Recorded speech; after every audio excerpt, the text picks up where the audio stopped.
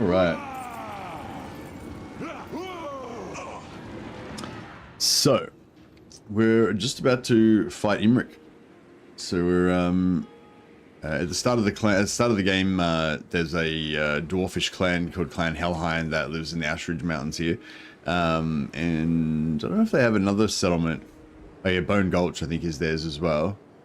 Yeah, I think they start off with these two settlements, yeah, Imric wipes them out right at the start of the game. Cruel elven deviants. So yeah, so it's up to us to get revenge. Far beneath an arch. And that's what we're about right now. Is their due or mine? My anger burns bright.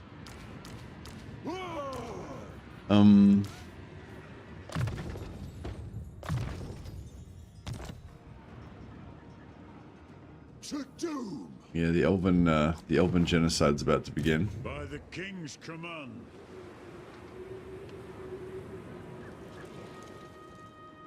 Chasm, ha!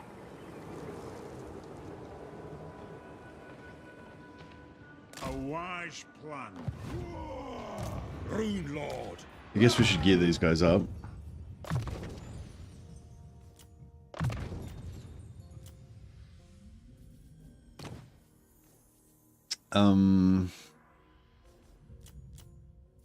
Alright, so we'll...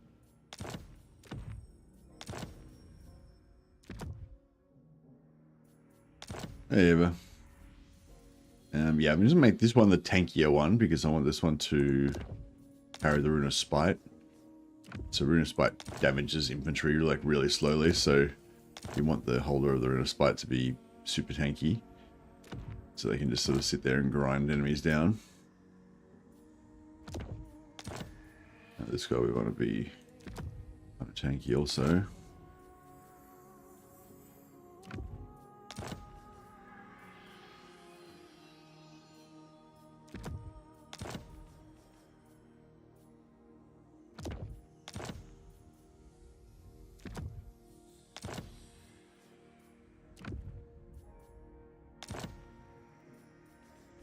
They can both be have troll slayers as well. Oh.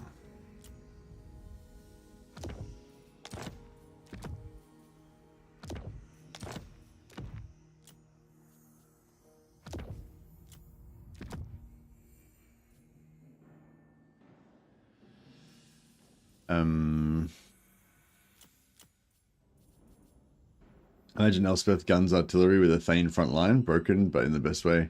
Hey, cruising for bruising. Yeah, if you if you become an ally with Belegar early on with as Elspeth, which is kind of doable. You know, just conquer that territory to the south of you, maybe sell that to him for an alliance. You could maybe even conquer Karak Izor for him before he gets there, and then sell that to him for an alliance, and then get some allegiance points, and you can steal his heroes. You might even be able to steal his ghost heroes. You will almost certainly be able to steal at least a couple of his ghost heroes. You might get the Thanes, you might get the engineer. It's just a bit random which ones he puts in the army, so you can actually get them. But yeah, that's a good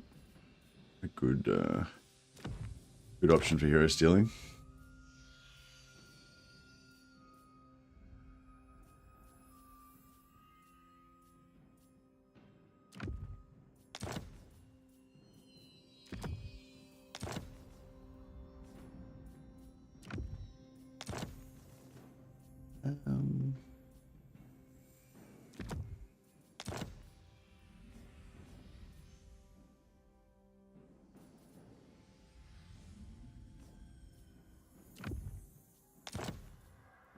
Actually, we don't really want fire resistance. We don't really want fire damage against Imric, do we?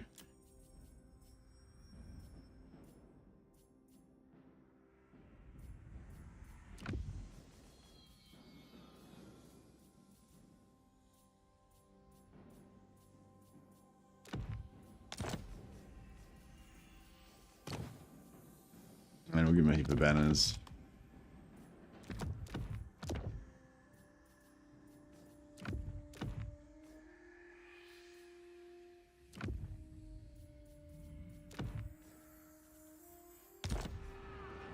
The vengeful rune lord.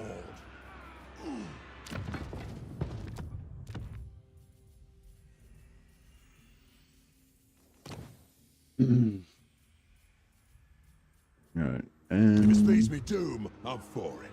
get one more, so we could replace this guy with add Elenak. For Karazankor, by the Dammers Kron.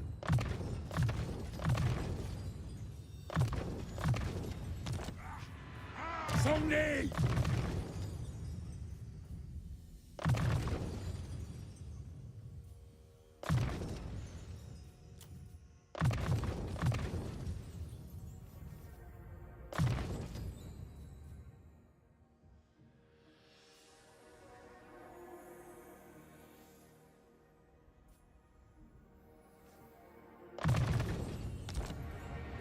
And we'll get one more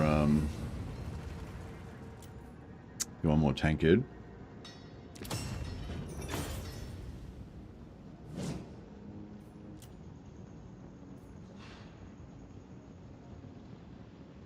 Yeah, we could get rid of that.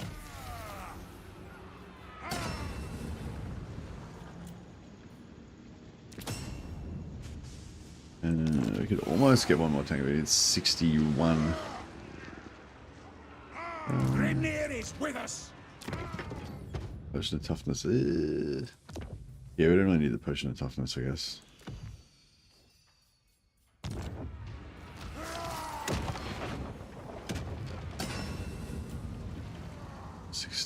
Oh, it's not 61 though. We need 61.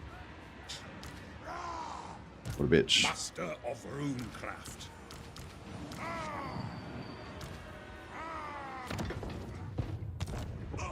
Vengeance!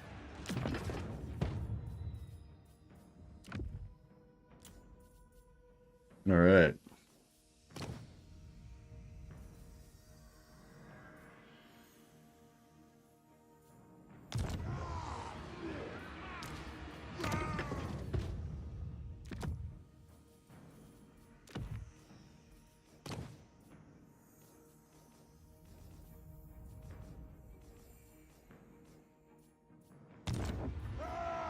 All right, I think it's time to fight these elves. Lord of Clan Morgrim. I wonder if they're gonna run. Cast the runes.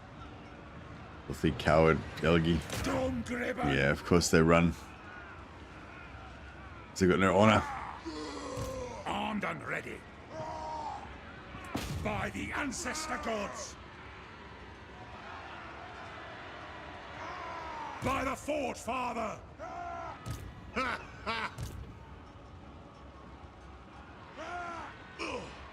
What?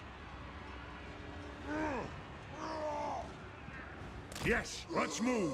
Virgin boat. So we're in slow mode, so we can try and... I think we need to try to sack this.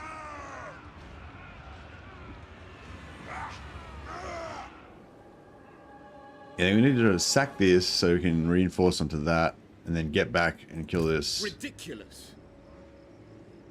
To battle!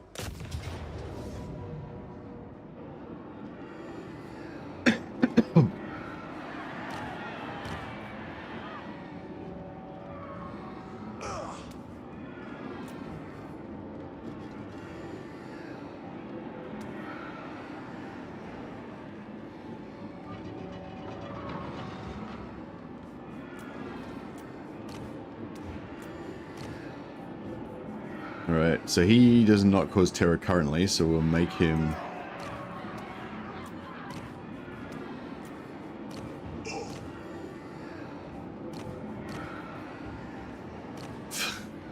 Oh yeah, you can't put these banners on.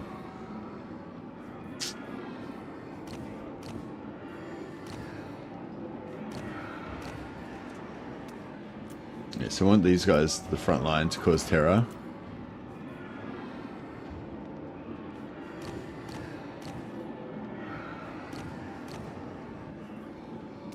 And then we want these guys to have all these buffs.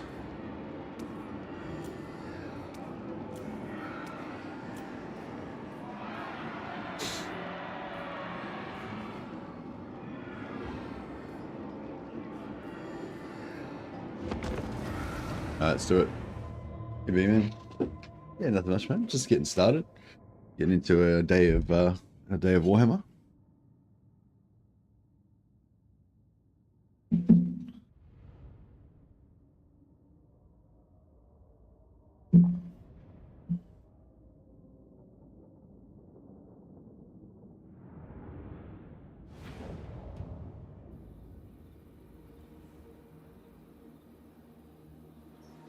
Rules of power.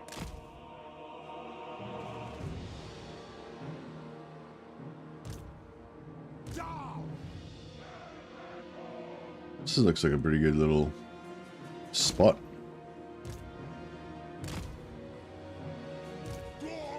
Might make it a bit narrower, actually.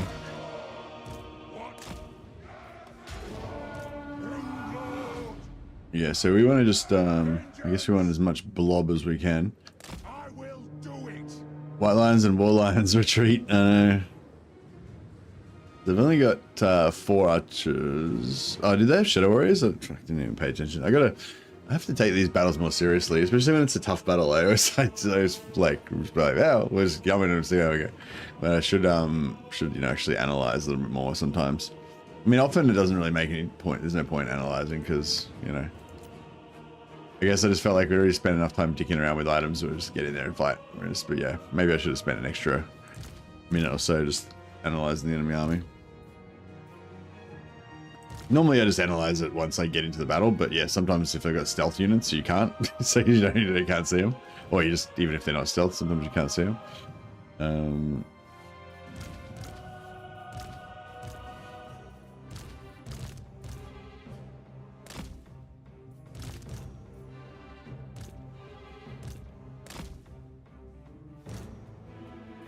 But yeah, no, this should be.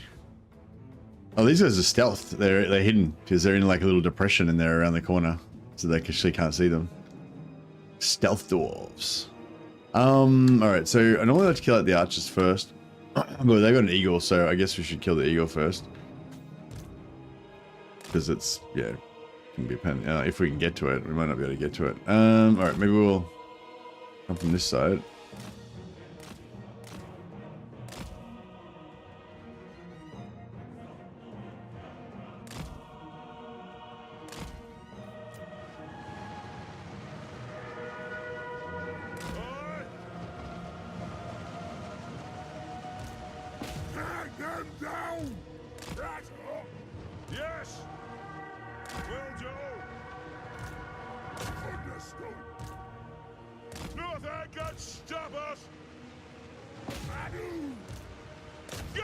Let's see if we can take out this eagle. Blam, blam, blam. Come on. Nope. Alright, it's hard work.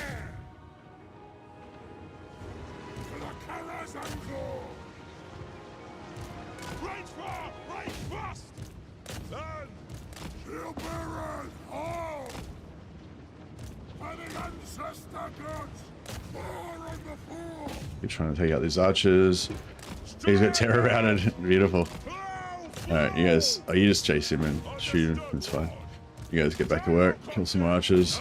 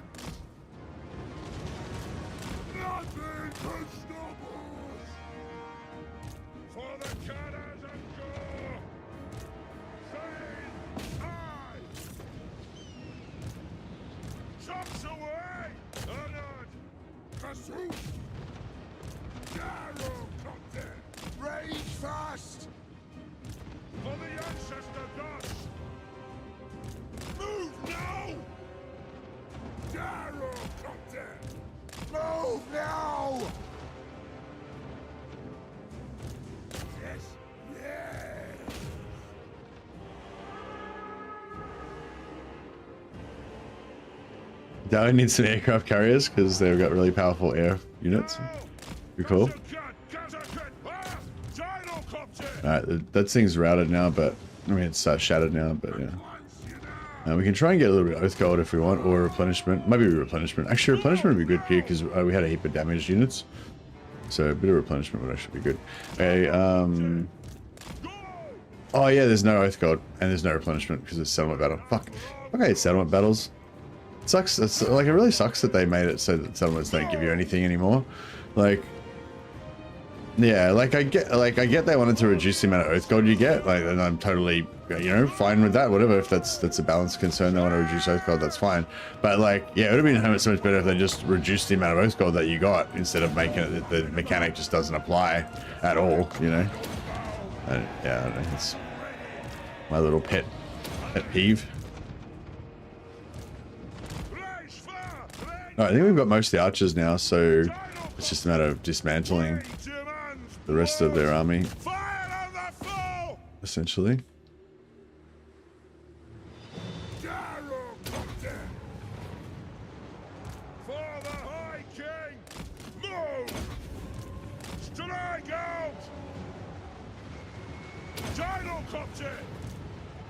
Get moving! Nothing can stop us! Move now! Obey me!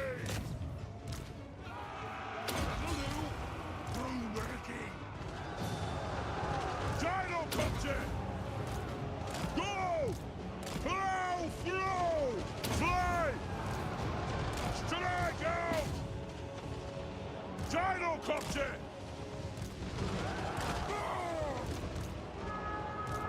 The clans unite! Fly! Nothing can stop us! Charge! Score!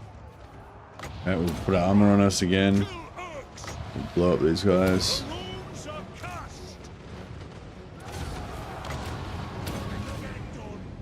Alright, cool. Yeah, everything's gonna get wiped out, so we don't need to worry about anything. Yeah, we can't get replenishment on this battle, unfortunately, because it's a settlement battle, so no replenishment, no Oath Gold, no nothing. Brother. You felt sorry for Legend in his this Total War, not this Total War, in his disaster campaign today. Did he win in the end?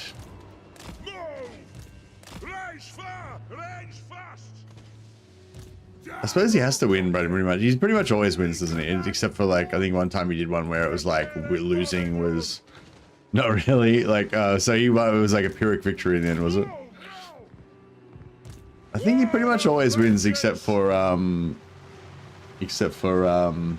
there was one where it was like sometimes losing is better than winning or something, you know, kind of thing. I can't remember what that one was about now, but yeah. Alright. Our work here is done. Yeah, I would have liked to. I don't think we really lost any. We might have lost like one entity or something. I don't think we really lost much. But yeah, it would have been nice to get replenishment and get some of these guys back up to full. But alas. But if we can make the follow-up battle, we'll be able to do it. We'll be able to get replenishment on that.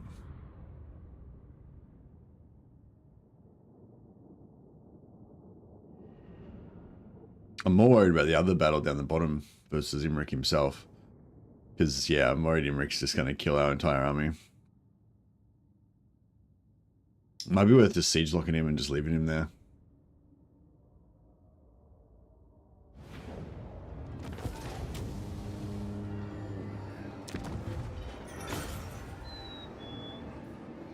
I want to get a sack on this. I mean, a backspace on this. So we'll see how we go. Ow. I think I backspaced it like a tiny bit, but not really. Lord of Clan Morgrim. Vengeance. Can I help you? Got? My anger burns bright. Old Guard's keg. That's a pretty shit item. I think they missed this one. It's still pretty shit for a green. Plus 10. Well, it's like, I mean, it would be really good if it was for Skaven or for like undead or something. Yeah, Vigor loss is beneficial, but it's only 15%. Like I could get for a green, like I could get range. No. Oh, that's a blue. Okay, yeah. Olga's take it's a blue. Okay, yeah. I was just thinking about this. It's got 33%, but this has got 33% and it's got regeneration. Like that's a good blue, but for a green, I feel like I don't know. Anyway, yeah. I'm gonna smelt it down for sure. Like I'm not gonna keep it. Seems like a shit item to me. It's 15% for the army. Oh yeah. No, I guess it is. Yeah. Yeah, all right. Fair call, fair call. I guess it is for the whole army, and yeah. Armed and ready.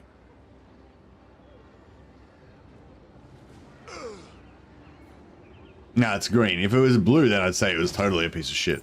But if it was green, it's green though. I mean, yeah, the other blue I compared it to is blue, but the item we just got is green. It's, yeah. Oh, the green's not for the, yeah, that's a total piece of shit then. Yeah, the blue's good. This is shit. But it's especially shit for dwarfs because it's like dwarfs don't even need leadership, bro. Dwarfs are unbreakable anyway.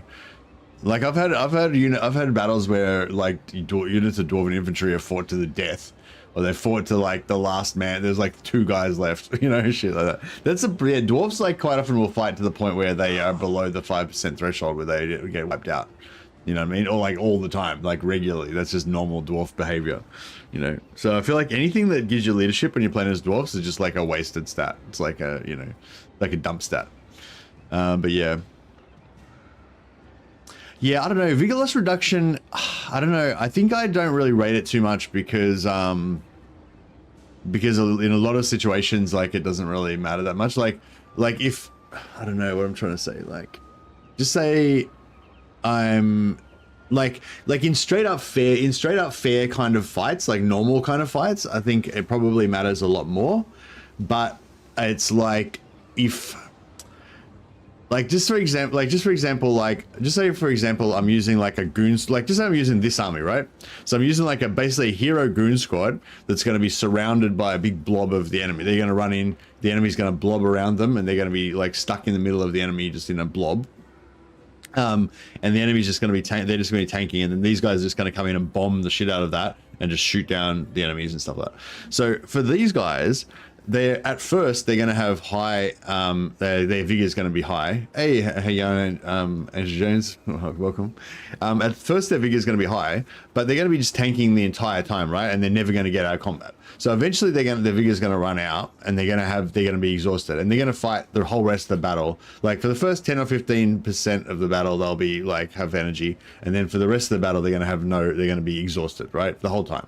It doesn't matter how much vigor reduction they've got; they're just going to be exhausted the entire time, right? Unless they've got perfect vigor. Perfect vigor is really good, but if you don't, but unless you have perfect vigor, like for these guys, it doesn't really matter. Like they're going to have energy for like 1 minute, you know, normally, or if they had like 15% extra, they'll have energy for like 1 minute and 15 seconds. And it doesn't make a fucking difference. They're still going to be tanking for like 14 minutes with no energy. They're exhausted the whole time.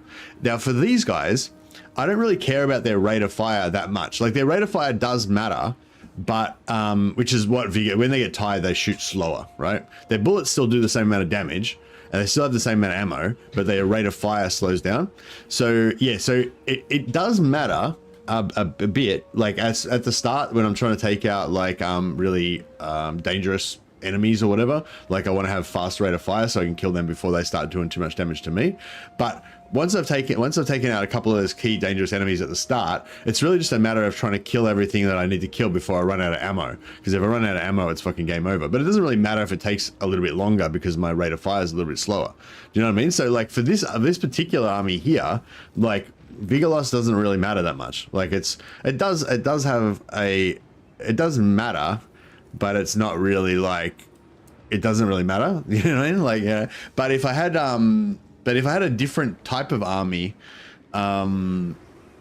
like if I had a normal kind of army with like a front line of infantry and like some archers at the back or whatever, then the vigor would matter a lot more because the because like the front line, if our front line got tired before their guys got tired, then that would be, you know, a disadvantage in the front line fight. And also there's like a time limit. Basically your archers are trying to shoot down the enemy before your front line breaks, so there's kind of like a time limit. So the DPS on your archers is a lot more important, you know. So it's like, so yeah, so it's like, I just, yeah, it was a good opportunity. I kind of wanted to talk about this because it's a good opportunity, because I feel like lately a lot of people have been like, bro, vigor is so important. You've got to have vigor. Vigor is like the most important thing in the world, you know, blah, blah. And it's like, yes, vigor is important in a lot of situations, but there's also a lot of situations where vigor doesn't fucking matter at all, you know? And like, hopefully I just kind of illustrated why it doesn't really matter that much for this particular army. But yeah, like, yeah, do you know what I mean? Like, yeah, which is different from perfect vigor. Having perfect vigor is different, but like, I feel like, you know, just lasting a little bit longer is like not as good as you'd think it would be sometimes. Yes.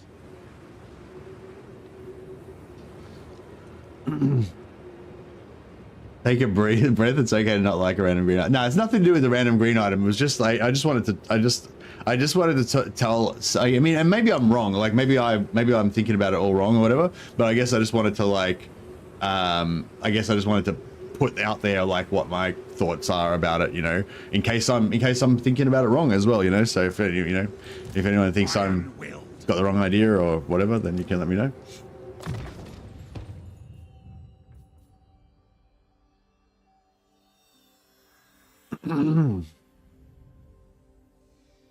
And yeah, and another thing actually about the whole vigor thing is that your vigor doesn't affect spell damage. So with a lot of campaigns, I do the majority of my damage with spells, and you know what I mean? Like, just say I'm playing a vampires or whatever. I've got a big zombie blob. The zombie blob is just standing there tanking.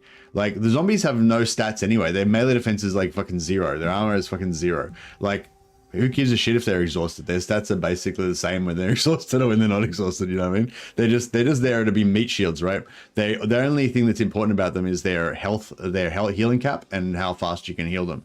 And that's not affected by exhaustion. And then all your damage is spell damage, which is not affected by exhaustion. So it's like, you know what I mean? So it's like, yeah, it's like, yes, perfect vigor is really important in situations where vigor is important, but there's heaps of situations where vigor is not important, you know?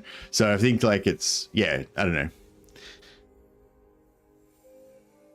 I get that a lot with legend videos as well. Like people watch a legend video and they'll be like, oh, stealth doesn't do anything or whatever. And then they'll just like, they'll take it out of context and like not actually, you know what I mean? Like, yeah, like somebody will say something in a specific situation and then people will like generalize that across like every situation. And it's like, that doesn't necessarily work like that. Anyway, I guess I get a bit like, I don't know. I get a bit like OCD about things sometimes, I guess. And is OCD the right word? I don't know. Maybe OCD is not the right word. Isn't morale affected by exhaustion plus speed? So unit cannot dodge so well if they get retreated by less losses. Yeah, like that's what I'm saying, day one. Like, yeah, vigor is really important in some situations, but there's plenty of situations where it's not important. That's what I was trying to say. I wasn't trying to say like whoever said vigor was really good or whatever, yeah, like that's not, I'm not trying to say you're wrong. That's true. Like vigor is really good, right? But I'm just saying there's plenty of situations, like all the ones I just mentioned, I won't go through it all again, where it's not very important, right?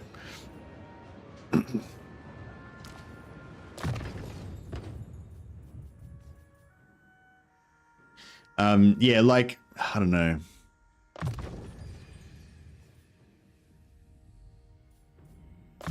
Like, just say you've got like a gunline army or an archer army, like just say you got a shitload of archers, right? If you just let the enemy run at you and you're just going to try and shoot them down before they get to you, then vigor is really important because you need to be firing, you need to shoot as fucking fast as you can to try to kill those guys before those melee dudes get into range, right? But if you've got a bunch of heroes at the front riding their horses around and like charging into different units and distracting the enemy army and slowing them down and spreading them out so that they feed in like 1 or 2 at a time, like then your rate of fire doesn't really matter. It's just about how much, whether you've got enough ammo to kill them all. If you can manage the enemy army so that they can't overwhelm you in speed, you still have, then you don't have to worry about your rate of fire anymore, but you still have to kill them all before they get, otherwise you run out of ammo and then they get you, you know? So in that situation, you know, Vigor doesn't really matter so much on your archers. It still matters on your heroes. But yeah, so anyway, that's all I was going to say is, that's basically what I want to say. Rune Lord.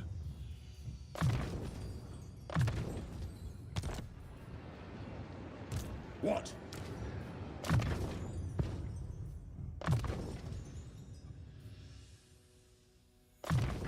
But yeah, I don't know, I see a lot of this sort of stuff happen where like there'll be a certain thing that will get highlighted in the community and then everyone will be like, oh, this is the best fucking thing ever.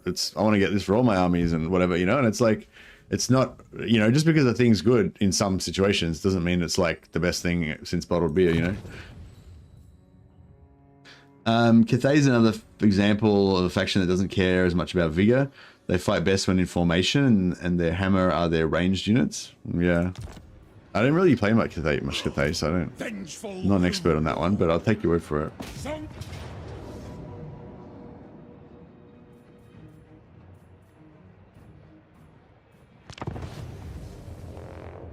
It needs more. Hey, Nightgainer.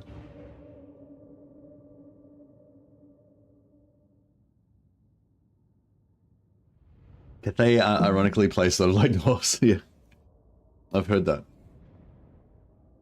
Dwarfs with dragons, yeah. Once we get rune golems, they'll basically be the same then. And cavalry. And flying horses. Well, I guess we have flying, you know. Alright, this looks pretty much the same as last time. So it shouldn't be a problem.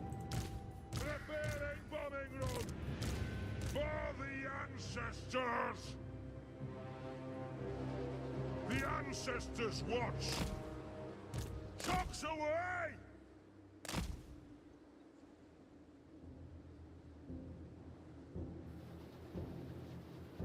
I know they have eagles. It's game over.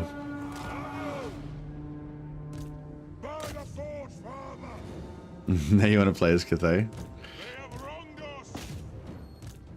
Man, there's so many factions. Like, oh man, there's so many factions in this game. I kind of regularly get into this conundrum where it's like I can't, like, there's too many factions I want to play all at once and I can't like play them all because I can only be playing one faction at a time, you know. Like right now I'm really enjoying this campaign, but then I really want to play Kislev as well. And I also kind of really want to play a Karl Franz campaign because I haven't played a Karl Franz campaign with the new AI yet. And it's just like, we're gonna await reinforcements. I'm not sure what will happen if I don't await reinforcements. That'll destroy the other army without them actually fighting, won't it? Because they already retreated once.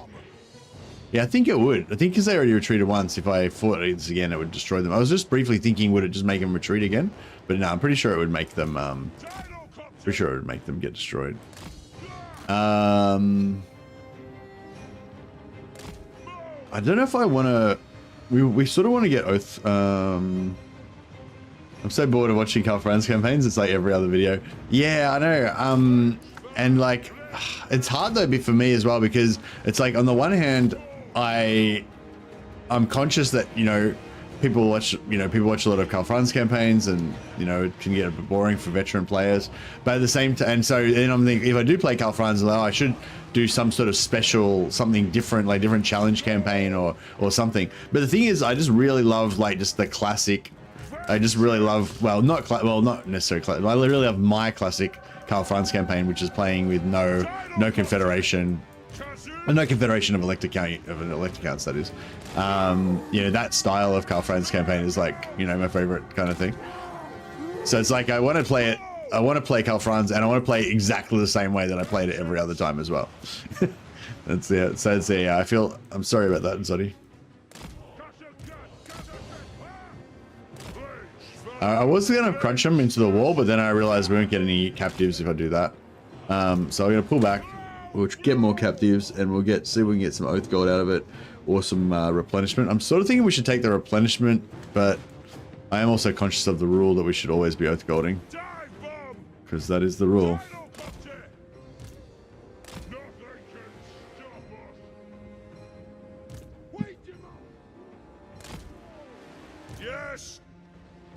Yeah, we'll see if we can kill these eagles.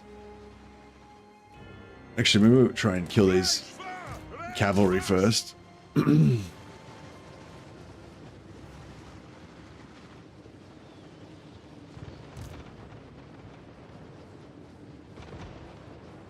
the vengeance begin! We are relentless! Kill Lurks! The clans unite! Move! Gyrocopter! We are relentless! It is a reckoning! Take him down! Fly! Vengeance! Rage fast! Rage fast! No, pull these guys back a little bit, so we can suck this eagle out.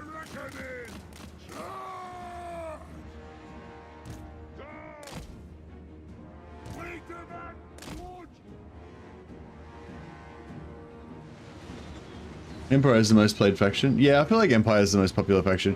I feel like often if I do an Empire campaign, it'll get a lot of views just because everyone likes Calfrans. I like Calfrans. I like to kind of play Calfrans. Just about like every time there's a new patch and it's like some sort of major. Like every time there's a new patch with some sort of significant change, like I always like to play Calfrans, because I feel like Calfrans is like my baseline faction, you know, like for this particular patch, I really want to play Calfrans to try out the minor faction boost, which is what I'm doing in this campaign as well. So I ended up playing dwarfs instead, just because I thought that'd be a bit less, you know, thousand Calfrans campaign, you know. But yeah, I really want to play Calfrans with the new boosted AI, boosted minor faction AI.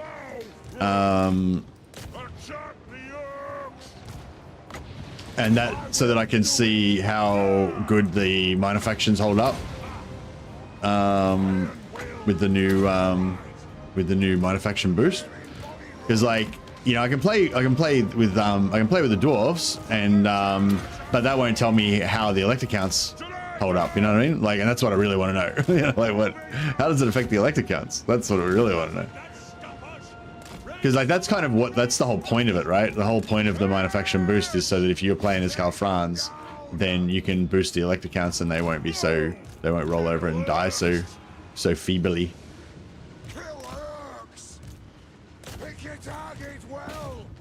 Where's that eagle? Oh fuck, there it is.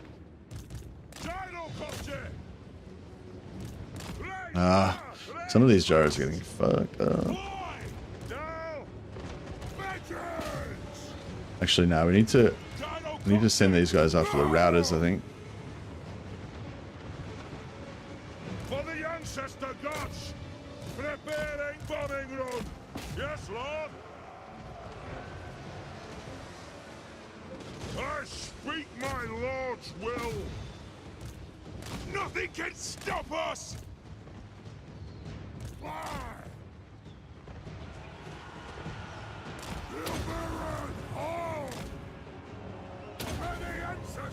Oh, what happened to this eagle down here? Did we get this eagle? No, not quite.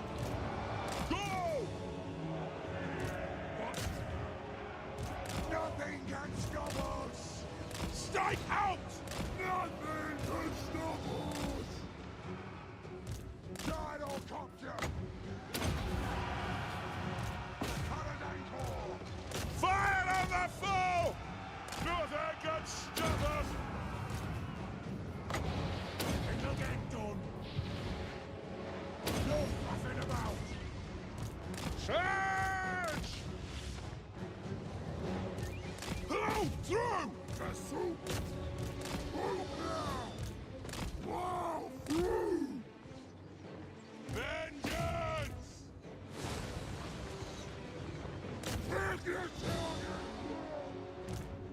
Move now! Fire on the foe! Plow through! Strike out! His eagle would fuck off and die. Move now! Gyrocopter! Aye! Plow through! Pick your targets well! Get them! There we go. War of vengeance! Gyrocopter! Off we go! For the ancestors! Kazook! Go! They have wronged us! Strike out! Understood, Lord! Get them! Let's settle some grudges! For our ancestors! Alright. We should be able to get good replenishment out of this if we can just try not to get our fucking jars destroyed. The clans unite! Dwarf warriors!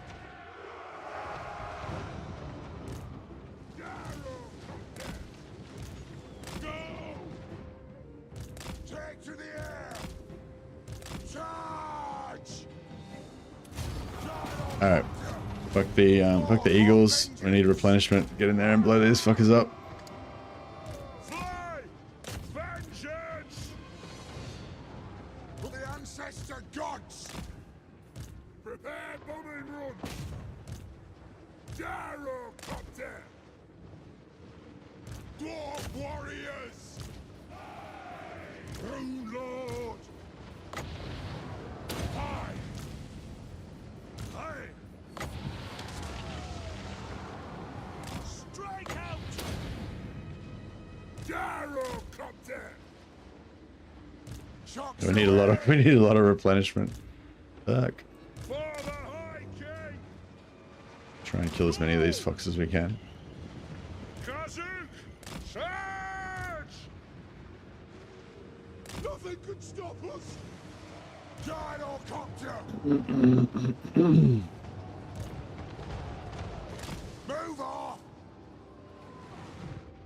For the High King! Strike out! Charge! Gyrocopter! Dive bomb! Move! It is a reckoning! Move now! Get moving! Go! Yes! Plow through!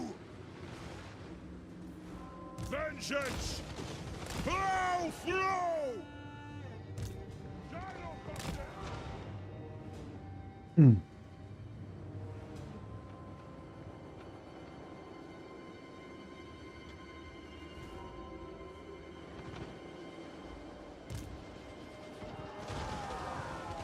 Rage fast!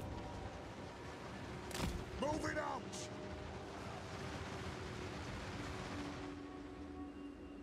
For the cannons and gore!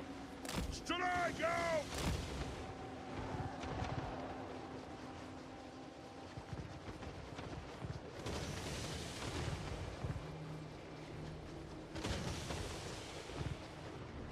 Alright, kill this last one. Gyrocopter! I've always been a human player. I used to play humans in WoW. I think I made a few other characters or other races, but yeah, humans is my favorite.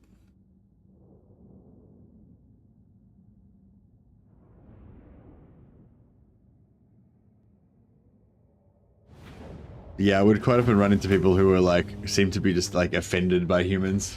I've run into that a few times actually. It's if you can be in a fantasy world where you can play any race, why would you just want to be the same race that you are in real life? I don't know. Just like humans.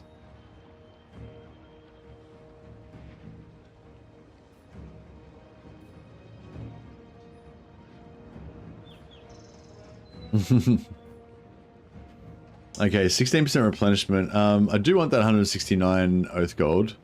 Hey, Cloak Monkey. Might be fantasy, but you still need something relatable there. Yeah. I think that's like kind of part of the thing, I guess.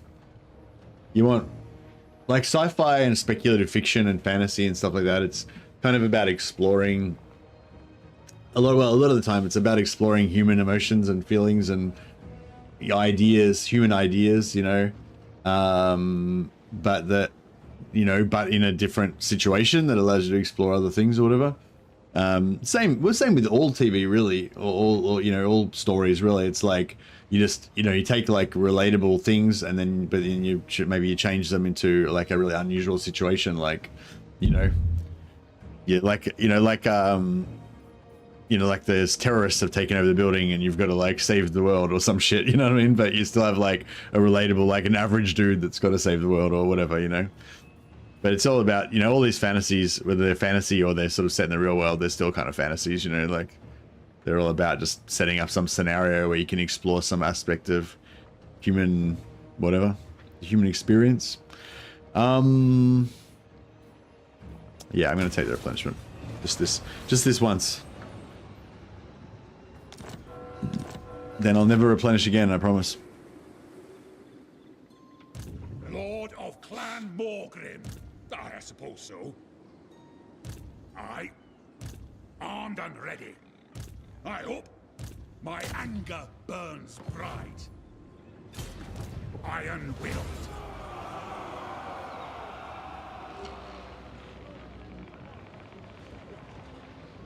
I think that's why so many people play Blood Elves, because they're fantasy, they have a lot of human features.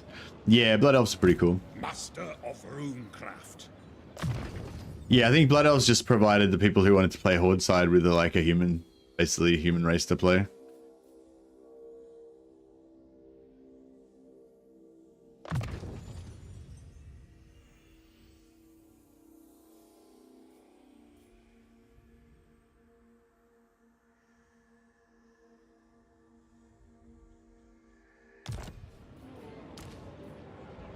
This crown digs into me dowers back too much.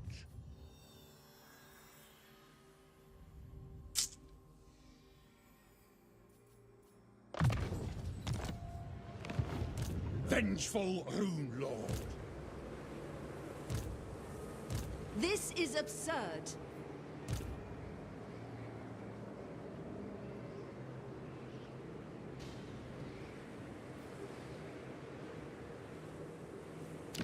Lord of Clan Thorgrim.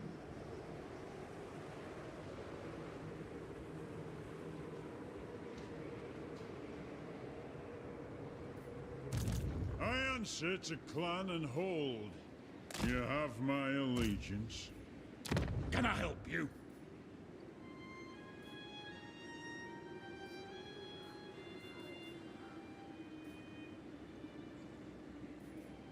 I'm gonna build a barracks here. Yeah, I'm gonna build a barracks here. So when the rebellion spawns, hopefully it'll be. Summon me if you dare. Throne bearers, let's march. Do you reckon this is gonna be super hard for us? Yes. Onward. The High King. I kind of feel like it's gonna be a bit rough. That is beneath me. We got a fucking dragon. We got Imric. I'm sort of thinking. His axe thirsts. I'm sort of thinking we just siege lock him and forget about him. Attack.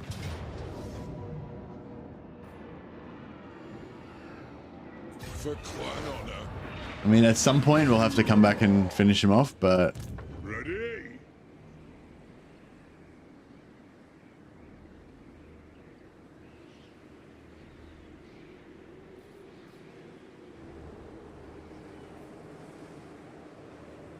For the Karazhan Corps. Throne bearers, move! A laughable idea. 1500 mass, that wouldn't be a dragon, that'd be a horse, wouldn't it? Oh, you can see the horse down here, Motorus.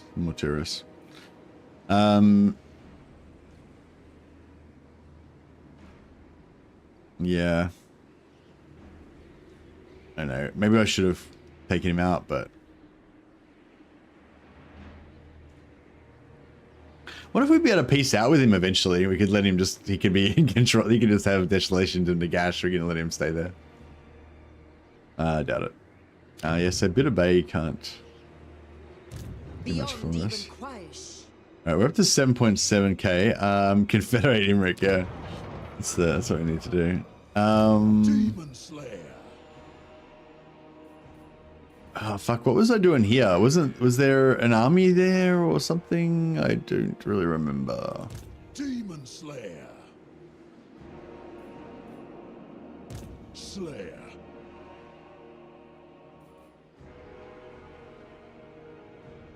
For the wisdom of Valea. I'm trying to like remember everything that was going on now. High elves plus short elves combined to make average height elves. Nice. Could make an alliance and get dragons. Nah, but the thing is, so our objective here is to free Clan Helheim, which control Ashridge and Bone Gulch. So once I've taken those two, and I'm probably going to take Forest, I'm probably going to take him all out, you know. But even if I just took Ashridge and Bone Gulch, like he'd already hate my guts. You know what I mean? Like he already fucking hates my guts big time. Like it's minus 131 right now. I don't know. Yeah, see, we kind of, even with the trade, we can't get it. Like, I don't know. We could maybe do it, but it's probably not worth it.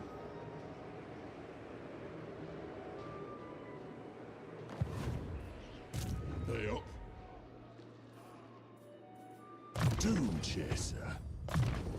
Gonna need a rememberer for this. Okay. For the wisdom of Yep, Valea. there goes doing their thing.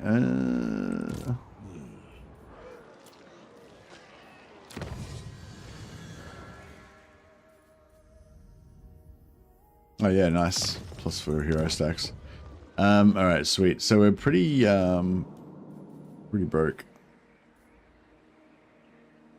Well, being a healer is better than any other MMO. I don't know, I reckon being a healer in Warhammer Age of Reckoning was pretty good, but I mean that's pretty old. Maybe you guys haven't played that. But yeah, being a healer in Warhammer Age of Reckoning was cool. I liked how they had a lot of mechanics, a lot of factions, some characters had mechanics where like the warrior priest, I'm pretty sure had a mechanic where you could do damage to people with your hammer to like kind of charge up, and then you could kind of use that to heal or something. But yeah, something I can't remember how it worked now.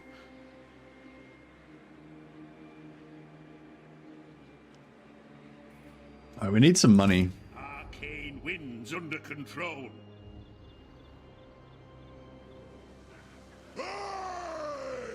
Forward!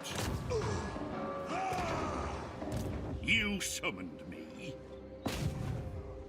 Die! Ah, I was hoping we were gonna get another room bearer, Duty is never done. but alas no.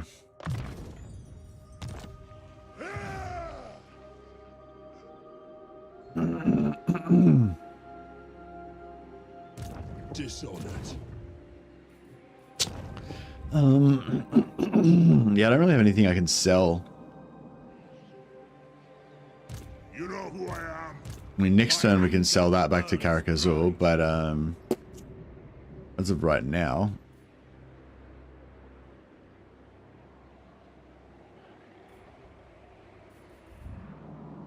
could take a turn of attrition.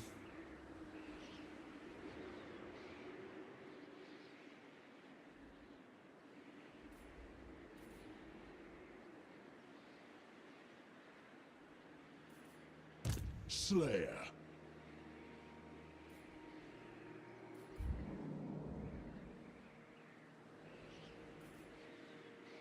Yeah, I really should have done that. I should have kept some of these regions and sold them to Imric before I attacked so that we could have fucked him over and taken all his money.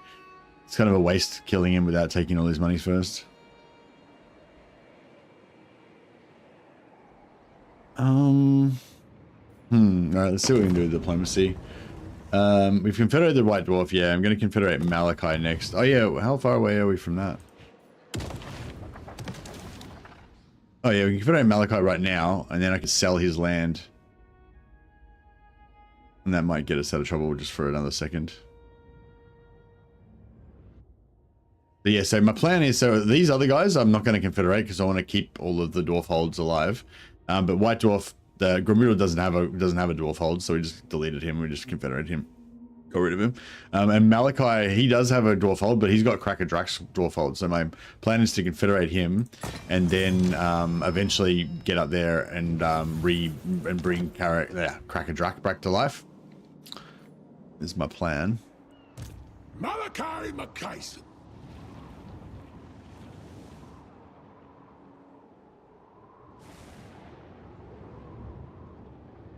Let us begin.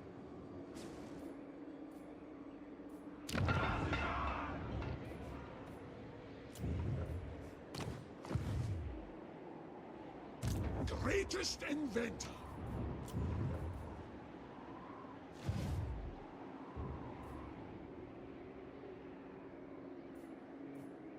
Armed and ready. Hmm.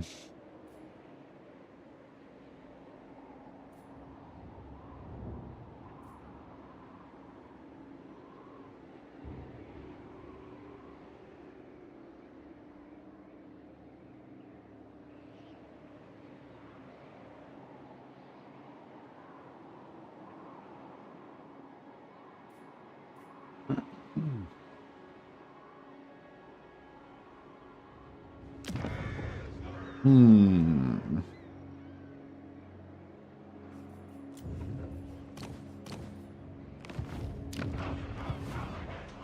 To war.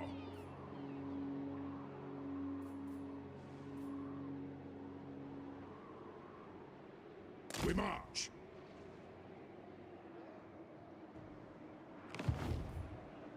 Vengeful Ridlord. Yes.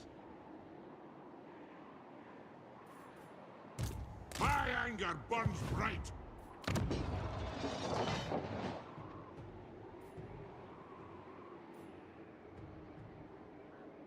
I wonder which one's worth more. Probably Ultra Spawns, maybe?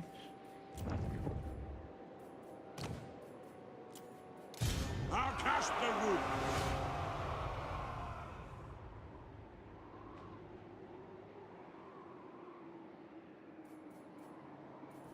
Can't do anything with that one. Cool.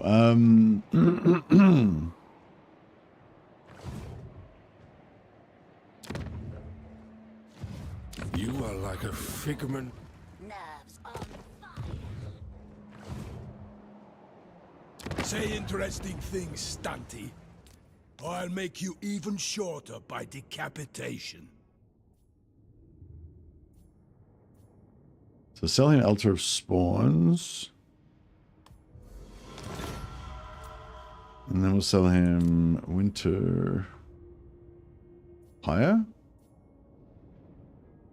No. Package right?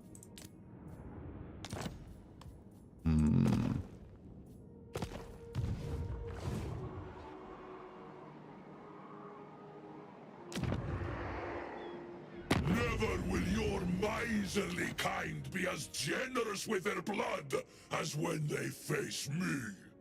Your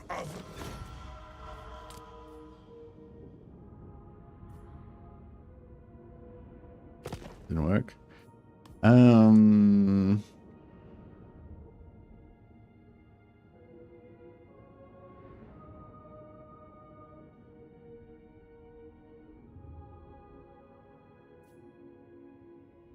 Cool. So we just sold that to him. And then we'll just...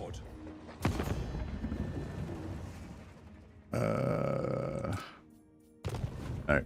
And we'll just get the Roxman clan to pay us. Know well go that to I am war accustomed with to him. getting anything I want. That was not very good. Come.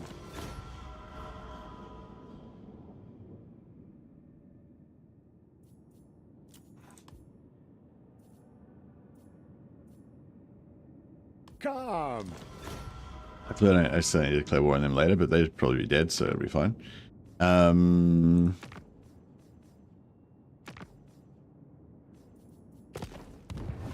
cool. So we declared war on the, yeah, basically I'm going to do the same thing that I did with Grumbrindle. We're just going to sell most of this cash out and then give us a bunch of money to power our other enterprises.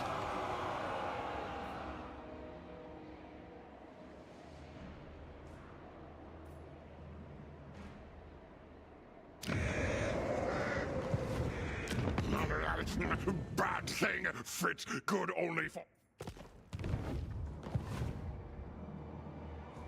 Keep an eye out for big beasties. A negotiation. How about this? I let you talk, then we duel. Oh yeah, should have been trading for his other regions, shouldn't I?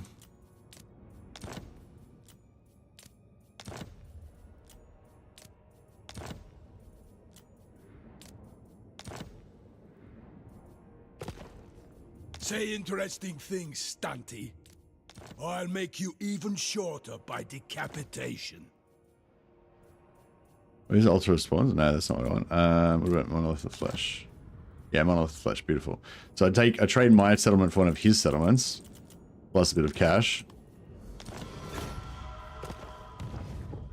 Then we recruit another lord there. Oh, we can't because it's the same territory as Ultra Spawns. Shite. Maybe I shouldn't have called the ironclad unsinkable.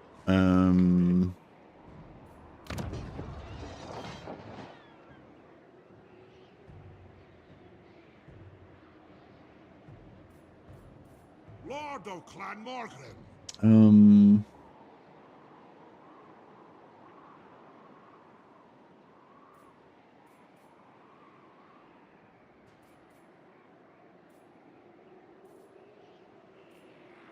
Master of Runecraft, can I help you? No, sell him Cracker Drac. Not for Forbidden Citadel, because we can get that anyway. A negotiation. How about this? I let you talk, then we duel.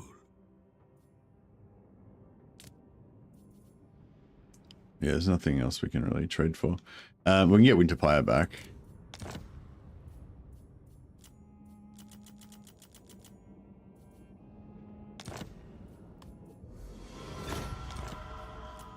And then we could sell Prison Landing again. Yep.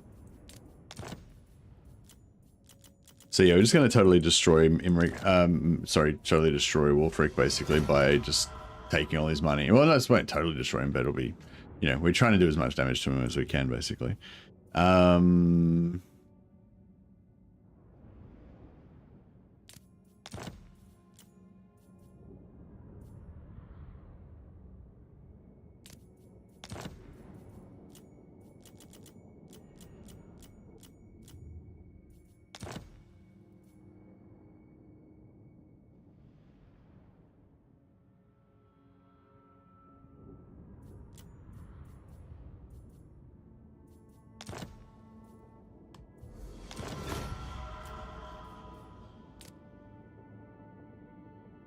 Empire we've got, so Altar of Spawns. Can we get Monolith Flesh back again? No. Well, sort of. No, not really.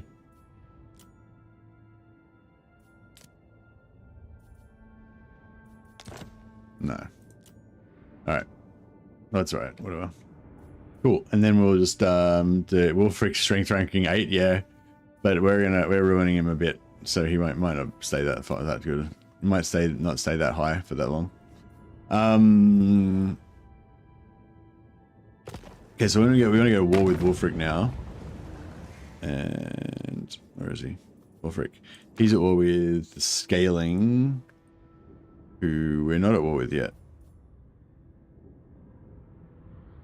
I've been looking forward to this. Prepare to be ripped to shreds.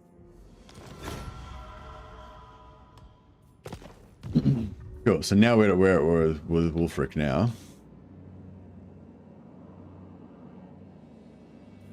So now we can take Forbidden Citadel.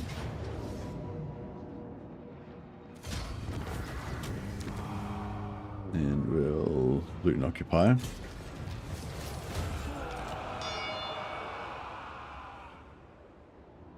Oh, I could have sold him Vault Author Spawns again. Fuck, forgot. I do. I'm down ready. I do. By the Gamma's Cron. What do you want, Master of Runecraft? Ah, beautiful. And then I'm going to try to sell this shit again. We can. Can we sell it to the Varg? There's no surrender. Crazy. Crap. Yeah, if I had have kept... I should have kept, Monolith of Flesh. Then I could have, like, sold it all to these guys. Onward.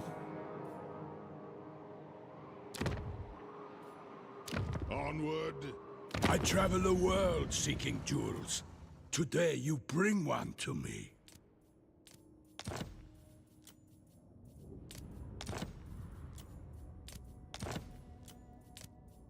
Yeah, no, it's not. None of those options work. I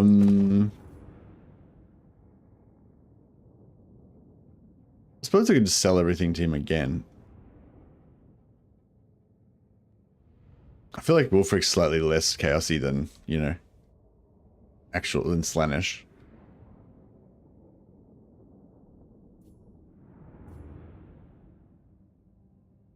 Actually, yeah, fuck it. Maybe we just, I feel like I'd rather fight Wolfric than Skaven or Khorne.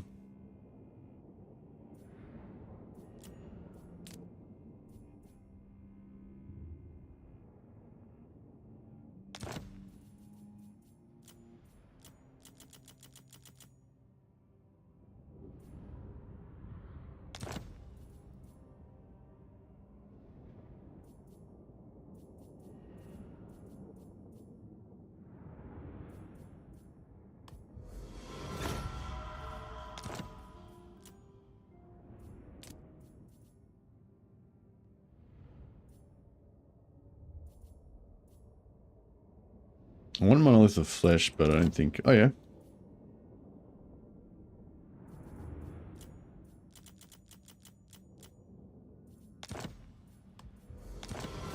Beautiful. Alright, so we might better sell to the Varg now. What brings the despicable dwarf scum before me? Do they come I don't have any money.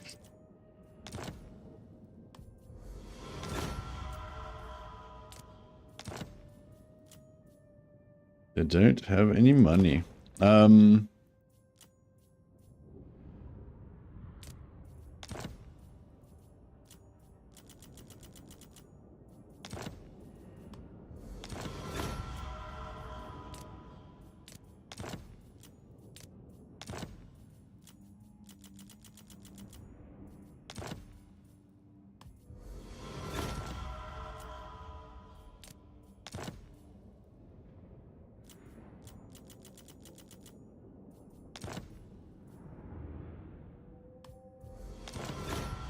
Alright, cool.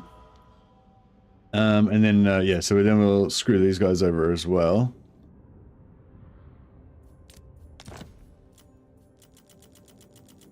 And, yeah, War Chest is back up again, so we'll be able to go rampaging for another 3 or 4 turns before we go broke again. Good times. Don't pull those guys in. And then we sell everything, and then we take everything back, sell it all back to Wolfric again. So he'll be even more fucked and in debt. What do you want? Actually, we could By the Forge Father! like sack it.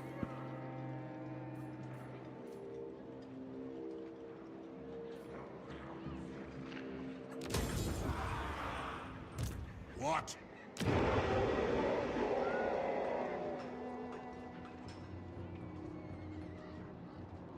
What's your orders? Iron Weld! Yes? Ricky!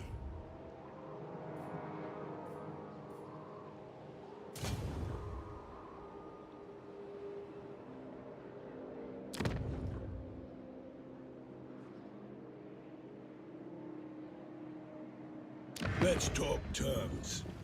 But with any disagreements, there'll be a challenge. Oh, we can't. What? How do we manage that? Oh, I've got to take these again, right?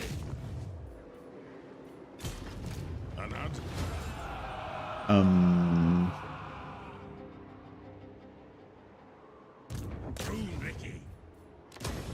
Vengeful Rune Lord. Aye up. All right, I think that's about it. Oh, unless the Skaven. The Skaven. Bad thing fit good only for parts. No, we can't really. We could probably do it, but I won't bother. Yes. Let's talk terms. But with any disagreements, there'll be a challenge.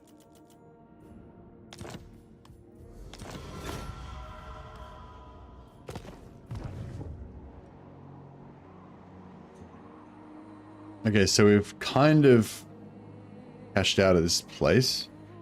My anger burns bright. Oh, where shall we go? I'm gonna respec these guys out. I hope. What? Aye, it'll be done. So they'll teleport back over to our other lands. Lord. We can just quickly Bone Rattler's piece. No. We need to take their land back first.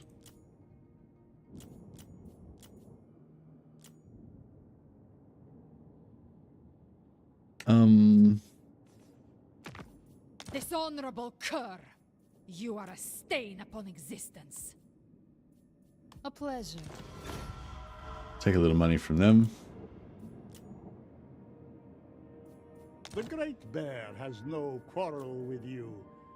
For now. Bears... Alright. Get some more relations with those guys. Very good, very good.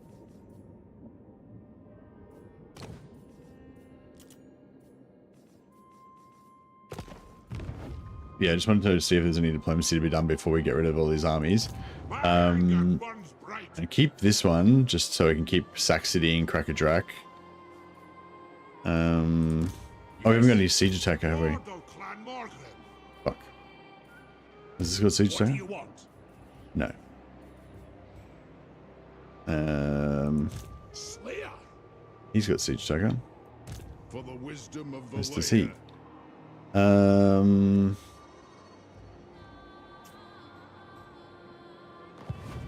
How many turns does this get?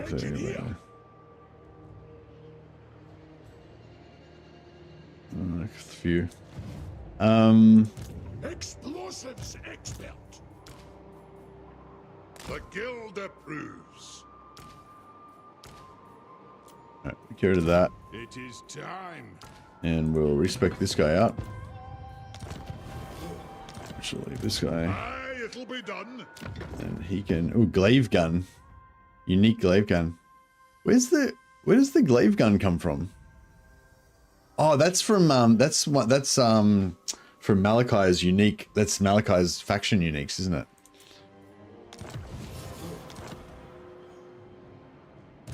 Rune Lord. The throng is mustered. What? Okay, No grudges, please, that. What's the rush? alright, I'm gonna respec.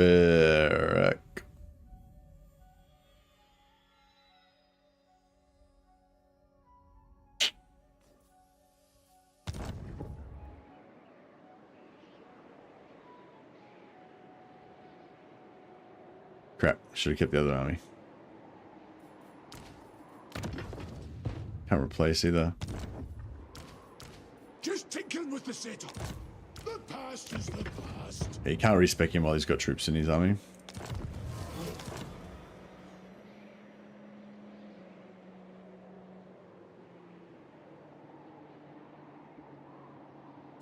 Aye, I suppose. Yeah, unfortunately this one doesn't have a siege attacker, which sucks. Lord of Clan more grim. This one doesn't have a siege checker either, but 4 turns, so we can get that.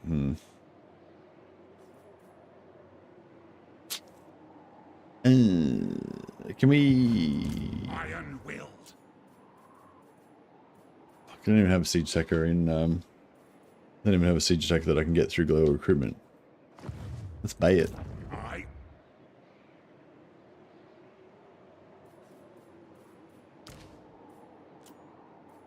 Armed and ready. Can I help you? Ally recruitment, you reckon? I do. Oh no, we don't have any allies. Can recruit from, unfortunately. Should we build a little Jaro army up here? I mean, we're already rocking 20,000. Aye. Casting the runes. Yeah, nah. Rune Ricky.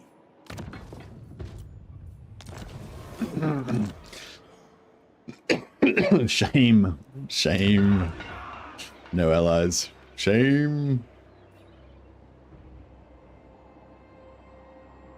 You are the servant of war. I am it.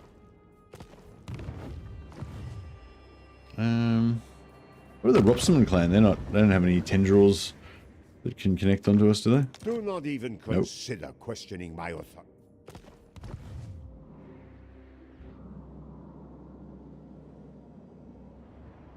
I want to get rid of this, but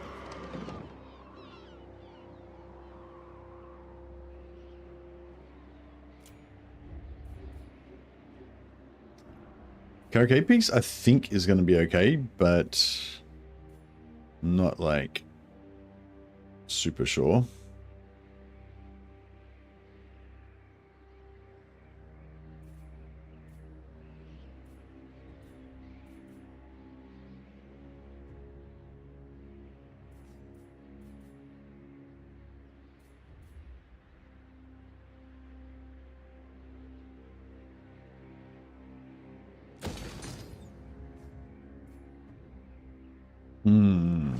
All right, well, cool. I think our money problems are sorted for the moment. What?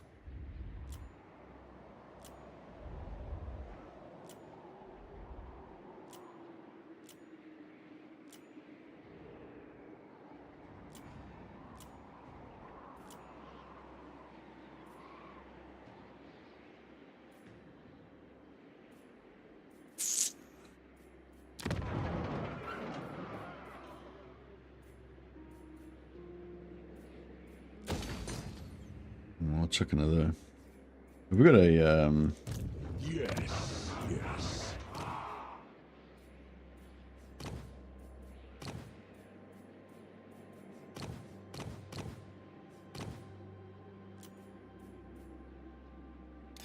Summon me if you dare.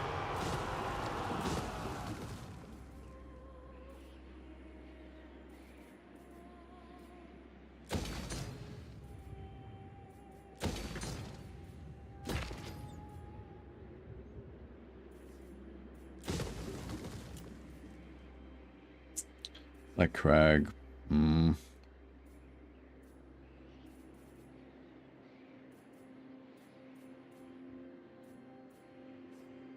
Yeah, I need an economy.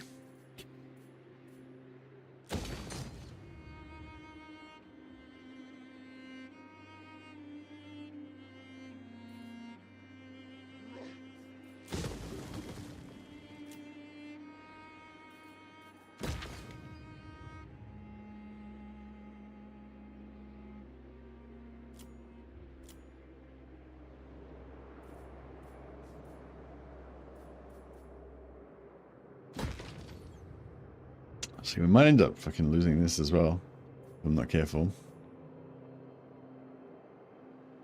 I think we got time to fuck around up here a bit more, but yeah, we just got too many. Still got the problem of like too many fronts, not enough money. Too many fronts, we need too many armies, and it's just, yeah, it's all fucked up.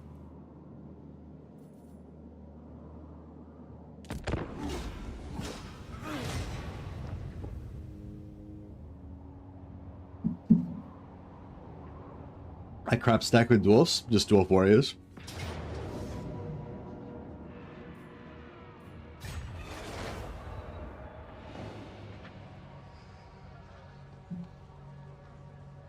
I'm kind of crap stacking with them in terms of just using gyros. They're not as cheap as Dwarf Warriors, but they're, you know, a lot better in manual battle. The Dwarf Warriors are probably better. I wonder if Dwarf Warriors are actually better than gyros in auto-resolve. Probably. Mine is with blasting charges. Oh yeah, for the auto-resolve power or for the actual battle power?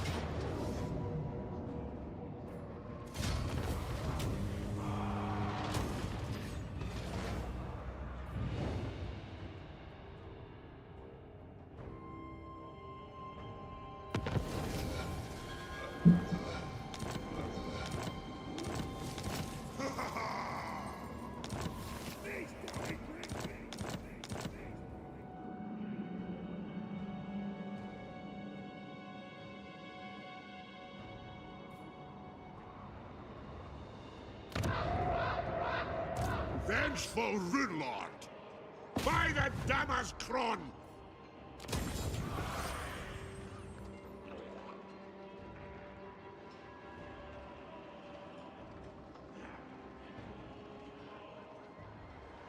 Didn't seem to get the -10.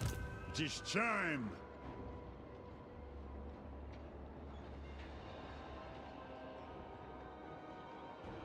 A wise plan. Aye up! Casting the It root. didn't seem to get the -10 from sacking for some reason. Ready. I'm not sure why. Master of Runecraft. Runes of spite and death. No rune bearer there, unfortunately. Runes are ready. Yeah, I was hoping we could try to sack this until it turns into I shall unsee.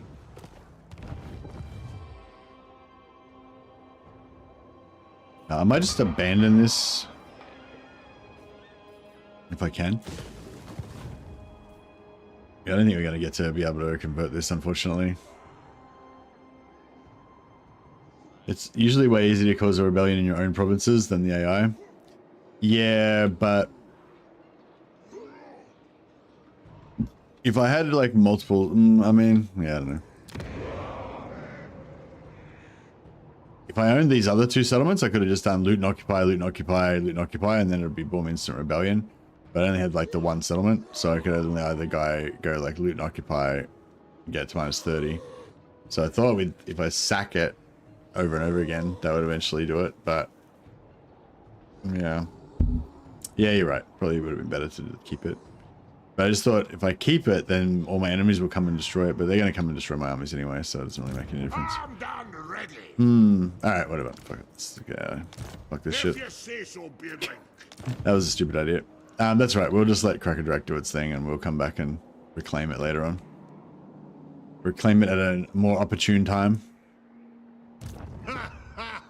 Arcane winds under control.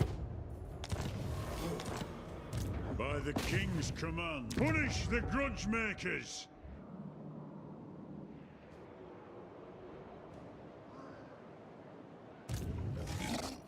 Yeah, see, if he comes after Mount Gumbad, it's fucking a bad scene.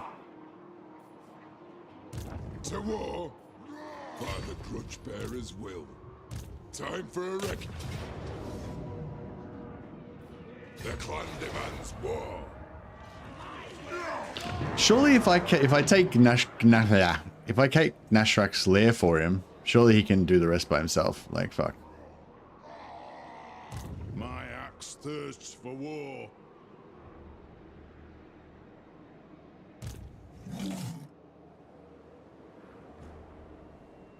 Let us. Oh yeah, sorry, I was checking. Is this a sack city or an occupier city? Tier 3, yeah, okay, so occupy it. Let's fight it manually so gyros don't get killed.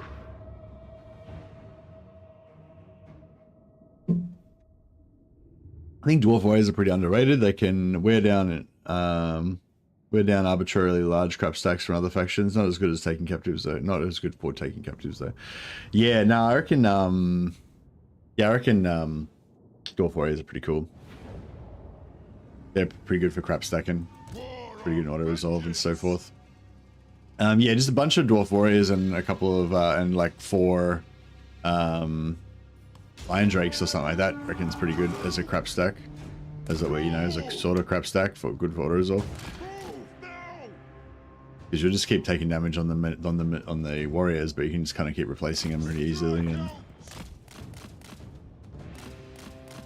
so, what does that catapult mean? That it's upgraded catapult tower?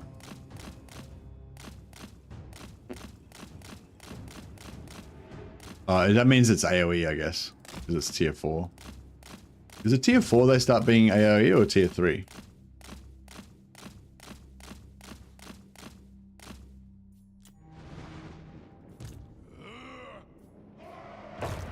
Victory will be ours! For the High King! Yes, Kazuk! Move now! Blow through! Yes!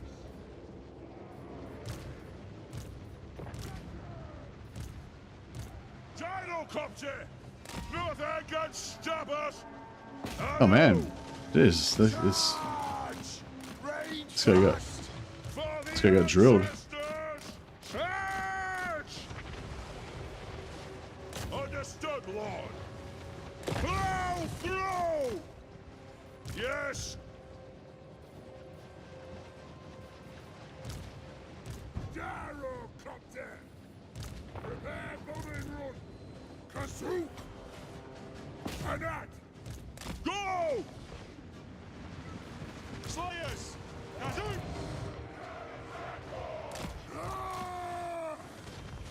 Will do! On the way! Oh! Nothing can stop us! Yeah, it's like tier 1 and 2 are single target, and single 3 and 4 are AoE, I think. Yeah. So maybe it gets the catapult when it gets the catapult symbol once it gets to tier 2, or tier 3. Sorry. Preparing bombing run! Strike out! Shoot now, was it? Fire on the fort! Gyrocopter! Come on! Charge! Take him down! For the High King!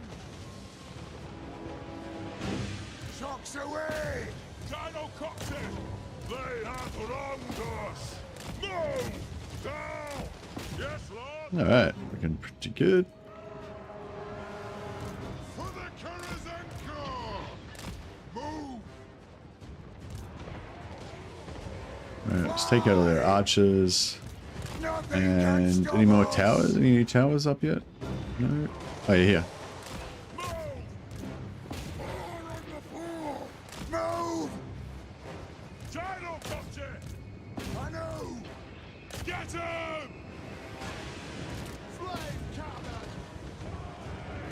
Gyrocopter!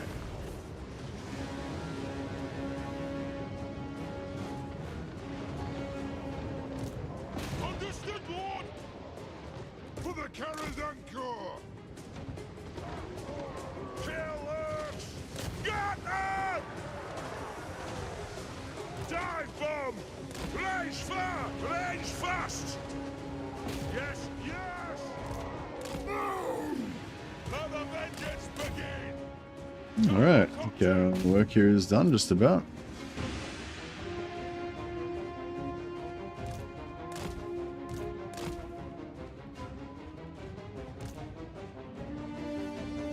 We could have some issues with these routers. We might need to send some.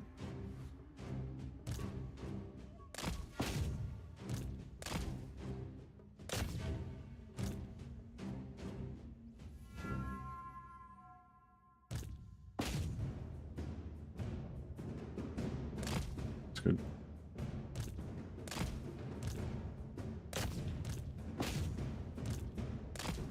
In the tower, yeah.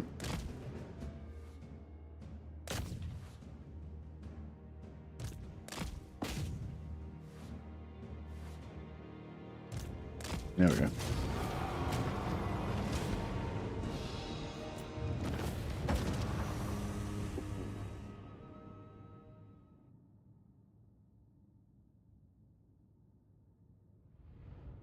Oh, sorry, Kokolak, I didn't see that.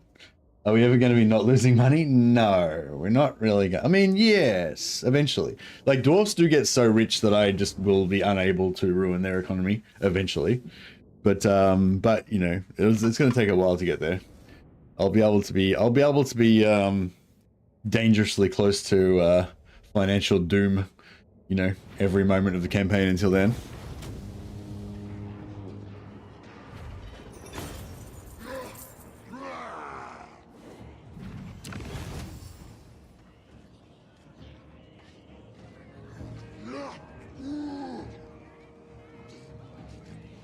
Got where I am and what I'm doing. Nashrek's there, right?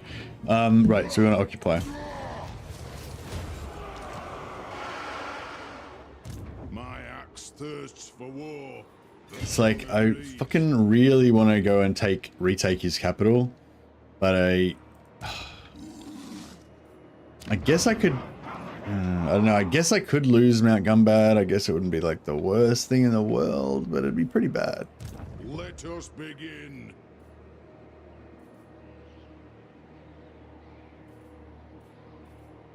By the grudge bearer's will. Aye, grudges will be settled. Alright, we've got to reclaim the holds. Yeah, we're already maxed out on grudges, so it's no stress. We actually should start thinking, we only got 4 turns before Nollengrom, before the Age of Reckoning's finished, so we've got to think about shutting down our borders again before the next calculation. So yeah, so we can't really get rid of. But if we lose, actually, yeah, if we do lose Mount Gumbad, then we could always just quickly sell World's Edge Archway as well. And then, oh no, we'd have to sell High Place as well.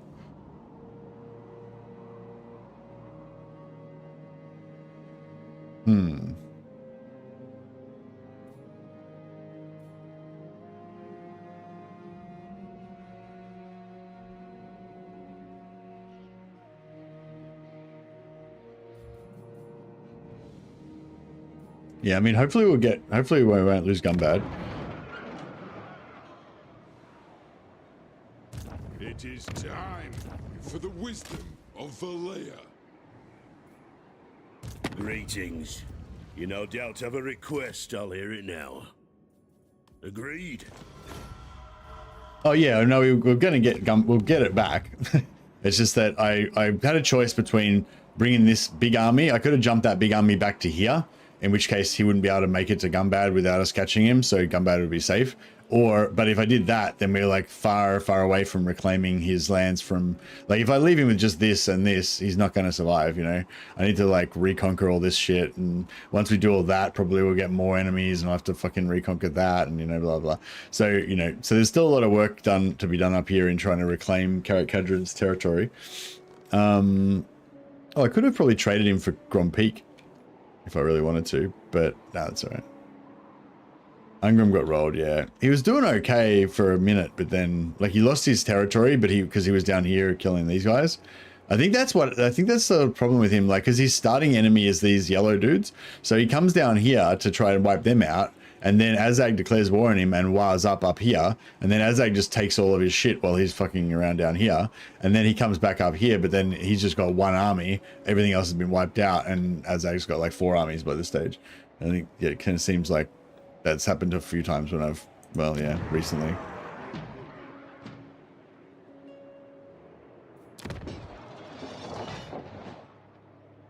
Alright, yeah, we need to cancel these buildings as well if it looks like we're gonna lose this.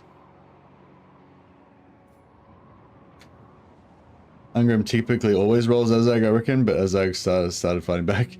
Yeah, historically, I feel like Ungrim used to always beat him, but now it seems to have shifted back. Throne bearers, let's march. Lord of Clan Morgrim. It is time.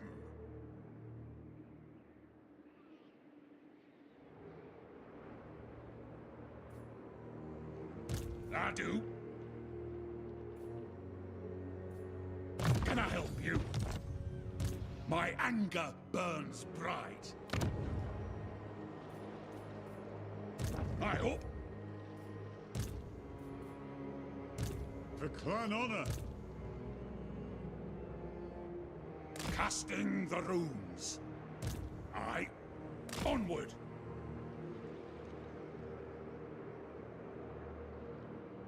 I'll get on it. Vengeful Rune Lord. Beards in belts. Armed and ready. If you say so, Beardling. On my way. A binding oath. Muster arms.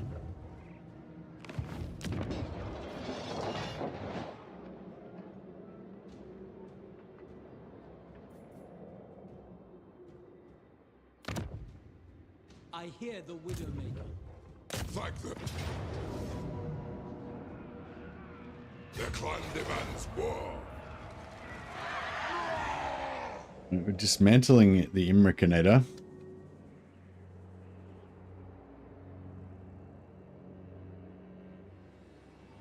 How can I help?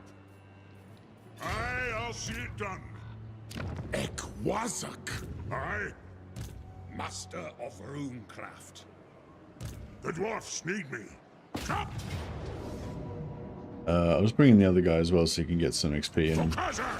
magic item drop chance. Oh yeah, I saw an interesting, sorry, I thought you guys might be interested in this. I saw an interesting post on Reddit today.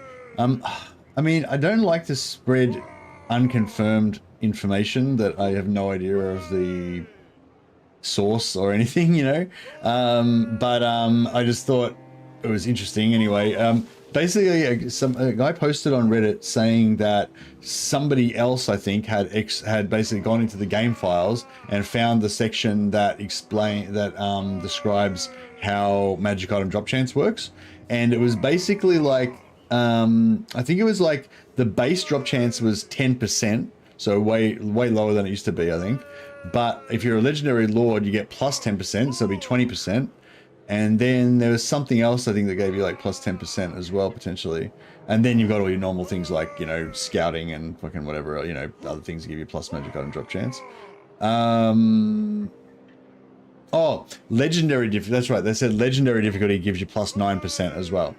So, yeah, so I think like the higher difficulty, the more bonus drop chance you get. Whereas before, like, I think the base drop chance was like 40% or something, or 30% or something, you know. So like the plus 9% from legendary or whatever you didn't notice it as much. But now like that now that the base drop chance is like 10%, you know, plus 9% from legendary makes a pretty big difference.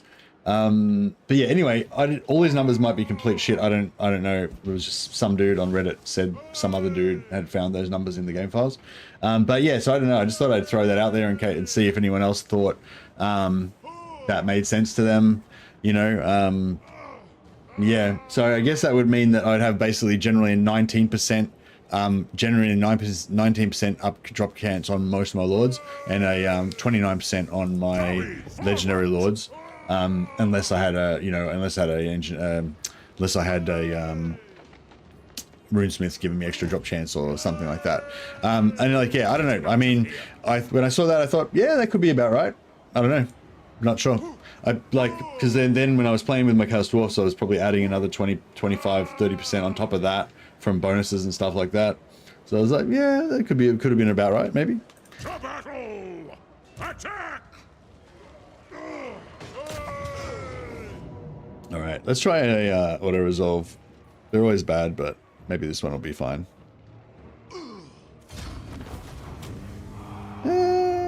This wasn't too bad. Oh yeah, actually that's a good thing. When you've got infantry in your armies, then the infantry take the damage instead of your gyros. If you have a full gyro stack, they'll take damage with auto resolve, but yeah. Did they ever fix the bug where heroes did not add the magic item drop chance? Apparently they did. Apparently they did. I haven't tested it, and I don't know anyone who has tested it, but they said that they did. And somebody else on Reddit said that they tested it and it was fixed. But I haven't personally tested it, and I don't personally know anyone who's tested it. But yes, apparently it is fixed.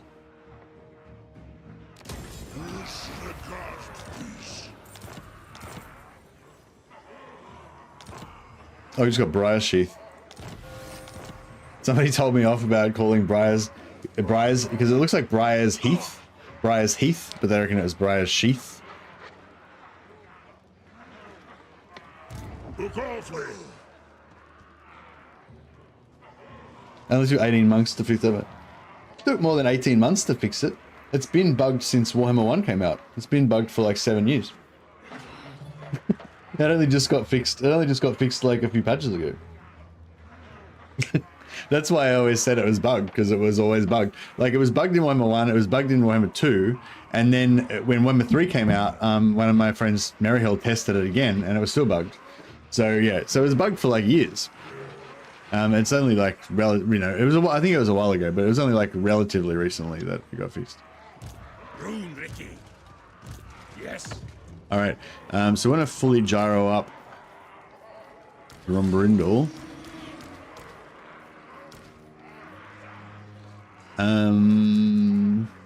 We'll let him keep his elite infantry.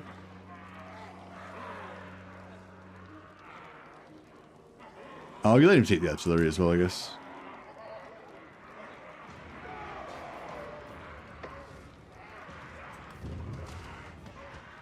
What? Vengeance? Iron-willed. I am the White Dwarf. No, so this is this is all good again now.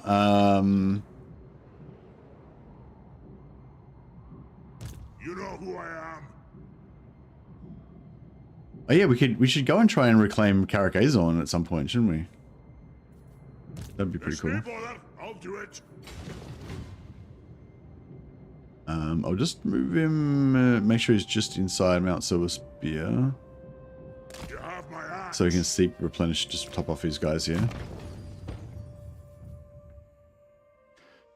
Grudge Raker. I just love Grudge Rakers, but I mean, it's probably better to actually go for the sniper, but...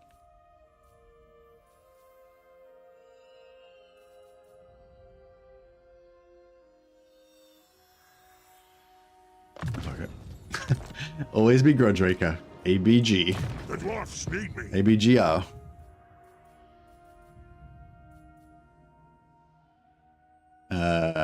Right, ammunition for war machines and missile strength for war machines counts for gyros, right? So what are we rocking? So this guy here. So it's like 49 weapon strength. I am the White Dwarf. You know who I am? 56 weapon strength. Oh yeah. Oh yeah. Gyros be gyro. Gyros be gyroing. Rune Lord.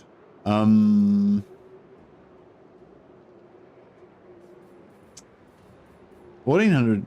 It's a lot of gold for this shitty army, isn't it? It's as good as done. It is time. Vengeful Rune Lord. What's your favorite gyrocopter variant? Just normal gyros. Okay. Just normal gyros. They're the ones that I use the most by vast majority of my gyro recruitment is always just normal gyros. I mean, the gyro bomber is probably more fun. Like, in terms of one, if you're talking about more fun, like, yeah, the single gyro bomber that you start off with Thorgrim is pretty fun. But in terms of my most popular gyro, I guess, in my faction, it would be normal gyros. I just recruit shitloads of them all the time. Yeah, gyro bombers are fun, yeah.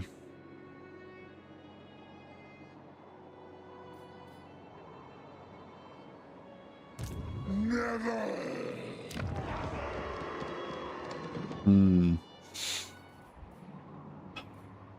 My anger burns bright.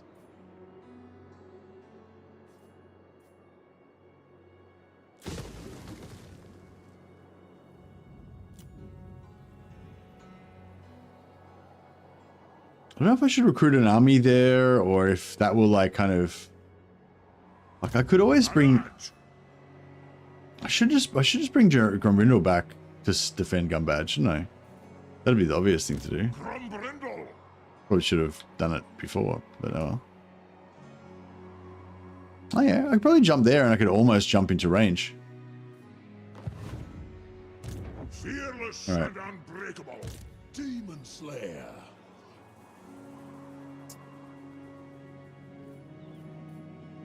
Hey up.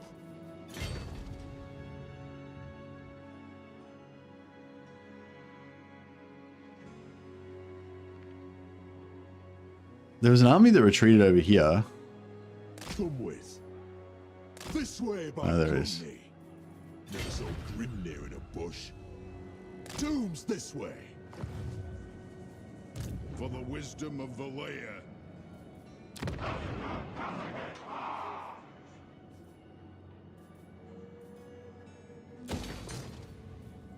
Time for a reckoning.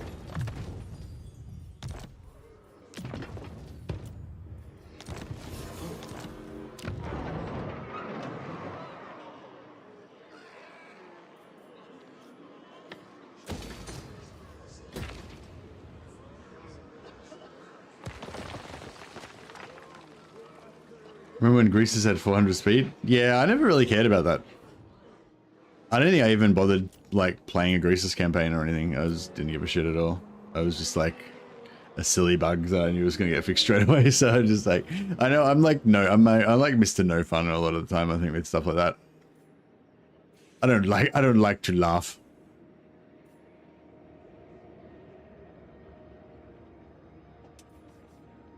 Black Iron Mine has iron. Iron is hot.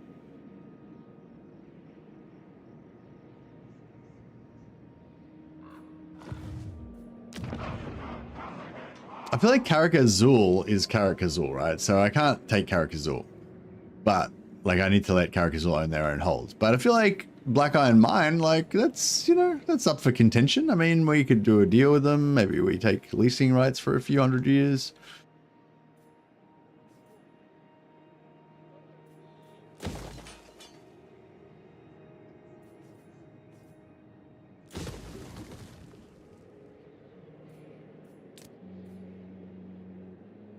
What's it? So, corruption,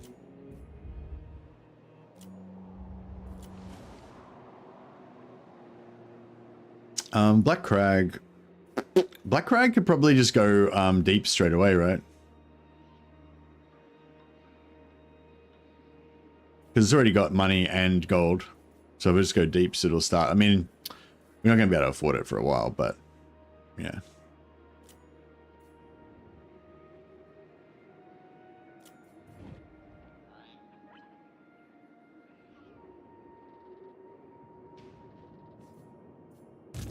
Follow at your peril.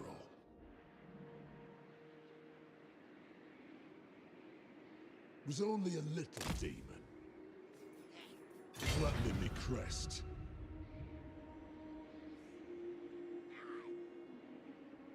Doom comes when it does. Bane of demons. Doom chaser.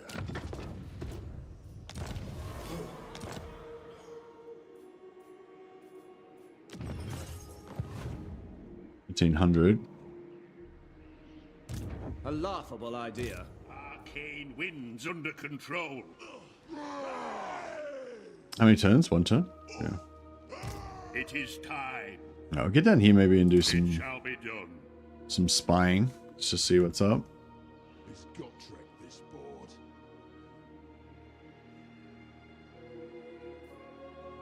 If we could take Bitterstone Mine and sell that to Azul, Karak-Azul. Oh yeah, we need to take over. Yeah, we need to take over Scragg's lands and sell that to Belagar at some point, so we can make him into a strong king and take out Sartosa and all that shit. Yeah, if we can conquer our way to the sea and have this everything to the sea owned by dwarfs, then I feel like that'd be pretty good.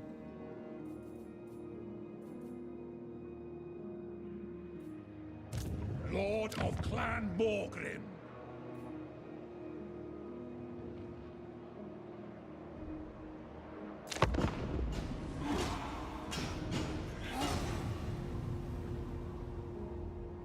I like the new setup with the camera as well.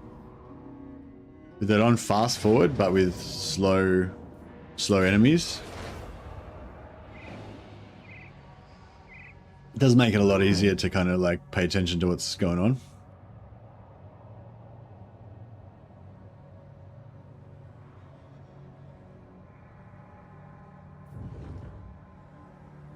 Is he going for a Grand Prix? Oh no. Oh.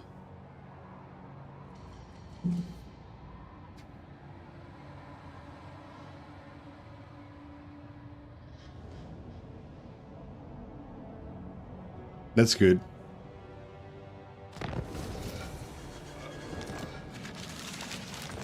We should save your preference. Oh, does it not save your preferences between campaigns? Yeah, that sucks. So what did we decide it was? So when the end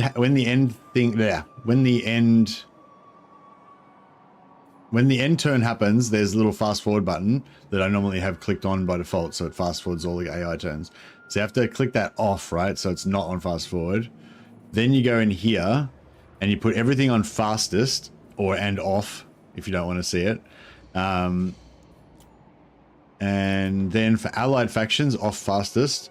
For neutral factions, off fastest. But for enemy factions, put heroes off fastest, but put lords on high and fast. So not as fast as everything else. So not fastest, just fast. And then camera high, fast. So it kind of like shows you with the area where it's happening, and at a, you know, still quick, but like slow enough that you can actually see what's going on. You can leave the second column alone. Speed doesn't matter if it's off. Yeah, speed doesn't matter if it's off. But if you turn it on, if you want to have it on, like if you want to have lords on for your neutral factions, just leave it on fastest because it doesn't really matter as much. But yeah, you're right. The speed doesn't matter if it's off. Yeah. Yeah. But yeah, no, I think it's quite good. So I noticed Legend do it. Legend had, I don't know if he has exactly the same settings, but I noticed he had it so that it would watch the enemy's movement on over his end turns. And yeah, it's a good, I think it's like, again, I always think of things more in terms of like the feeling of it than the actual efficiency of it. But yeah, I'm sure he does it for efficiency reasons, but and it's good to like be aware of dangers and stuff like that, but also from the whole like creating a story thing, you know, like I think a lot of time you just focus on your own story of what you're doing and you just kind of don't really pay attention to what the AI is doing a lot of the time. But yeah, like focusing, but seeing what the AI is actually doing is like, you know what I mean? Like it was like a TV show and you were watching like Genghis Khan moving his armies around and talking to his ministers and stuff like that. And then it switches scenes and it talks to like the enemy guys and what their guys are doing, you know, kind of like, so it kind of makes the story better if you see the bad guys doing their thing as well. See, now I'm like, well, he went there and fucked around. Maybe I've got time to quickly nip over here and take out the Tower of Gorgoth. Total War reality show edition, yeah.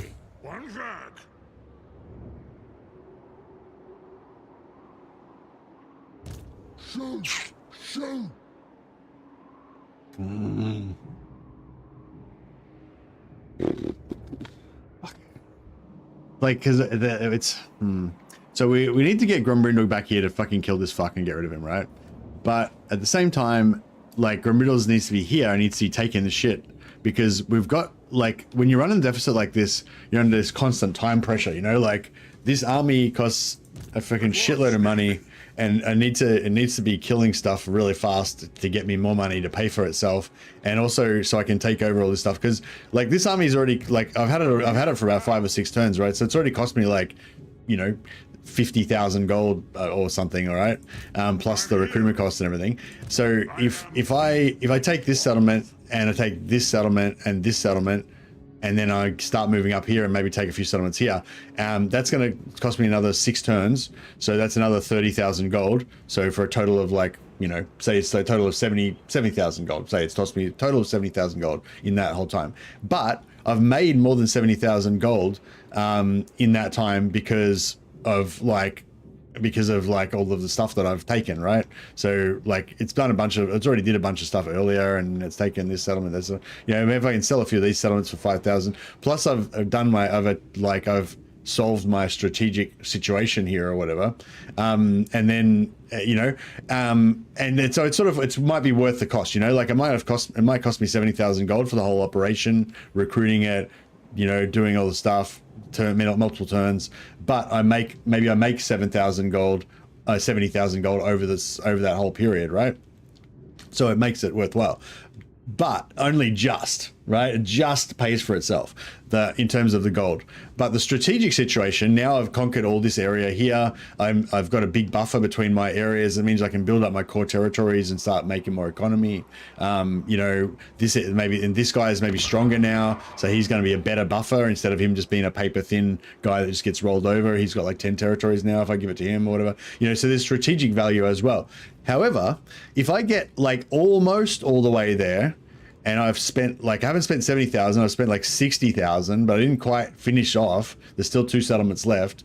And then I have to get rid of this. My economy collapses and I have to sell this army because I can't afford it anymore. Then like these 2 settlements are still there. This faction's not wiped out. This guy fucks around and he never actually takes those settlements. At some point in the future, I have to make a new army, and I can't just make a quarter of an army like with like 5 units because it'll be too vulnerable, right? I've got to make another whole stack that's got to be worth 5,000. Plus I've got to recruit that shit. So the recruiting the stack's going to cost me another 10,000. You know, just to start again. Then it's going to start over here, right? Or whatever. Let's just say no. It's going to start here, right? So it's going to cost me another 10,000 just to raise the army. Then it's going to be another 5,000, 10,000, 15,000, 20,000, 25,000.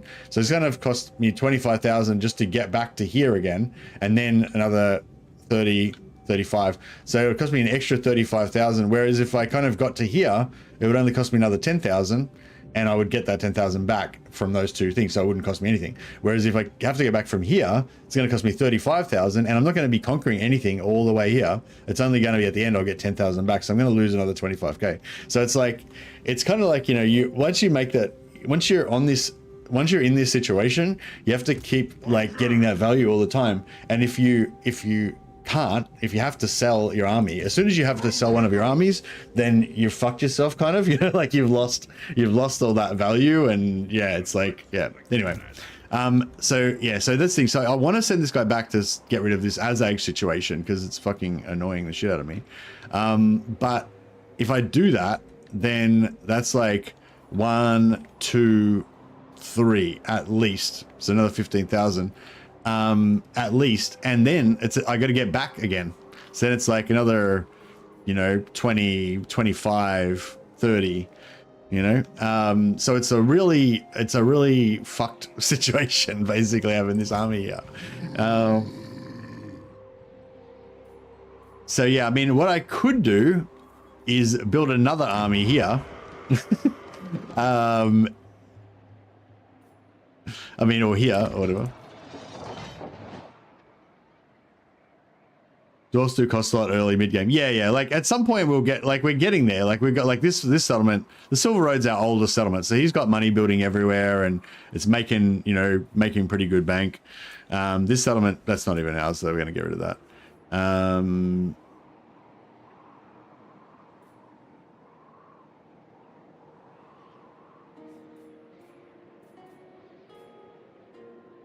don't know if I should sell. Yeah, anyway, eventually we'll get there. Yeah, with gold mine as well. Yeah, so that's the thing. If we lose this settlement, then we have to pay probably another 20,000 to get it back up and running. Maybe 25,000 to get it back up and running. So, yeah. Our enemies shall tremble. This name, bother. I'll do it. Scrunge. Fuck it. You know who I am. I'll cast the runes.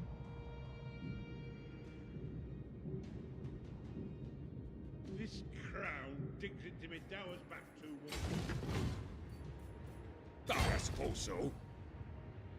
The dwarfs need me. I kind of don't want to lose my dragon back. I mean, not dragon back. I don't want to lose my grudge settler slayers, but I don't know. Do I really need them? What do they actually do? What are the grudge settler ones? Oh, they've got armor break, yeah. Nah, fuck it, they're fine. They're all right. Vengeful Rune Lord.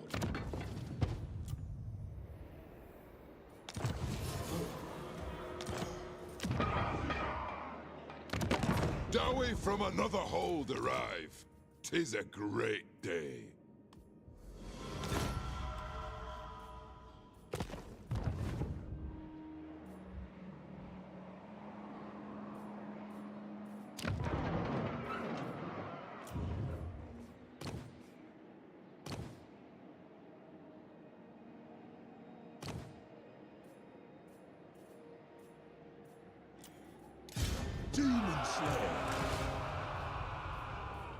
Death Seeker.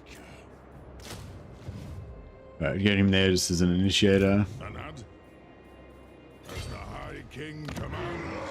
Oh, he's got tier 3. Alright, so we can take that at tier 2.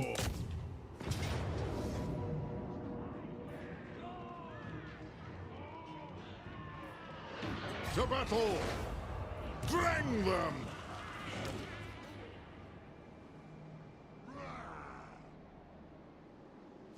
The clan.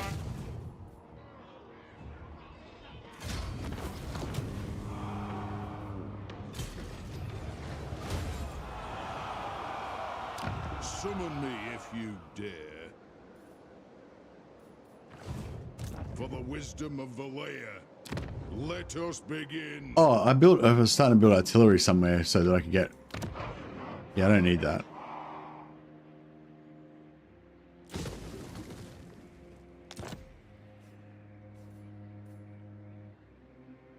Only 12k in debt now, gains. I don't know, huzzah.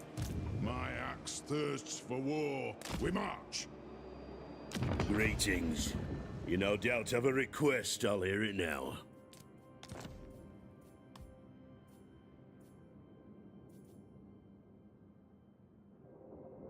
Should I take Fallen King Mountain off him?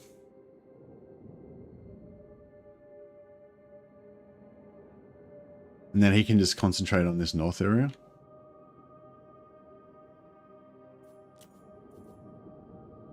Oh, no, I can't.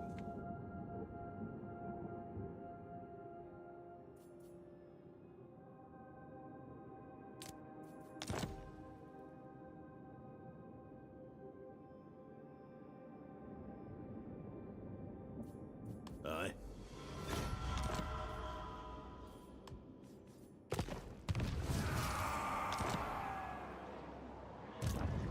This is the thing, maybe if I just give him Karak Kadrin, if he just has Karak Kadrin and Nashrek's Lair and I take this back off him, then he won't fucking keep coming down here trying to defend shit down here. He'll keep his, maybe keep his shit together back up there more. For the wisdom of the layer. Nah, I can't really do anything. I can't do anything with about it anyway. Reckoning. I'll hold on to Nashrek's Lair.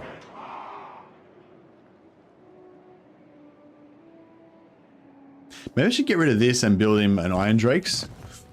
If I get rid of this thing and build him this, so he's got Iron Drakes, then he'll have better auto resolve power. Maybe that'll actually make him a bit stronger. Because if he just builds Iron Drakes and Dwarf Warriors, because he's got a level 1 barracks in character. Oh no, he doesn't. Oh, he's got artillery. Yeah. Oh, anyway, actually, yeah, even just Iron Drakes and Miners. Like, if he just has Iron Drakes and Miners, he'd probably be doing all right. Time for a reckoning.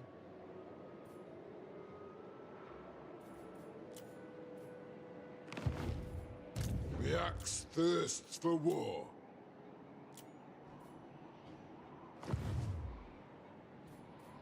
Let us begin.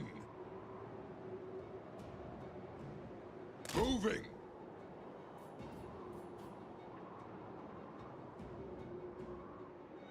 Ready.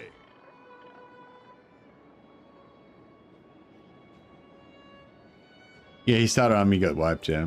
What? Correct. Yes. Aye, grudges will be settled. The throng agrees. Leave it to me. So yeah, I might just get rid of this and build him flamethrowers. To war. That might sort him out a bit.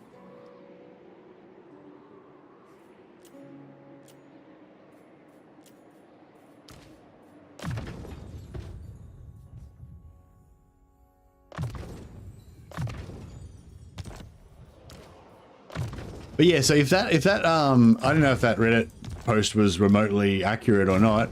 They quite often with people who like, I feel like people who get code extract the code, like they find the code, some code that's relevant, but then they don't necessarily know if there's like other code that's also, you know what I mean? Like there could be like a base 10% and then like plus 9% from legendary and plus 10% from having a legendary lord. But then there could be another like modifier in a completely different area of the code that, you know, you don't know about or something. I don't know. I'm not sure how often that happens, but I think it definitely happens sometimes. Because I've definitely had stuff where people have extracted stuff from the game code, and then it's, you know, through simple testing, you've been able to confirm that's not how it works. So there's, you know, obviously more to the story or whatever.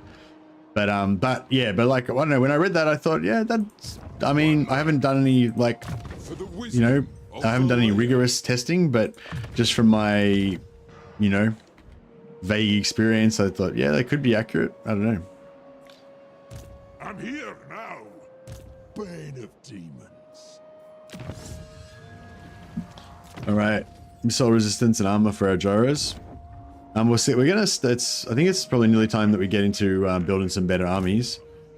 But yeah, we're not doing anything that costs money for a while.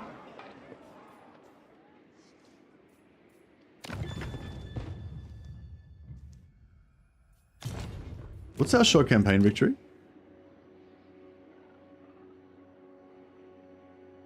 Oh, we got to complete a legendary grudge. Shit. Okay. What's a legendary grudge that we could actually do?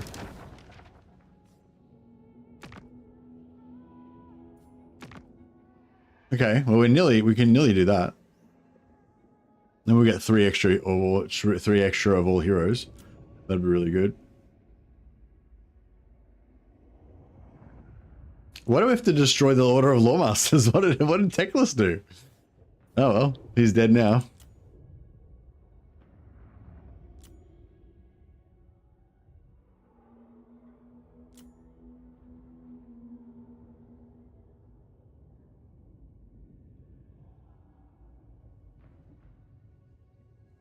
We could occupy the Silver Pinnacles and do the Sealed Tombs at some point, but yeah, I think this one's the one that's the most accessible. The High King acts. Armed and ready, Lord of Clan Thorgrim. To war! What do you want? Send me to vengeance. If you say so, beardling.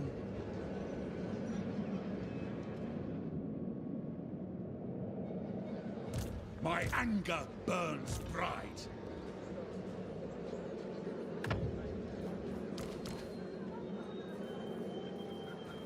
I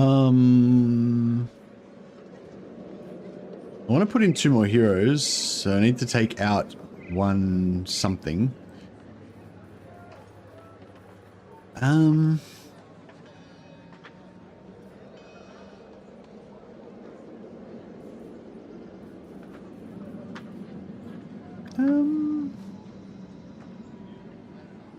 really know what's the. Yeah, I guess the blasting charges they're good, but they require a bit of micro and. Yeah, I'd get rid of the miners. Yeah, Coralers are kind of cool because I've got 3 of them, so I can use them for range support for the jar. Yeah. Anyway, we'll go with that. I hope. I do. Stop.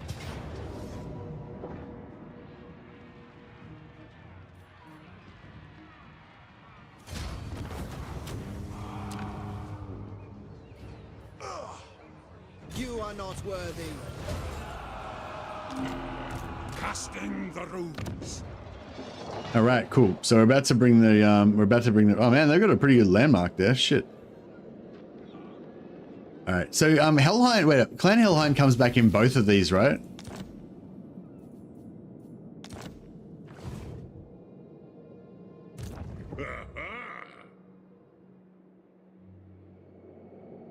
Summon me if. Fight.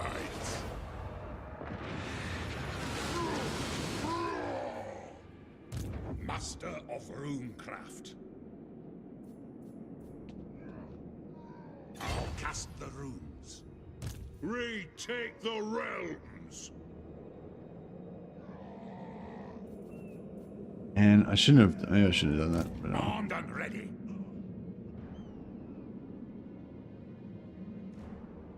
well, that's close enough. Yeah. Good. Grimnir's axe thirsts. Yeah, fuck it. We'll just do it. Yeah, that's fine. Yes. To the Karazhan Corps. It's as good as done. Heading out. Lord of Clan Morgrim. March. Vengeful Rune Lord. So just taking Nagashazar.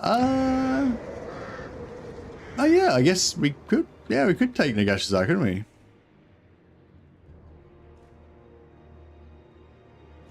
Oh well, I should have. Yeah, I should have. Maybe I should have done that last turn, but that's all right. We'll yeah, we'll take Imrik first, and then we'll worry about that later.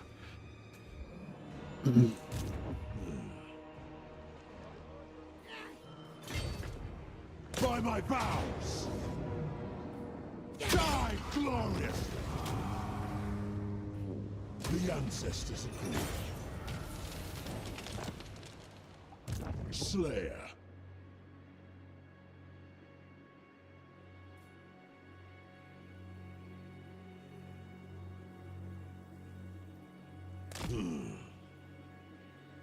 Young'uns rush to the killing.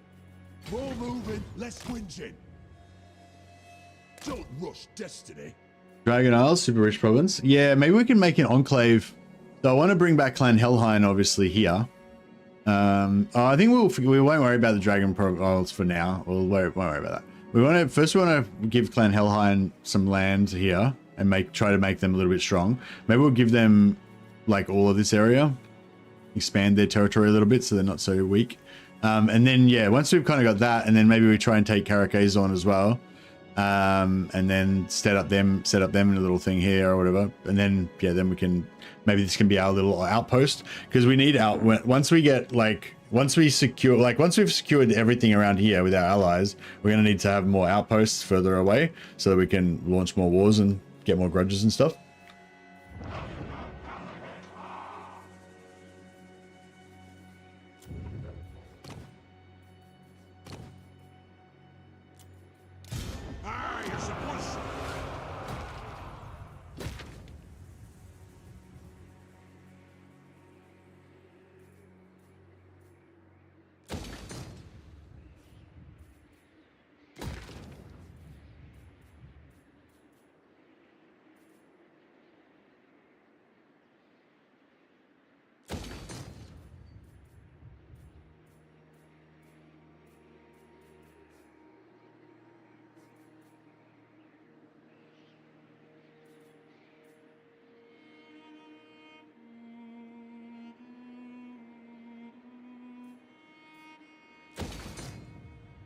Yeah, all right.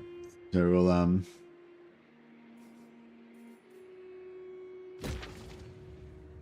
we're going all in on economy in Black Crag.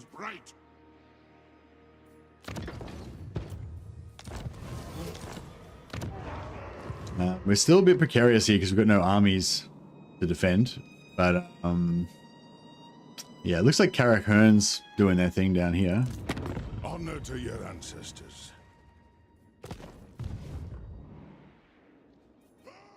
The runes are ready.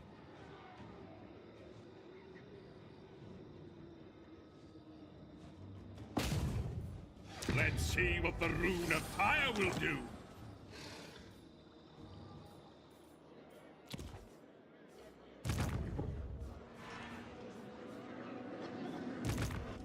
Sit to clan and hold.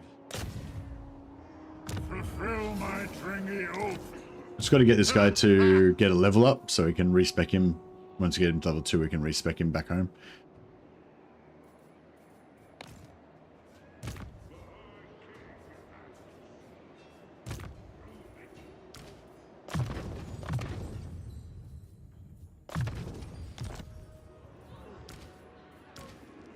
Master of runecraft. Iron-willed.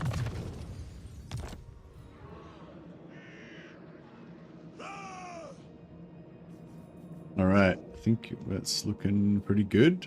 I mean, it's looking very precarious, but you know, it's we're getting there. Agreg Egdag.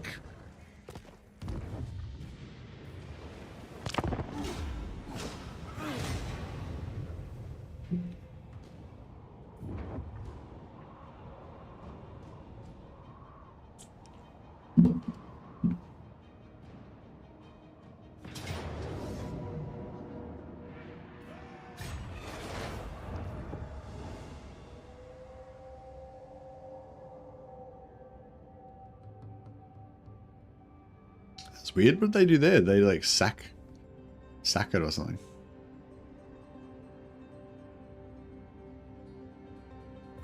Fellow Dowie, it is an honor. Not yet.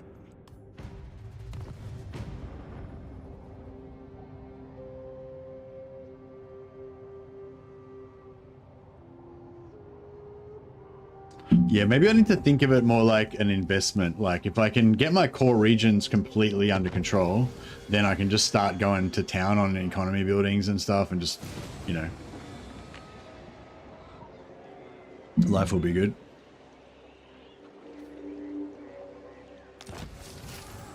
To call the miners, you need Skaven Blight and help it. Yeah, that's right, yeah.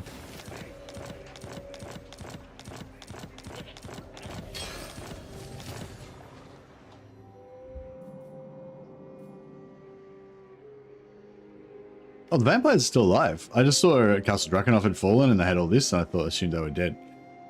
I thirst. But they yet live. What? My axe thirsts for war.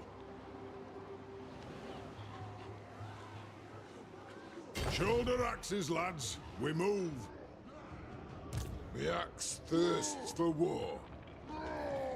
By the grudge bearer's will. For clan honor.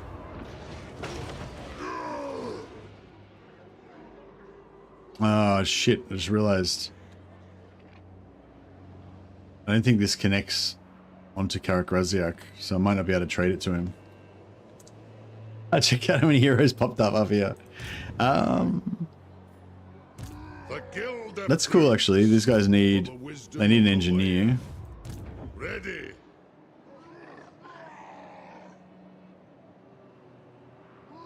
I'll take the high road. How much does he got? Oh, he's got a bit.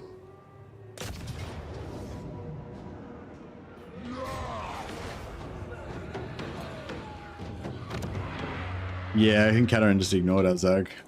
Dragon Slayer. What a dick. I'll tanker. Yes, laddie. He's already got a Slayer? Yeah, he's got a Slayer. Oh, where shall we go? Not with just an axe. Doom, where you at?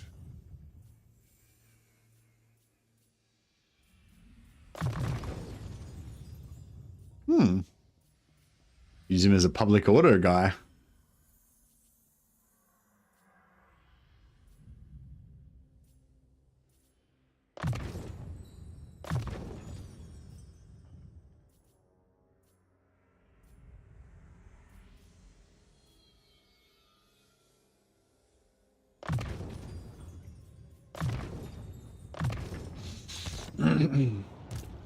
By Grungni, this had better be good.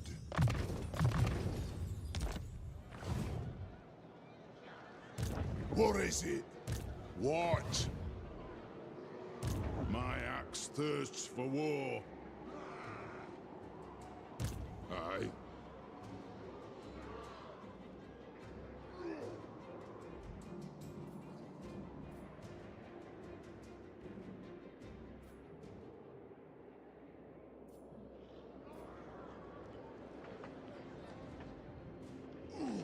I suppose so.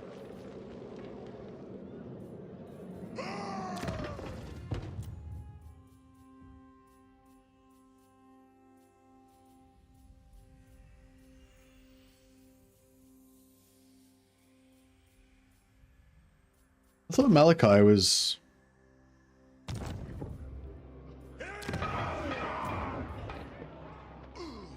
How come I can't recruit... yeah, how come I can't replace... Can you not replace Malachi because of his Spirit of Grogny or something? Yeah, can't replace in Malachi. This is a horde, yeah. Cool. All right, whatever. It is time. The runes are cast. To war. Time to slay the Oathbreakers. He's there in grey. Oh, is he? Axes. Oh, there he is, yeah. You cannot replace a lord with another lord if either of them has horde buildings. Yeah.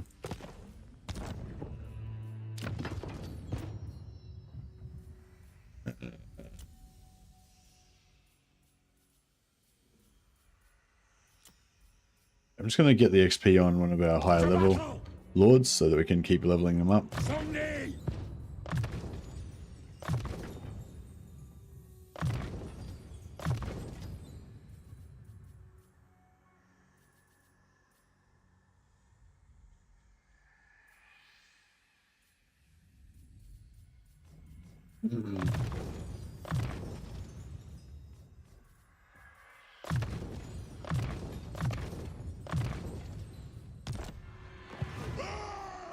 Throne bearers, let's march. Goblin! My anger burns bright, casting the runes. I'm off. Alright. I'll cast the runes. I'm going.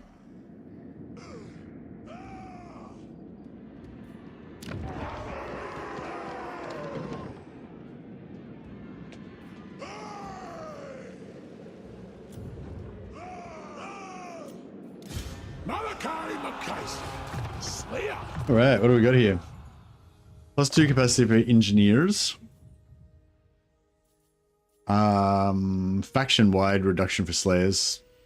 May as well, even though I don't really use slayers much. Reload time for artillery and war machines. Boom. This isn't really that good, I don't think. I mean, it's okay, whatever, but...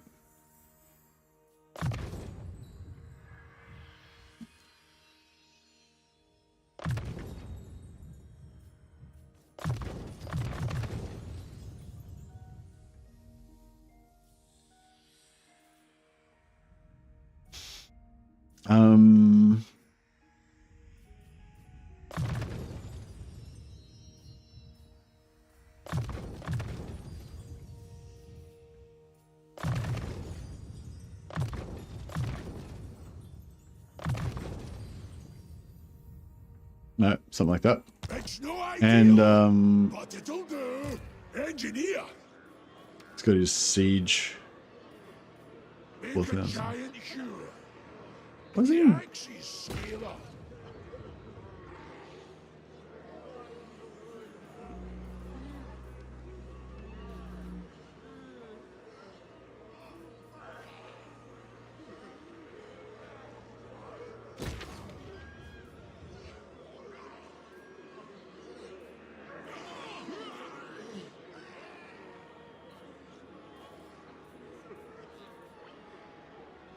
All right. We are pretty broke, but it's okay. Life is good. Getting Doomseekers at tier 3, pretty good. Yeah, I don't really use Doomseekers. Do you like them or? By the fort, father!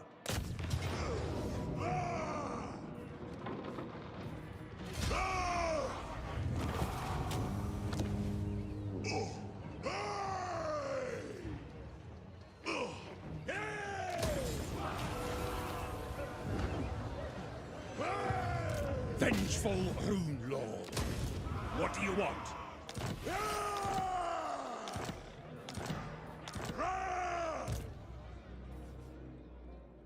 Can I help you?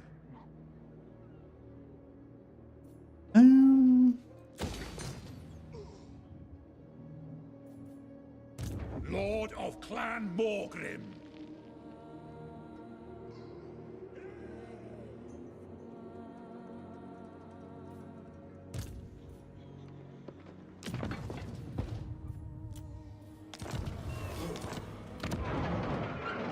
So we want to keep. Do we want to keep Nagashazar? I guess so. Yeah, I guess so. Yeah, Nagashazar would be good to get actually, because it'll be tier 5 now. So yeah, we would take it at tier 4. Yeah, I guess I'm trying to do this whole like keeping the minor factions alive thing. So I'm trying to build up these guys to be strong. Usually I use them as I use allies as kind of like disposable, you know, I usually region trade the shit out of them so they're in debt and whatever, you know, and just use them as piggy banks, and then just let them, you know, use them as ablative armor so that if enemies come in, they just take out their shit instead of mine. And, you know, I kind of abuse my allies a fair bit, whereas in this one, I'm still doing all that stuff, but I'm also trying to kind of actually build them up a little bit and have them be stable. So, you know, so having like a strong settlement is obviously good for me, but it's also good to, you know, potentially give to one of my allies to make them strong, you know. But yeah, tier 4 settlement is pretty, yeah, that might be a little bit too rich for my blood in terms of giving shit away. Immune to attrition, vampiric attrition for all armies is pretty solid, but yeah, it's not till tier 5, so we won't be seeing that for a while. I am the White Dwarf. Dishonored.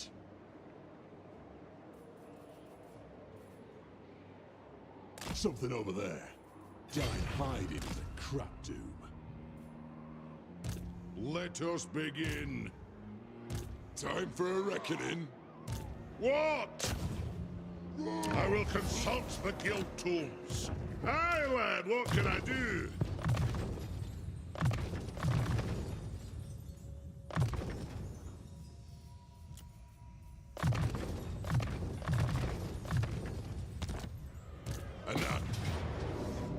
So this guy's doing a siege lock, and just keep these guys pinned in here until the other army gets there.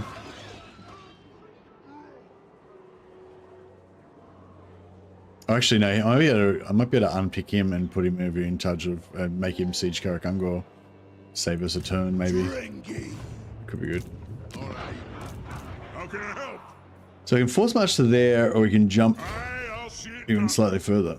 Don't you fret, it's done. Forward! No, cool, we'll finally get this sorted.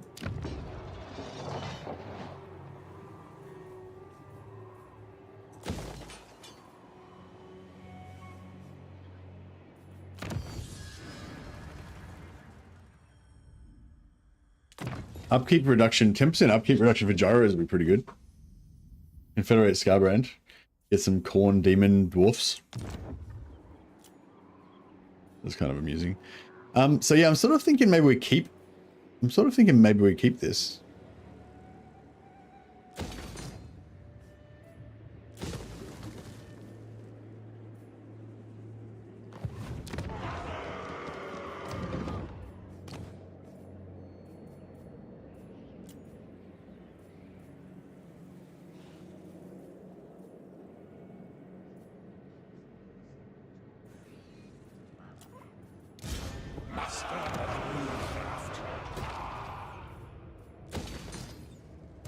Yes.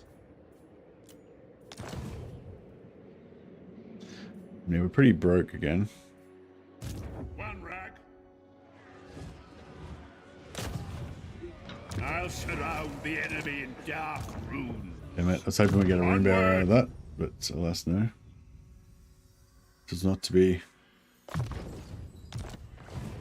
Yes. 2 turns, so we're nearly out of To doom, then.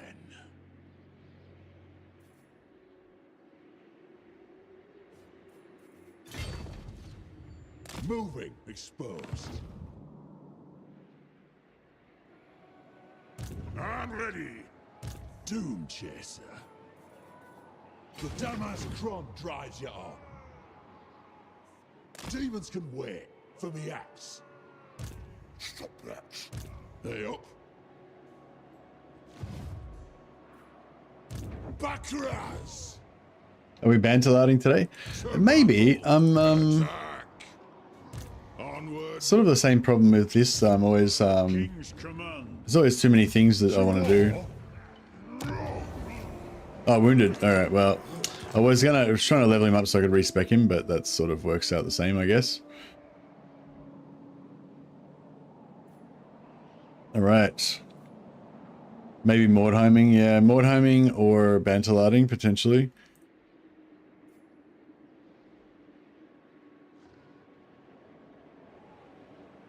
Sturgeon foot game is sexy. The Sturgeon foot game is sexy, and I feel like it'd be a nice one to just keep playing for ages and just have like this epic journey from foot Viking to Lord or whatever. So yeah, I'm keen, but I'm also keen to like give Kuho another shot as well, which I think potentially would be more exciting for people. But I mean, I kind of would rather play the foot campaign because I'm really digging that. But yeah, I don't know. So it's like, you know, I mean, I kind of just want to play both, but you only have one life to live. Our enemies shall tremble. Death Seeker. I feel like we need him just in case he goes there so we can get us. Otherwise we just YOLO over here and just let him try and intercept us or whatever, but there's a chance we could get him the same turn. If we can get him the same turn, it's good because then we get rid of these, we can potentially get rid of his grudges.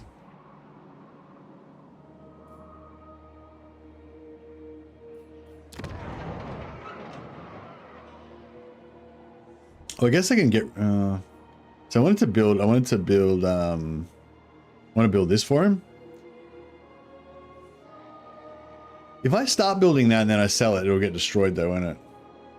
Yeah, no, I don't have time to build that. I need the money now. And welcome to my throng.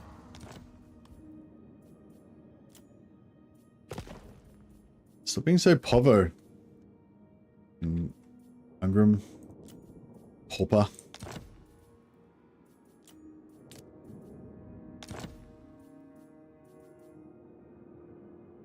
Yes.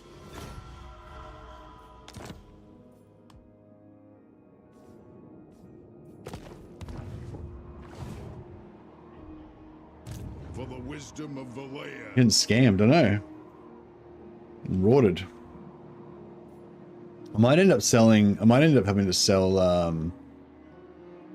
Karak Kazran to fucking Nurgle or some shit. Karak Raziak.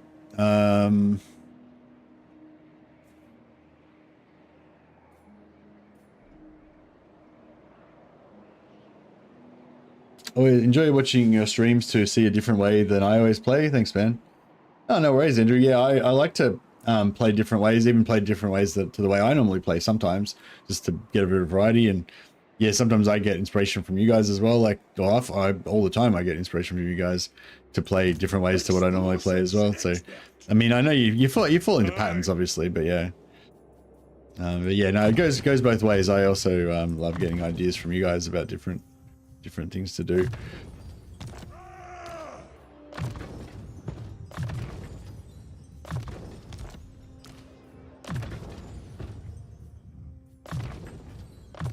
Just do a bit of leveling.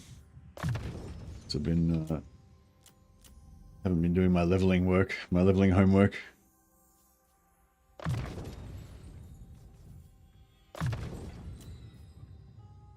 Thorgrim Grudgebearer. Oh, we're ready to get the High King. Oh yeah, that's good timing because we're going to get a new Grudge Settler army soon.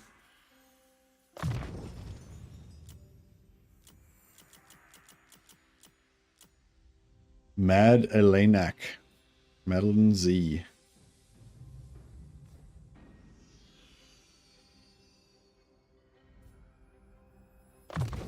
She's pretty good. Well, she needs an army.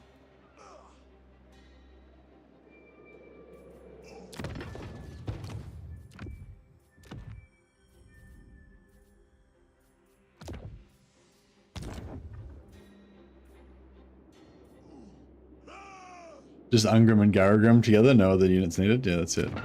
If he sacks that or whatever, then we could get a rebellion here this turn, which means that then Ungrim would probably die. Malika would probably die, but no, fuck him. Alright, I think we're good.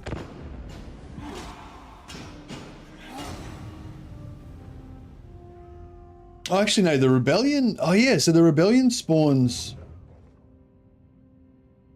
That's interesting. So the rebels spawn at the start. The rebels spawn like immediately after my turn, like at the start of the turn, like at the start of the turn order, and then they attack at the end.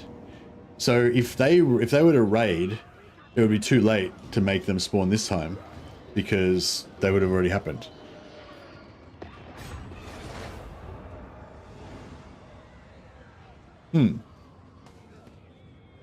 Intriguing. Sorry, can you confederate those minor factions? I couldn't with Ungrim. Hey, boss mate, which Ungrim, which minor factions are you talking about? The Clan Helheim. I'm not trying to confederate the minor factions in this one. Sorry for anyone who's joining late.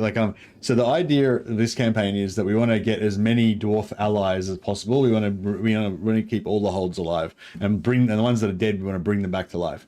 The only exception is Grombrindle, because Grombrindle is not like a real, there's no dwarven hold there. It's just like, he's just like an expedition or whatever. So I just confederated Grombrindle, get rid of him. And Malachi as well. Malachi is not really a faction, so we confederated Malachi.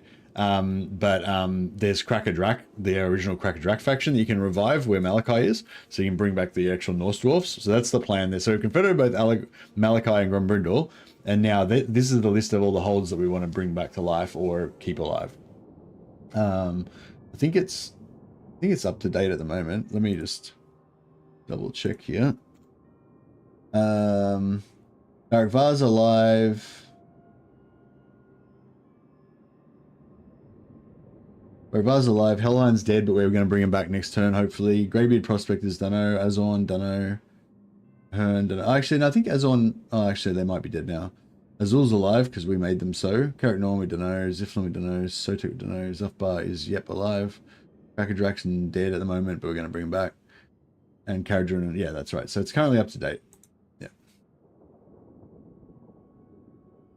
Carrick Azorns and the Mountain Mourns. Yeah, we're very close to discovering them. So yeah, we're really close.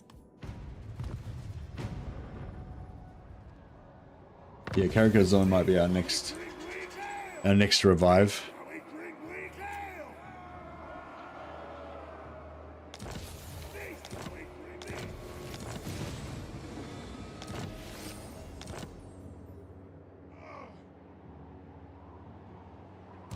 The Slayer in me. Yes, his army's pretty shit.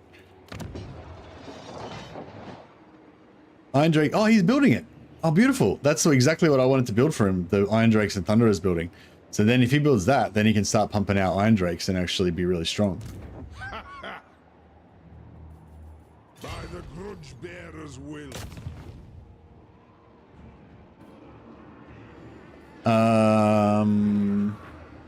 Let us settle this.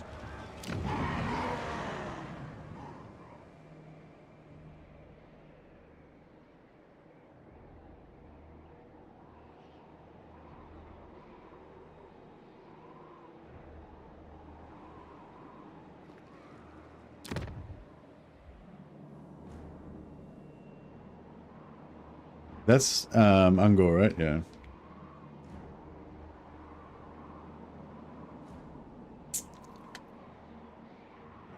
I'm just gonna have to sack this.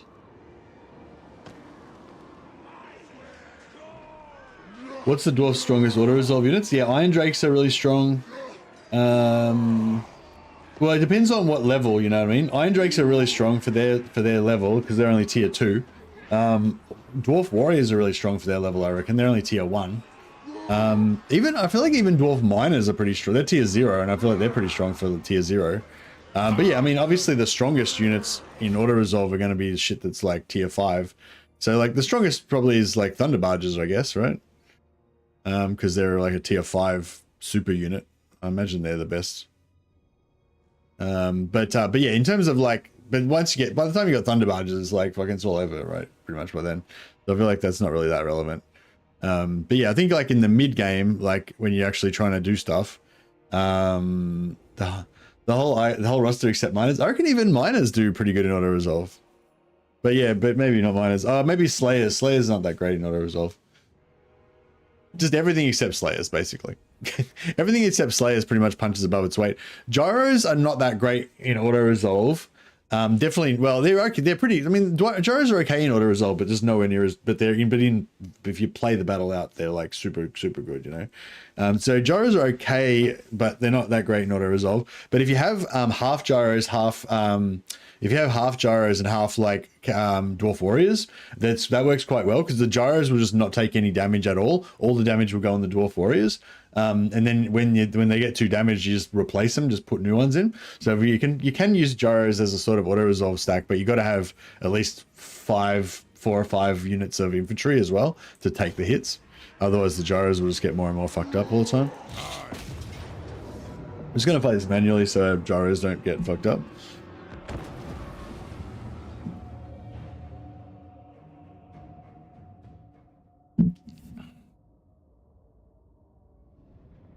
Yeah, I'd say the whole roster except for Slayers, I'd say is like okay. Bugman's Rangers do really good in auto resolve or in normal battle.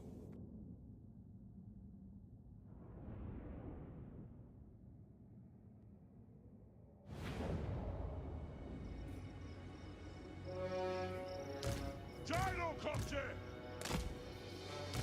By the Lear's will.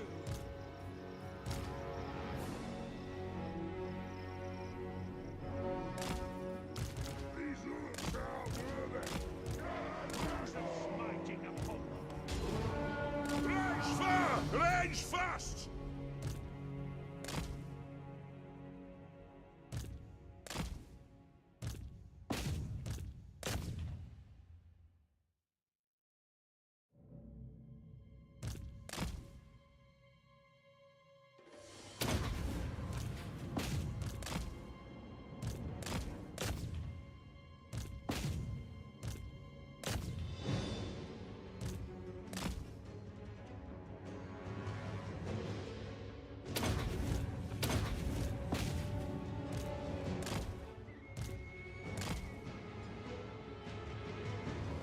Most OP in auto resolve is Warbear Riders. Oh, really?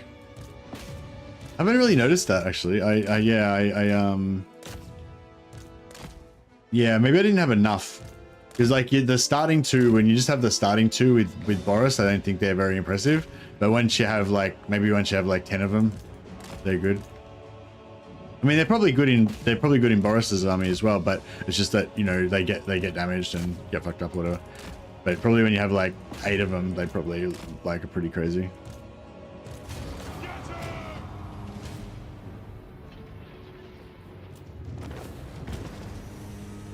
Actually, no, yeah, in Boris, even in Boris's, yeah, the Boris's stack does seem to have really good auto as well.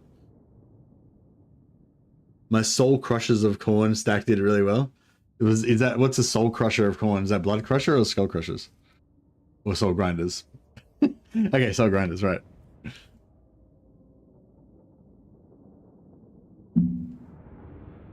I think Khorne's another one that's kind of like dwarfs in a way. Like all of their super heavy armor elite units would do pretty well in auto resolve.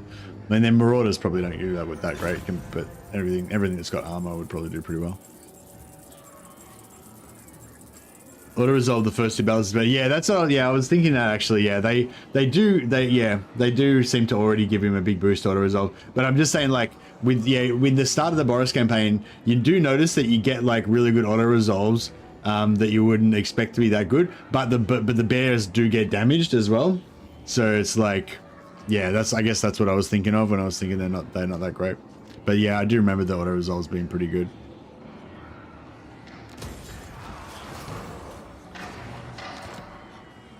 Let us begin. But what are they like once you've got like 6 or 8 warbears? Are they just like ridiculous then?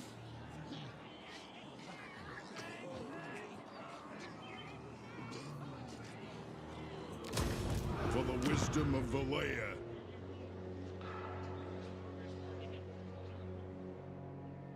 Greetings. You no doubt have a request, I'll... Yeah, I thought this might be the case. So we're trying to like fix our border gore situation a little bit. Yes. Let us be about this.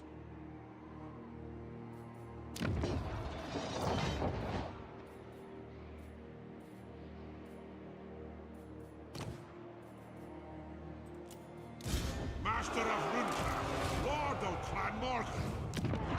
So, yeah, so we don't want to have contact with Azag because he's got these two, For the wisdom of Valea.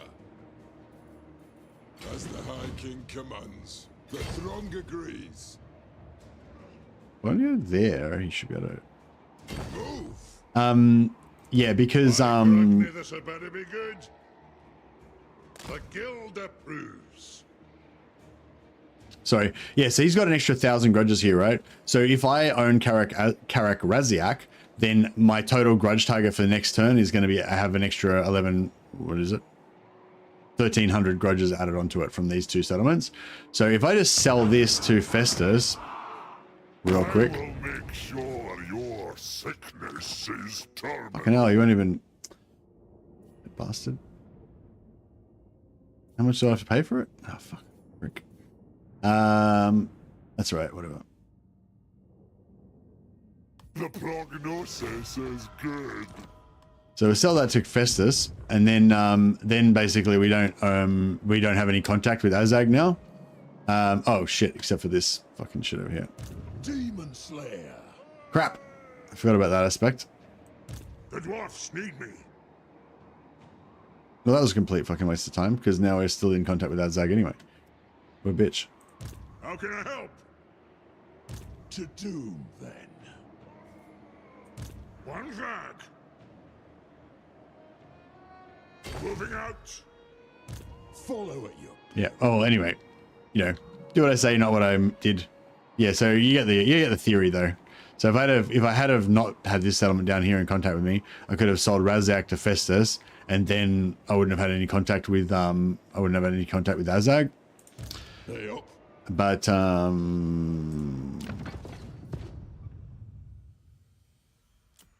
actually.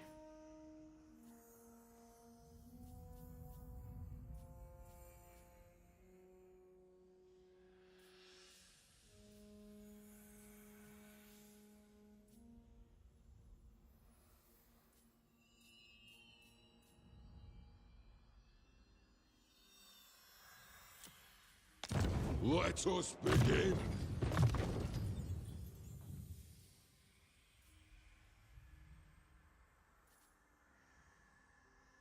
So we should maybe we should keep a level 12, one of these level 12 guys on. By the grudge bearer's will.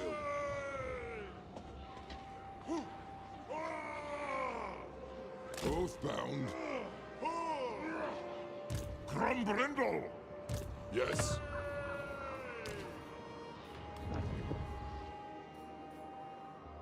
It shall be done. I'm ready. Aye. I'm here now. Dragon Slayer.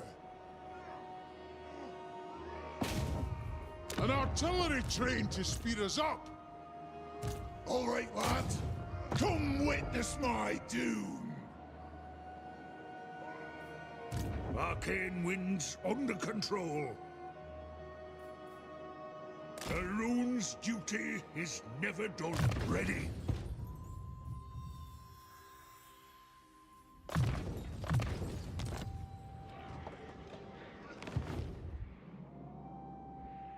Lower the throne.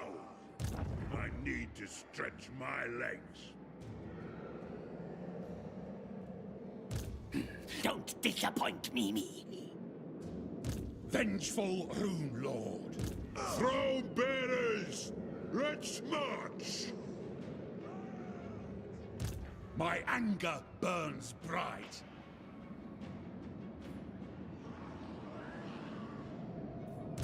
Rune Lord. Onward.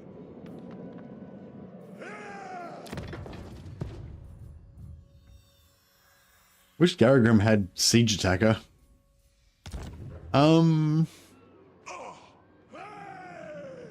Oh, is there any items? Did they put any new items in the game that get? Oh yeah, there was a new item they put in that gives siege attacker. But was it? It was a unique though, wasn't it? We got Briar Sheath. Tested it out and it didn't give siege attacker. What? So it says it gives siege attacker, but it didn't give siege attacker. Oh, wait up. No, did it give siege attacker or no, it created wall.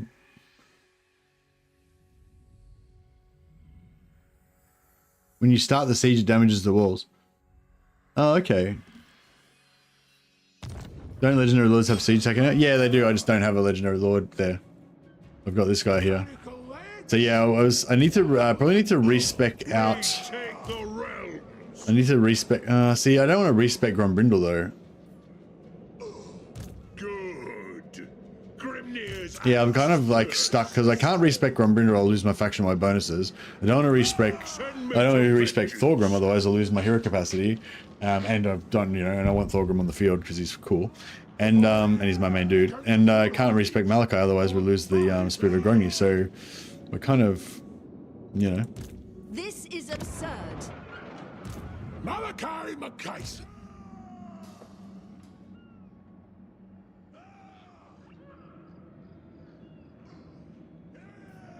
Casting the runes. The High King acts. Armed and ready. Oh yes. All right, we're in the game. We are in the game. Okay.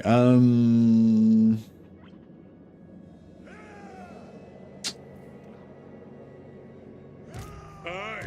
What?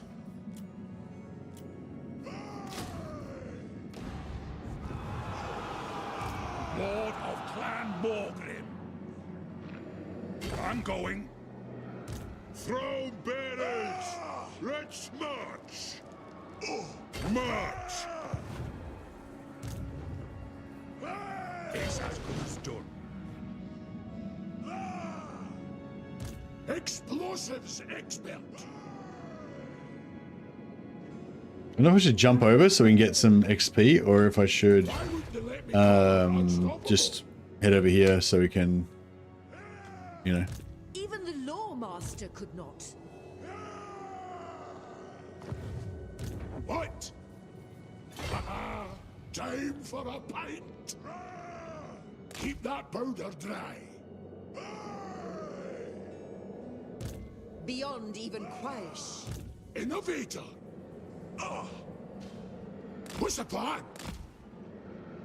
All right. Aye, these ones are handy.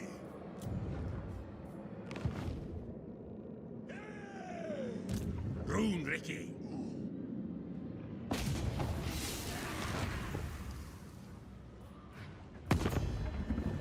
There's no point calling my allies. Never. Oh no. Apparently, we're not going to. We're not going to win, according to the auto resolve. I don't know if I should I? Hey Roger, the weather is pretty fantastic today. Are you getting any? I'm not getting any weather. No, I got up at 7:30 in the morning, made a coffee, and immediately logged on. Haven't even opened the door or windows or anything, and I'll be streaming probably until about 4. So I'll probably still be daytime when I finish. Might be able to see a bit. We could maybe have like an intermission. I can maybe have like an intermission in the middle or something. I'm just thinking maybe we should. Maybe we should.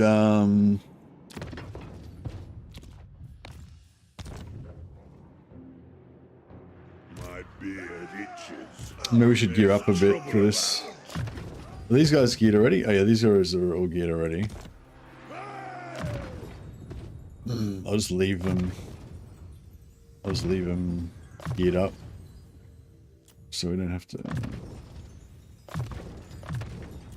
look around too much.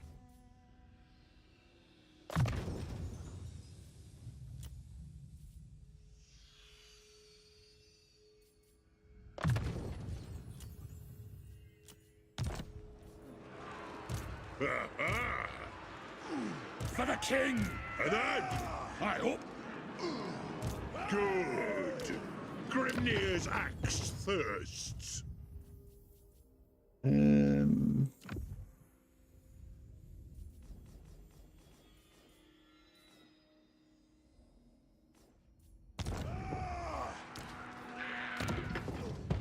Even Briar Sheath. There we go. How much Oath Gold we got? 653. Alright, we'll go get one more tankard. Is there anyone really important that's not immortal? Mad Lennox, not immortal. Give him a tankard. Retake the realms. He's 20, he's immortal. Zig.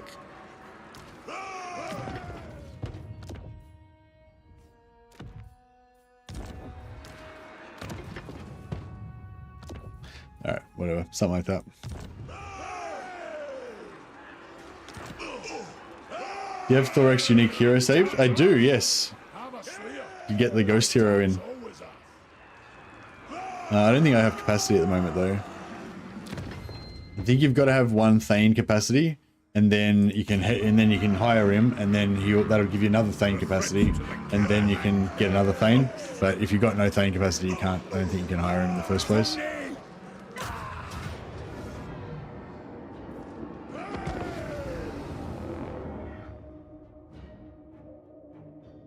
Massive storm on New South Wales East Coast. Oh, okay. Shit.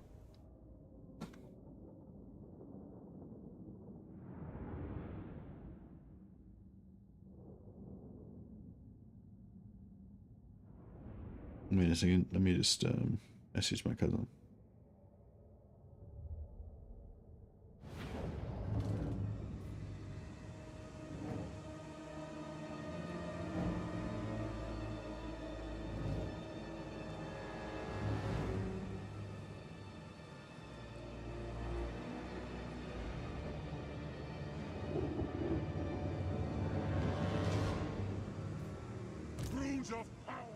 Alrighty. Yeah, so standard operating procedure, set up in the corner. We cover our vulnerable artillery with blocks of infantry so that the menace below's hopefully can't hurt them. Turn off fire at will so they don't shoot our own guys.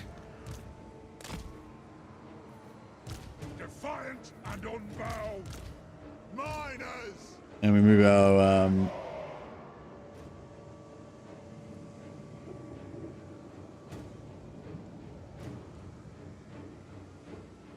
our allies over here.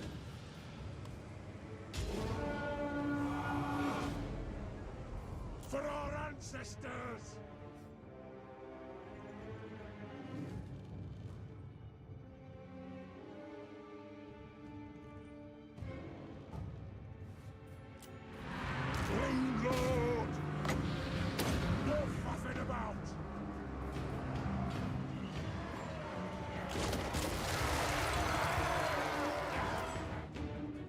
Yeah, I don't really care too much about these units, but I just want to keep the grudge slobbers. Actually, I don't really care about them at all. I'm seeing we're probably going to respec them out anyway, but I was thinking maybe we should look after them in case we need them. I didn't actually see how many menaces are. If they're at max corruption, they normally have four menaces, don't they? But I think Queek normally gets 2 extra ones, so he's already got 6.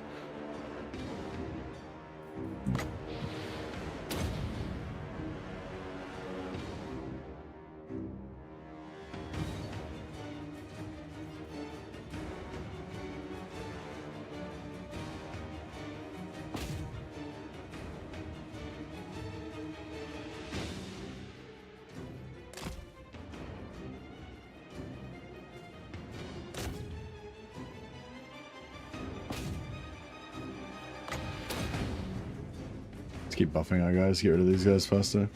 Alright, I think that's it, yeah? No, one more. This will be the last one, surely. X has been 6 for me, Maxcraft. Okay, maybe it's... Yeah, maybe it's 6 for all of the Skaven. Maybe it was just... Does Queek have faction-wide increased?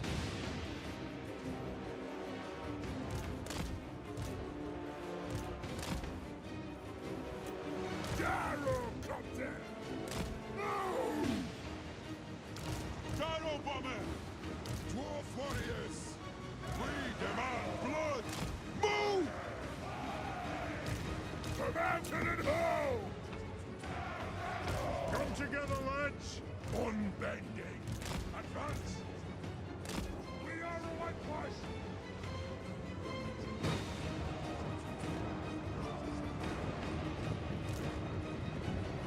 In short order! Preparing Yeah, towers are drilling us a little bit. Arrow Copter! Plow through! Oh shit. Dive bomb! Go! Plow through! Take to the air! Range fast! Gyrocopter! Charge! Take to the air! Gyrocopter! Strike out! Vengeance! Move! Gyrocopter! So always hard to see your markers. Will do! Charge! Dive bomb! Yes! Kazuk! Yes! Shoot our wizards! Oh shit. It's bombed.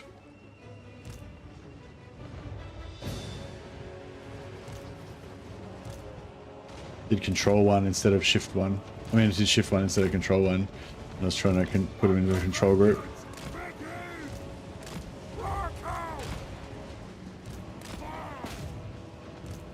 Strike out! Move! Go! Nothing can stop us! Take them down! Gyrocopter! Move now!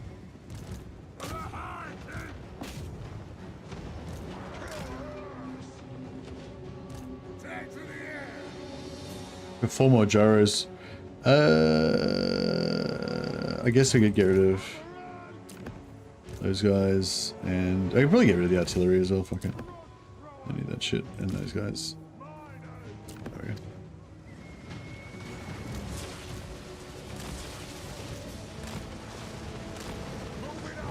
Okay, yeah, that doesn't really matter that much because there's no, they haven't got any range to shoot us anyway. We've got some towers over there, but it's not too bad.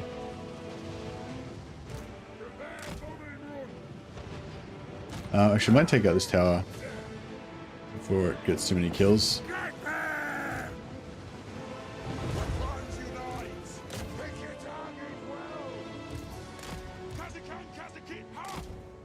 Alright, cool. We got all gyros in now.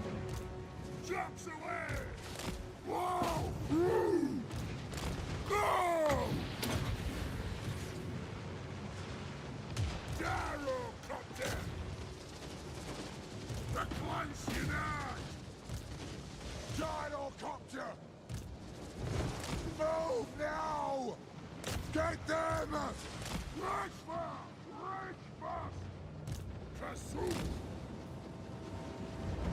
Very well! Gyrocopter!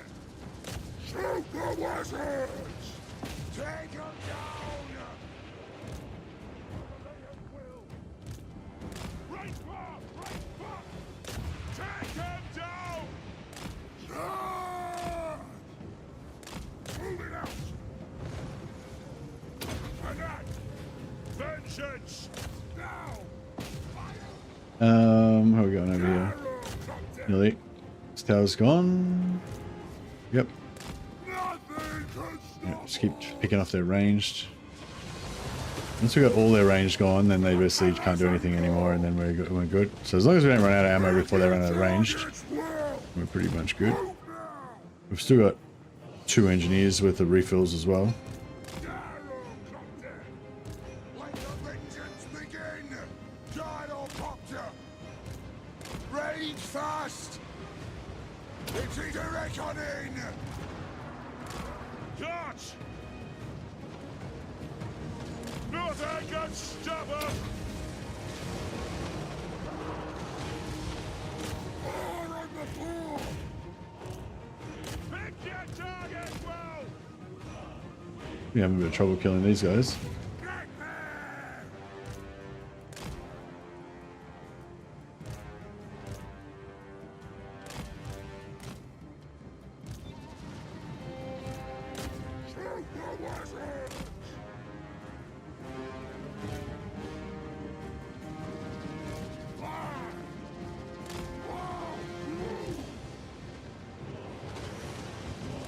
Race far! Range fast!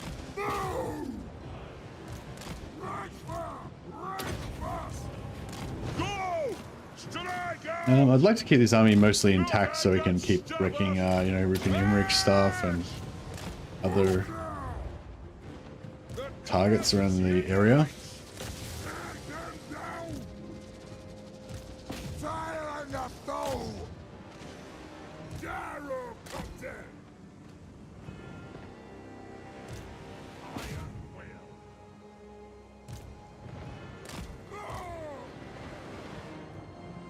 Gyrocopter! For the High King! How are we going? Gyrocopter! Yeah, pretty good. Can stop us! Plow through! Get up! Move! Nothing can stop us! Move now! No, I know no point using bombs on them. They're about to break anyway.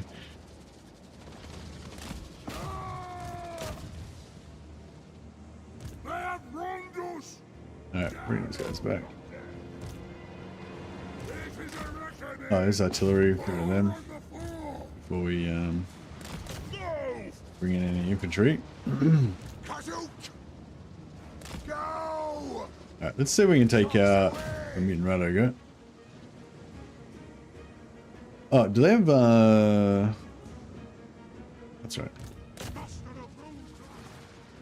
I don't think they've got any warp lightning, have they? Oh, yep, they do. Gyrocopter!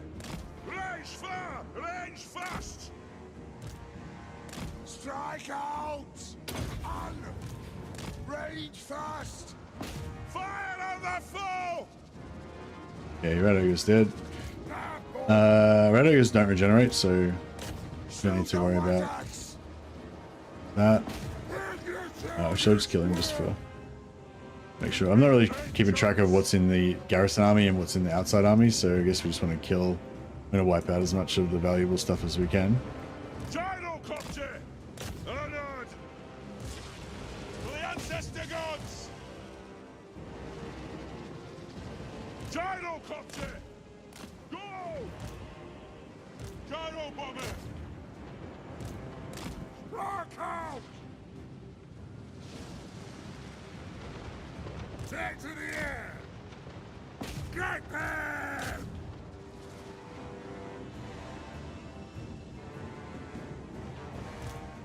Yeah, gyros are pretty good for most early game stuff. They're once you run into a lot of flying melee, they can be a bit annoying, but I mean they still kind of usually get the job done. But you know, you can be a bit panicky. You can panic a bit if you got like a lot of flying melee trying to fuck your gyros up. All right, let's see if we can soften up this thing a bit.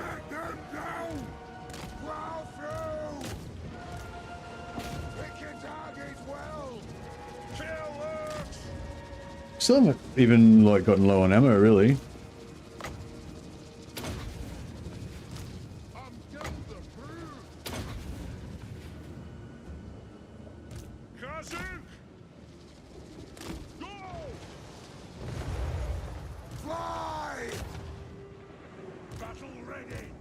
Alright, let's move these guys in so we can start getting a bit of a blob happening. Lord of Clan Thorgrim! Slayer Prince! My axes come for you! War of vengeance! It is an order! It'll get done! Defiant and unbound! It is a reckoning! Ah! Gyrocopter! Shoot the wizards! Get them! Shoot the wizards!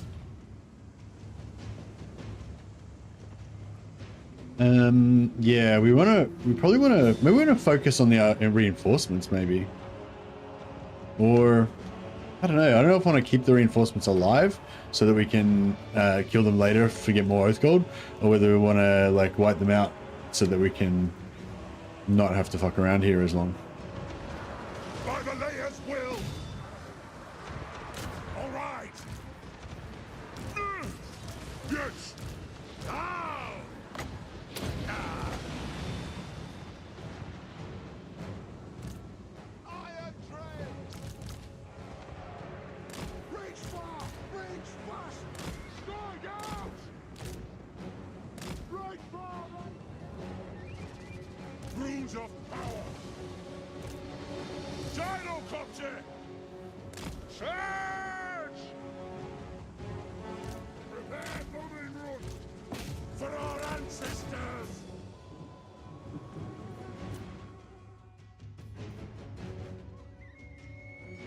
Gyros taste nice.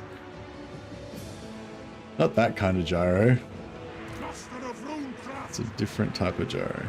Fire! Fire on the floor! Fire! Armed and ready! Pick your targets well! Yes! Yeah! Gyrocopter! Ah! Vengeance!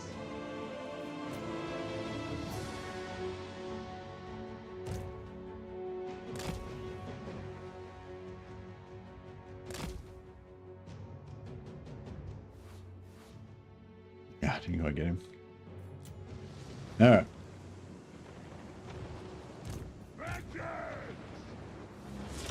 Doom-driven! Pick your targets well! Will do! Gyrocopter! Move! For the ancestor gods! Gyrocopter! Rune Lord! Shifting! Going full tilt! At once! Ancestor gods! Nothing can stop us!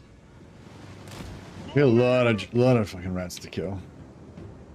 Gyrocopter! Move now! Aye, lad, I'll do it! That's an order! Shieldbearers, hold!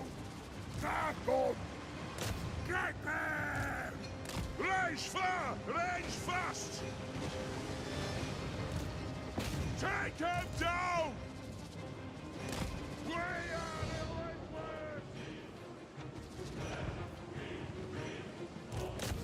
Take them down!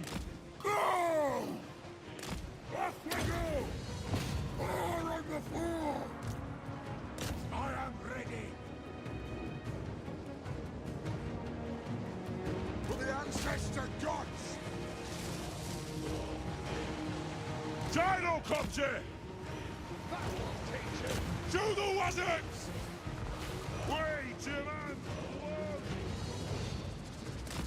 Move! Oh shit. Whoa! I'll do it! By the gears of super! Oh, baby! Hey, Bordigan. Take to the air! Welcome. Now! Move! I want to shoot that fuck, but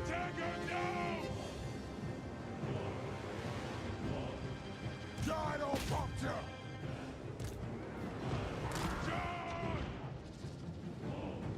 Kill hooks! Nothing can stop us!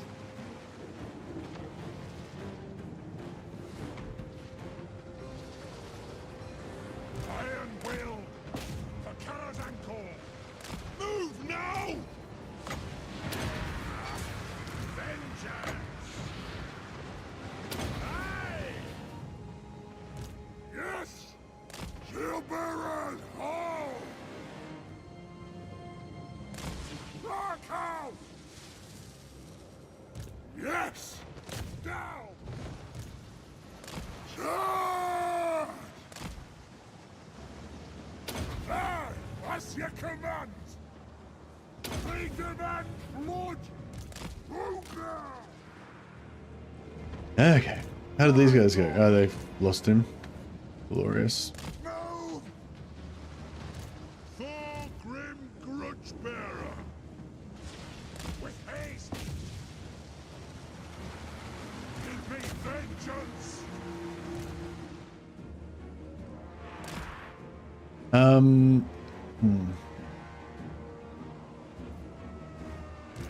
Dwarf warriors! Go! Blow through! Move now! Blow through! Blow through! Reach for! Reach!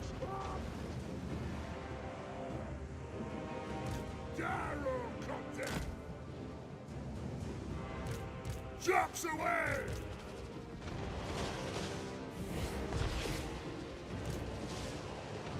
Move! Alright, let's take that out. Shoot the wizard! For the ancestors! How about them? I will. Alright, maybe we'll get these guys to just stand here. Start taking some territory.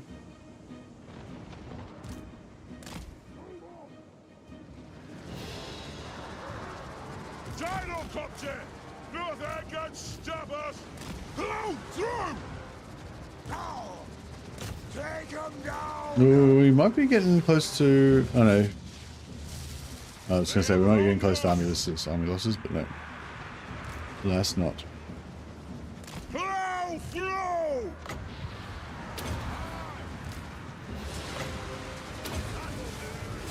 The clans unite! I am strong!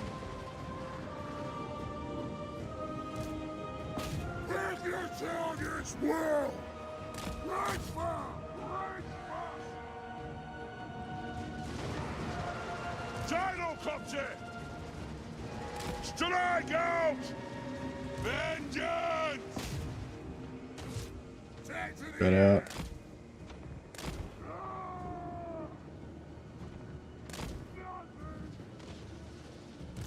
out. Okay.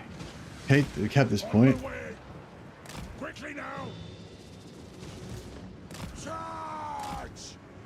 Shoot the wizards! Moving out! Pursuit!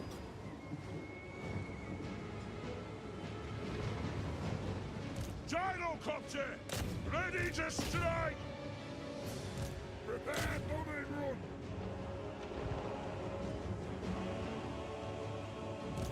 Pursuit! Whoa! Alright. Let's Right!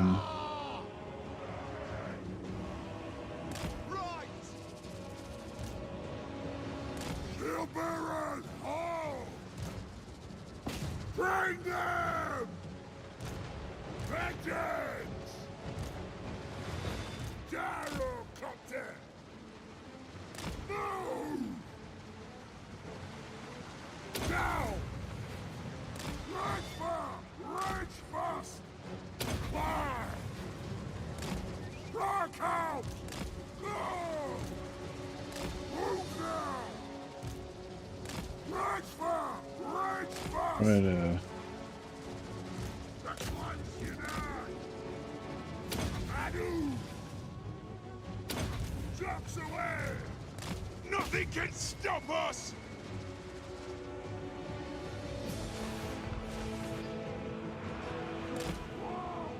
alright. Put these guys in. Put the no ammo guys in another group.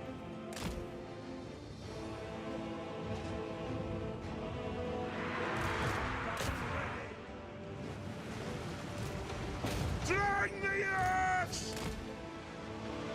Gyrocopter! Blaze far! Blaze fast! Take to the air!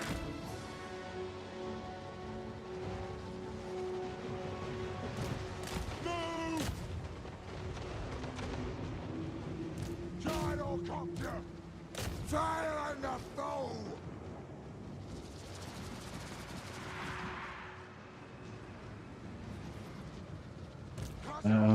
Alright, how are we going here?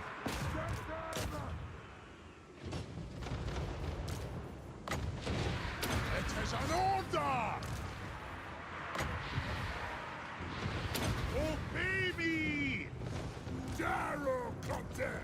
War of vengeance! Nothing can stop us! From the ancestors! I'll get my tools! Yes! Broom Ricky! Yeah, jeez. Strike out! This kind of goes on and on, this gun, doesn't it? We're getting there. Take him down! Preparing bombing run!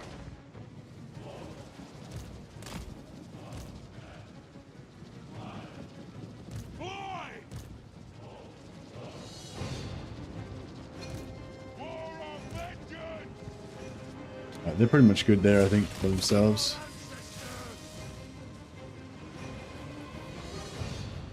Lord of Clan Morgrim. It'll get done.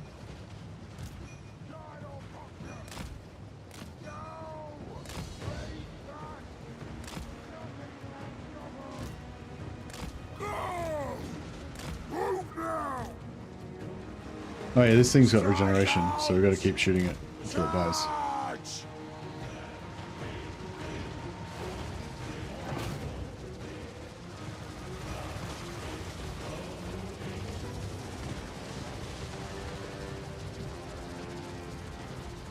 Pick your target well. It's not really taking much damage. Maybe we get the boys, maybe we get the heroes to take it out.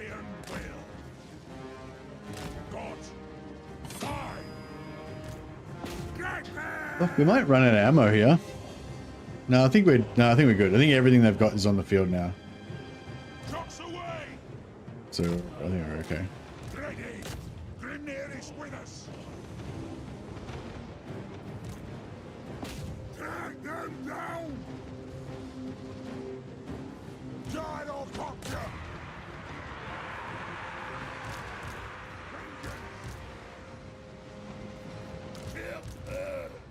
Move now.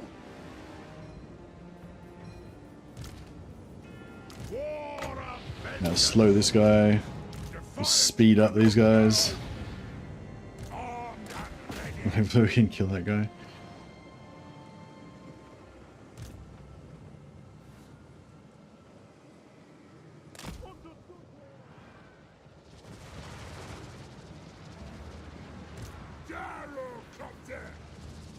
Can we kill that pit abomination? Will that like make them give up? Strike the runes. Oh yeah, here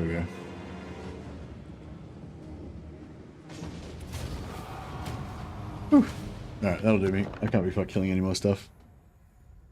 Firstly, did you see that you can equip the Chalice of Malfleur casting item as a character rune for the dwarfs? Plus 500% healing, battle healing cap in case you just need even more tanky characters. No, I didn't know. I haven't actually seen the Chalice of Malfleur yet. Is that the new one that they added in like after in the last patch or whatever? Like the extra one?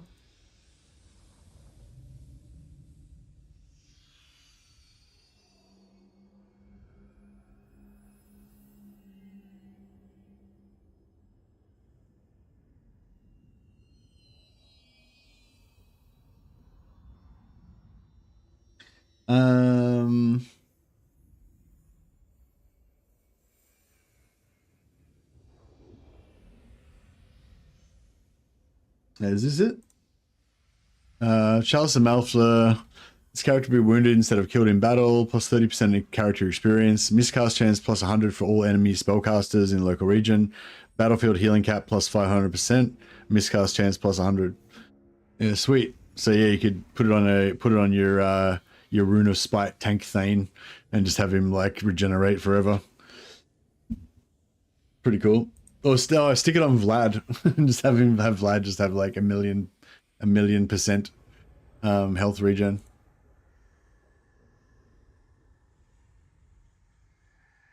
Started a Thorgrim run to try to pick it up. Oh, nice. I mean, I suppose we should kill some more of these other units, but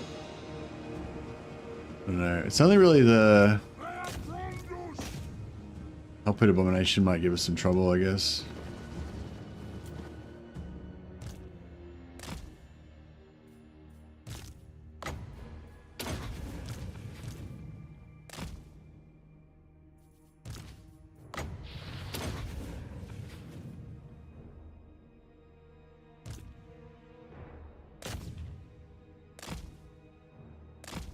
I'm not sure if it's in the allied unit or.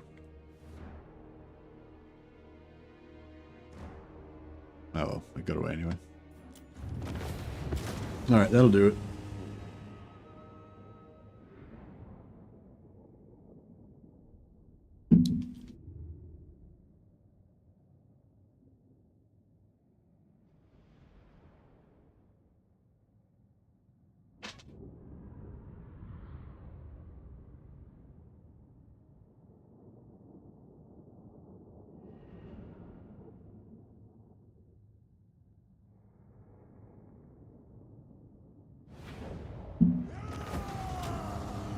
Armor of Destiny, 8.8k experience, 3.4k monies. 20,000 sack. Ugh. That would be glorious.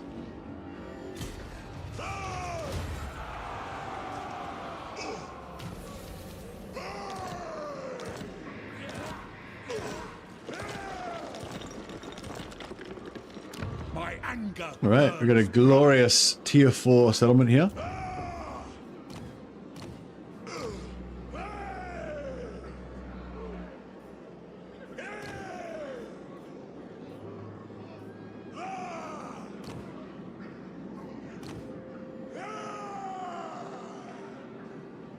Thane leads dwarfs to battle with a cry of vengeance and an unstoppable rage.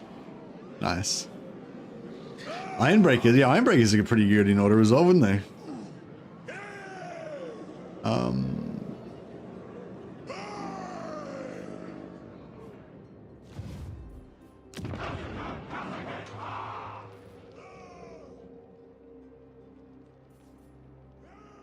We get Bugman's Rangers as well.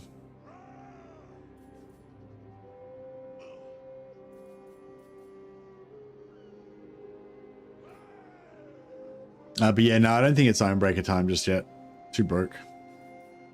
Too poor.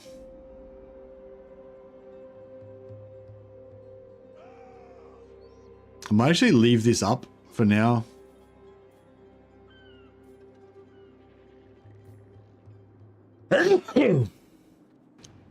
I might actually leave this up for now so we can get rid of that corruption.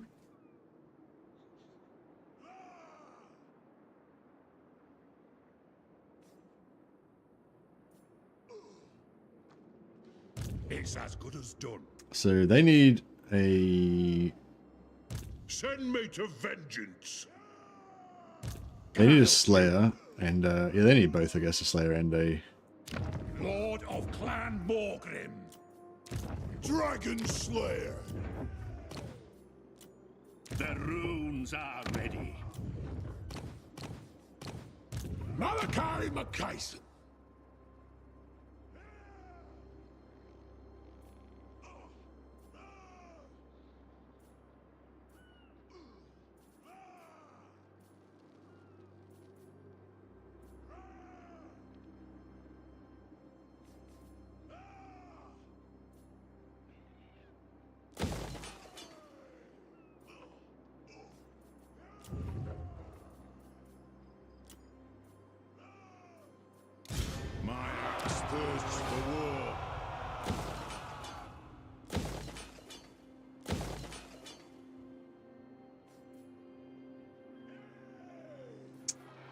To war.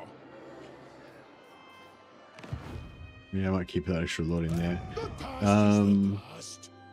Rodrake and Doom stacked up. All the stacks. I don't know if I need these ranges.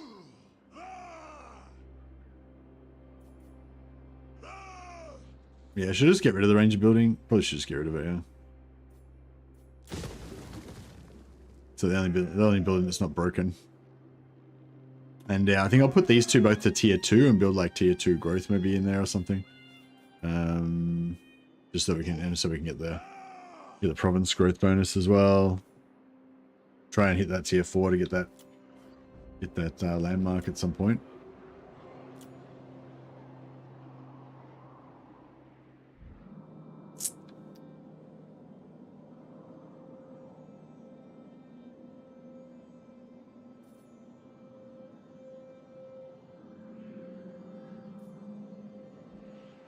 So jacked off that I can't fucking reach this settlement. Thirsts for war.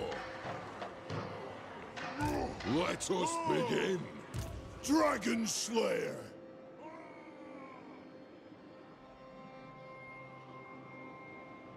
Let us begin. Anyways. Your cadaver will be... By Sigmar's will, come in peace.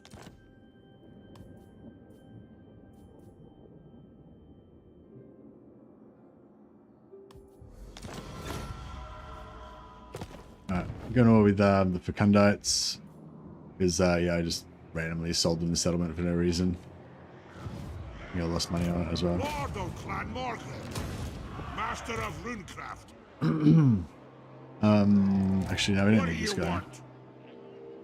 Get rid of him. Alad?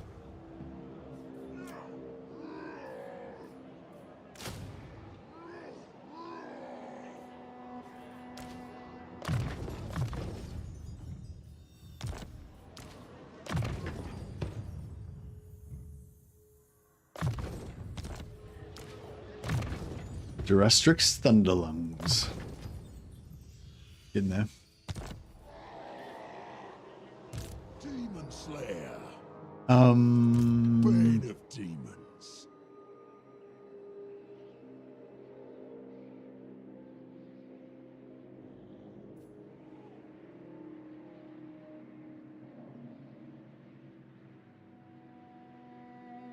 Don't rush destiny. Keep up, doom's awaiting. Okay, so yeah, we're in. I think. Well, actually, I'm not sure if. Ooh, does anyone know if hidden Skaven settlements count for grudges? I think they do. Yeah, they probably do. So we're gonna get all the grudges from these guys, which is probably like 500 or something. We're not gonna get the grudge from the blue guys. They don't touch us. We are going to get grudges from these guys, but it's probably only like 500 or something. So it's like 1,000. Then these guys don't have any territories, so we no grudges from them. These guys probably like 500, so like 1,500. Oh, they do, yeah. 1,500, maybe another 500 there, so like 2,000. These guys maybe a couple of thousand, maybe that's like 4,000. Shadows He's got 8 settlements. Oh fuck, he's gonna be worth fucking a heap. There's probably another 5, 10,000 there. And then another 2,000-ish from Azag, sorry. Yeah, there's nothing we can do. We can't get rid of Azag. We can't get rid of this one unless we sell Mount Gumbad and that.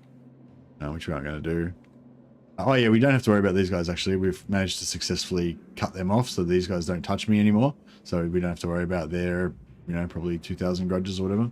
However, they're still really close, so we can still go and totally kill them. So even though their 2,000 grudges won't count in our total, we can still get the 2,000 grudges from killing them. So that's ideally what you want. You want to like have a little barrier so they don't touch, so they're not counted in your total, in your goal, but you want them to still be really close so you can actually still get them.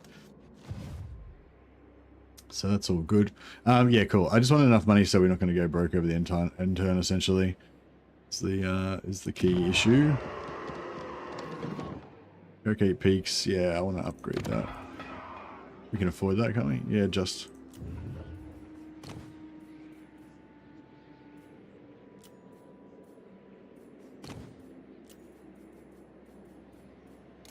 Demon Slayer. Just. Slayer, follow at your peril. Alright, cool. I think we're alright. These guys can't, they can't ambush anyone because everyone's inside the settlement except for the big armies. They're welcome to try and ambush them if they want. Aye. I hope. A runesmith's duty is never done. Jonathan Lamb. Jonathan Stone Lamb. You can come back over, I think. Agreed. I've cast the runes. Oh, imminent rebellion, Ashridge. Oh, beautiful. Okay, cool. So we're gonna get our rebellion. We've got a barracks there, so hopefully it'll have an army as well. The only problem is the filthy elves will probably kill the rebellion. So we're gonna see how that will play out.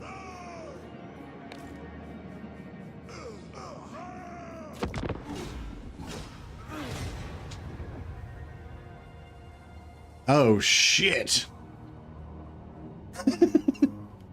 I was like, declaring war on Corn will never come back to bite us. He's ages away.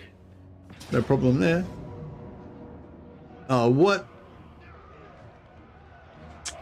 Can't revive Clan Helheim there, I guess.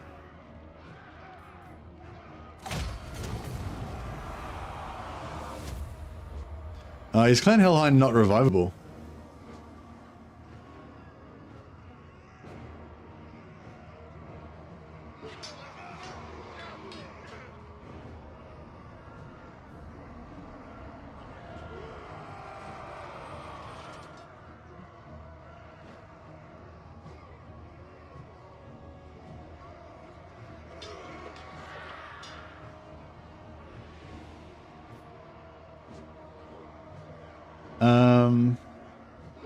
Shit, I probably should have checked this earlier.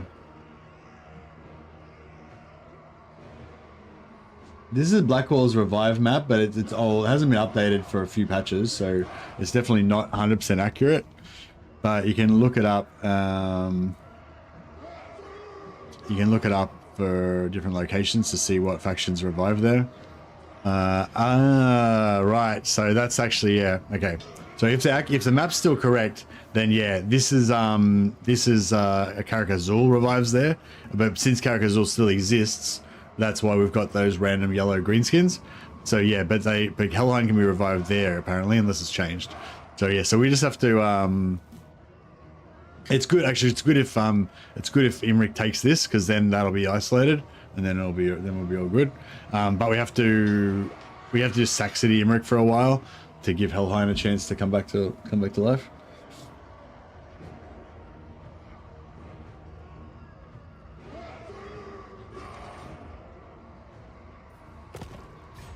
Beautifully occupied it, so that's good. All is well.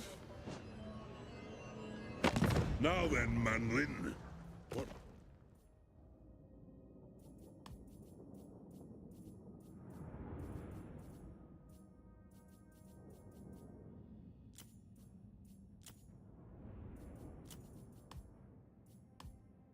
I trust you.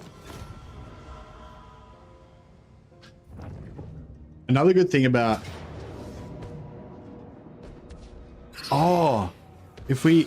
I was going to say, if we, like...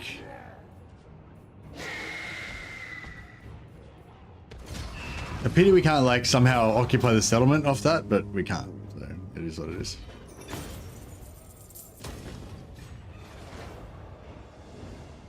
But that got rid of some grudges, so at least the calculation's going to be a little bit lower. But yeah.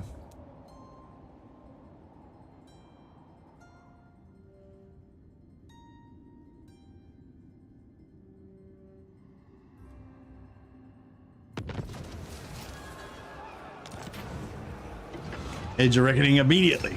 More grudges. All right. I'm almost afraid to look at how high the target's going to be this time. Hopefully it's not going to be too bad.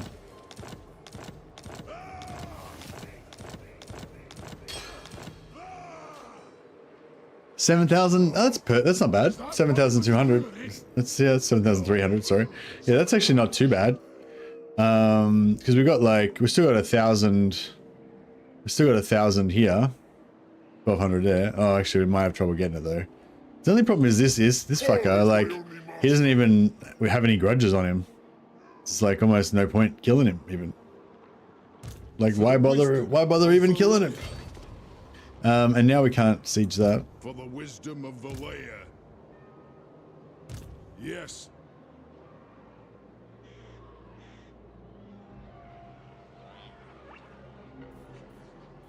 As the High King commands. We might be able to get it still.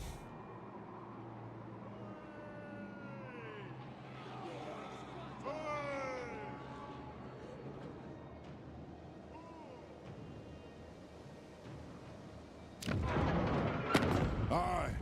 Let's hear what you have to say.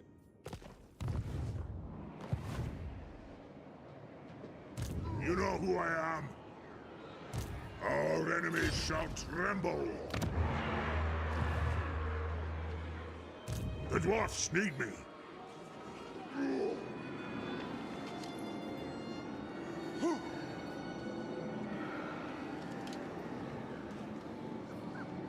I don't want to get rid of my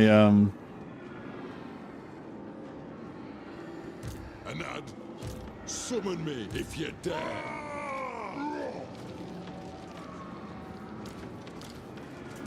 I am the White Dwarf.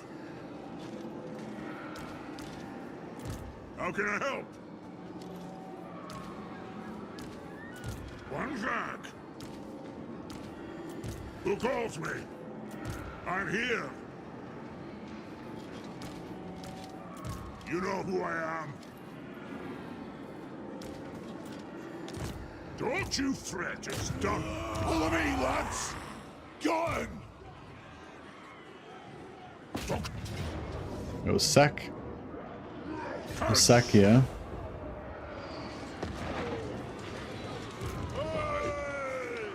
Both bound.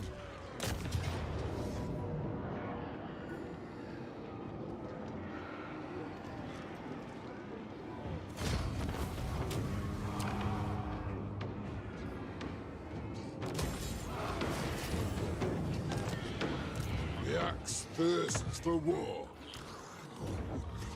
One rug. To war. So like, should I maybe give Zufbar, like give Grompeak to Zufbar so they can have, you know, a bit more territory, make him a little bit stronger? Or should I just be like, fuck you, Zufbar, you can just stay there? Because they're not really, I don't really need them to be strong because they're kind of just in between me and my allies.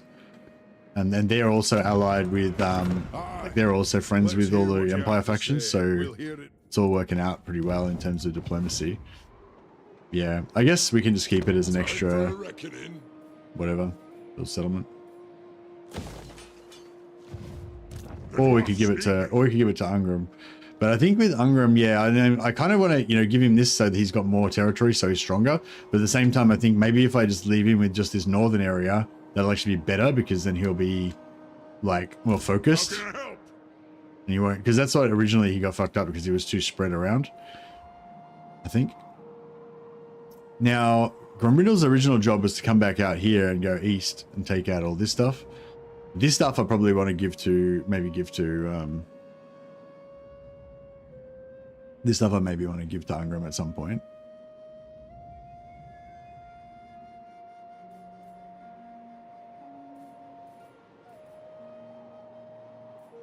I'll see it done. And I'll bring him up here and we'll come down from the top. Because if we're going to give it to Ungram, we may as well conquer out from here, that we can just give it straight to him.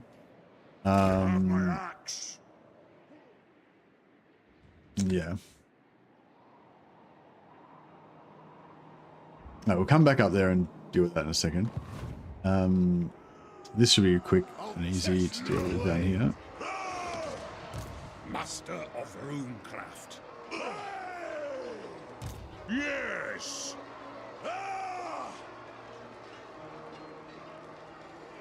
They're not worth my time. Vengeful Rune Lord. What? How come I can't? Is it what? Valea's will binds me to you. Oh, we're sieged. Oh, wow. So you can join an army that's sieged, but you can't move out. Oh, that's weird. I didn't realize heroes could join a sieged army. That's pretty cool. Hey, Henry. New to Warhammer 3 was wondering, when should you confederate? I'm playing as Tyrion and other high elves want to confederate, but it destroys my economy. For the hold! Hey, cool T91. Welcome, guys. Yeah, there's not really any hard and fast rule, Henry. I mean, like, if you intend to confederate, like, so for me, like, I kind of don't like to confederate a lot of the time, just as a roleplay thing. I kind of like to play with the other legendary lords as my allies, you know. And major factions like Alariel and Eltharion potentially can be strong allies for you. So if you want to go like west, say, and you want to kill Morathi, you might want to keep Eltharion as a strong ally to hold down the right hand side, so that you don't have to worry about you know, Grom the Paunch and Kemmler and stuff invading. So you might want to keep him there. So, or you might just not want to confederate at all because you want to be buddies with Eltharion throughout your whole campaign for roleplay reasons or whatever, you know. But assuming you're just talking about efficiency, basically leave them there as long as they're useful to you, you know. Like I said, if you want to go one way, like I usually leave the major factions as allies, you know, as long as possible, so I can concentrate on going in the opposite direction and just leave those guys to defend the northeast or whatever, you know. But you know, you're going to do a better job of probably building up the, well, No, they'll probably build up faster than you can. So that's another thing too. Like if the Confederation's sitting there waiting for you, like you can just let them spend their money to upgrade all their buildings and everything. Because when you upgrade a building, you know, if you spend 10,000 on your main capital building, and then later on you build and you build lands to what do you call it? Yeah. Like if you when you invest, basically it takes a certain number of turns for you to get back the investment. You know, like if you build something that costs like 5,000 gold and increases your income by 400, it's going to take fucking ages for you to pay off that 5,000 with the 400 gold. You know, plus the build time and everything. Whereas if they build this thing with their money and then later on you just confederate it, you get the building for free, and then you've got the income straight away. So yeah, so those are the things.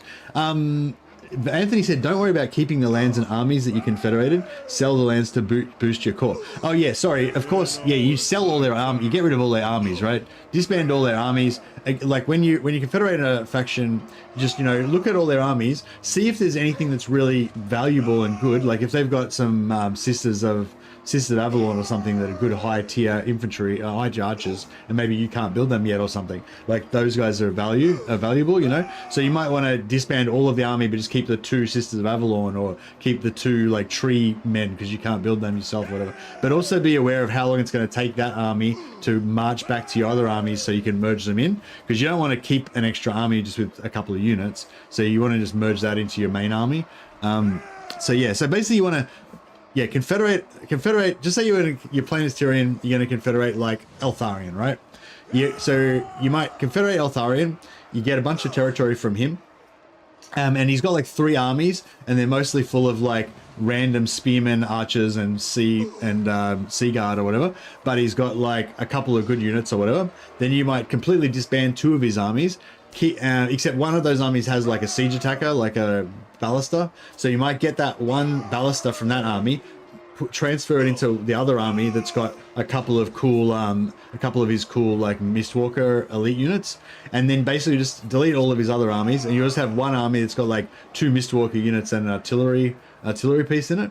And then you take that army and force march it back to your closest army, and then just sack a couple of your basic archers and put those 3 elite units in, and the rest of his armies you just get rid of, right? But then you realize that, you know, your armies might all be exposed or whatever, like your territory might all be exposed or whatever, and you might see that like his capital, Tor-Yvres, has been sacked recently because he was losing a battle against Nakari. So then you might sell a bunch of his regions to Cathik, and because Cathik might still be pretty strong or whatever. And so basically you get the Confederation, and you get the advantage of that, get some heroes and lords and whatever, get some money maybe from selling some of his regions, but you don't have to hold that territory, you know. So you can, so I'm making it more confusing now. But yeah, basically, I would, if they're providing a good service, like they're providing a barrier on one side so you can go the other way, like that's worth something. And the longer you leave them there building up the territory for you, the more value you're going to get once you confederate them, you know. So you don't necessarily have to do it straight away. But yeah, if you do confederate them, yeah, don't keep all their armies. That's probably the main thing that's going to ruin your economy. Just get rid of all their shit troops. Just maybe keep some of their most elite stuff. Unless they've got an army that's just about to be able to take over something. Like if they've got like 2 stacks just about to conquer a settlement, then conquer the settlement first and then sack the 2 armies, you know? That all makes sense. I was just clueless how I can go from plus 5k to minus 3k. Yeah, just sack all these armies. You know, maybe just keep a few of the elite things. Anyway, really great question, Henry. Really good question. I think a lot of people, like a lot of times we don't really talk about a lot of the basic stuff because it's like you forget, you know. And so yeah, it's really good when you get somebody who's kind of new to the game come in and ask good questions. I'm just going to auto it so that we can get rid of the other army to save time.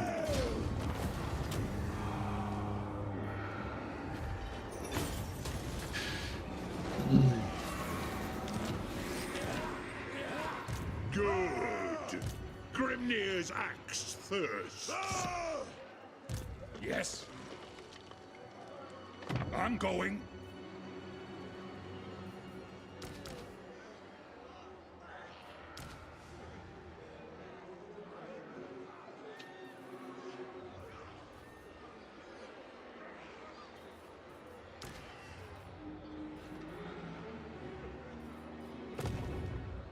Iron-willed.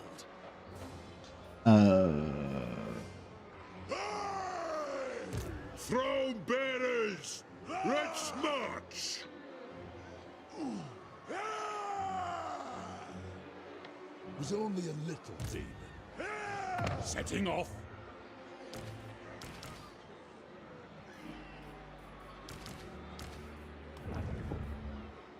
Got.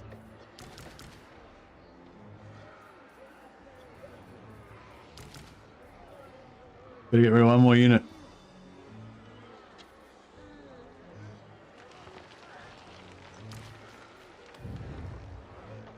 I.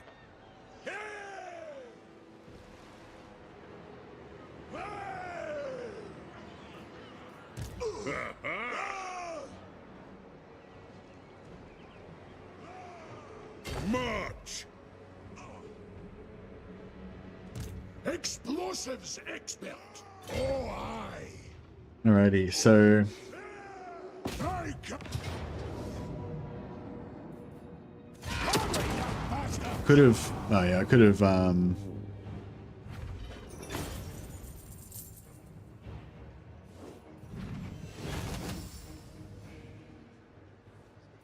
Sign up and you will be live to regret it. Slayer.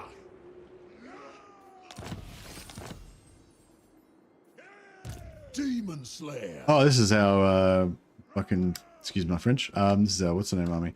All that rock above. Feels Cool. grand. As long as we walk. Lord of Clan Morgrim.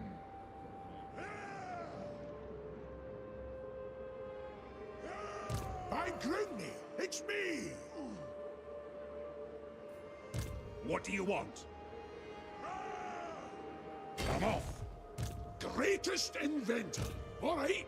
We're I will sack this. going to battle. I could see Mercy being a badass history teacher. Thanks, guys. I do. Yeah, I think I would have enjoyed being a teacher, but well, I don't know if I would have enjoyed being a teacher. I mean, I enjoy like Burns bright. teaching and like talking about stuff and whatever. I hope. I think I'd probably make a better YouTuber than a teacher, though. I mean, I don't know, maybe not. Maybe I'm missing a lot of the other essential skills of being a good YouTuber, but you know, whatever. This is a fine dude. Master of Rune. Oh, he can't underway because he already yeah. Okay. Vengeful Rune. All right. Mad Elenak Zanganaz Breaker, aka Madeline Z, has reached immortality. Congratulations. One rag. Aye, grudges will be settled. Move!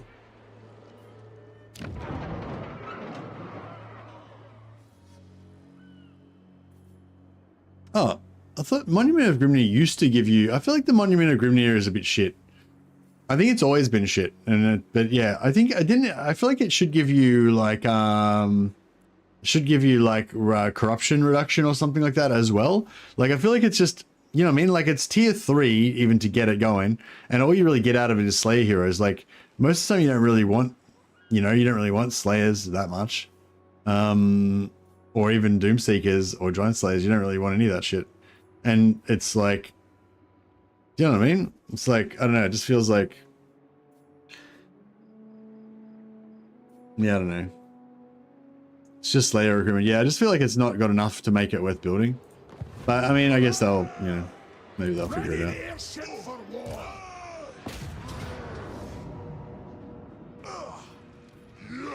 Give him a good thrashing. We will accept our fate. Oh yeah, you want one Slayer hero in every army for replenishment, but that's what I'm saying. Essentially the building, all it does is provide hero capacity, like because you're not going to recruit the units. So it's like, whereas every other building kind of provides hero capacity and some useful units, whereas that just only provides hero capacity, so it's kind of not as good, I guess. My axe That's what I'm saying. Thirsts for war. I don't think we need this guy. Onward.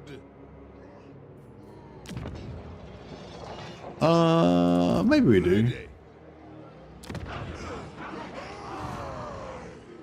Doomseeker is pretty good though. Really, I haven't really figured out anything good to use Doomseekers for. What do you what do you reckon they're good for? For a glorious day.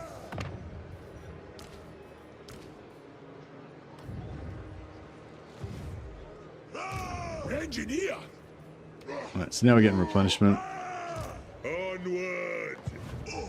Isn't there like a upgrade for this that you can get to give you replenishment in a radius around it or something?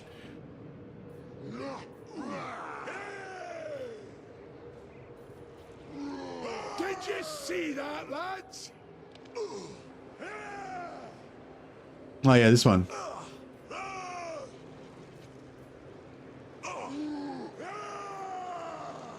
You got to get tier 5.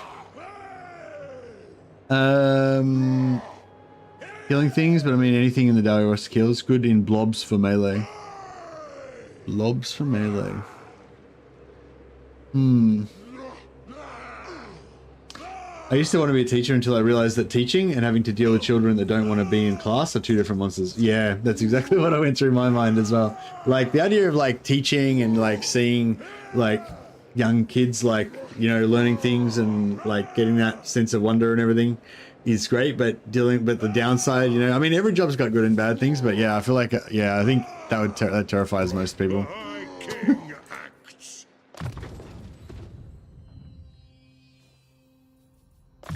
Yeah, I had one of my good best mates actually from school became a teacher, like high school teacher, and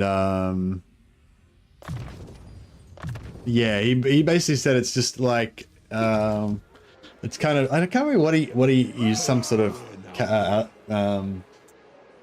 comparison, but he was basically saying, yeah, you just got to make them fear you, basically. That's the important thing. Yeah, if they don't fear you, then you're fucked, basically. But that was his strategy. Yes.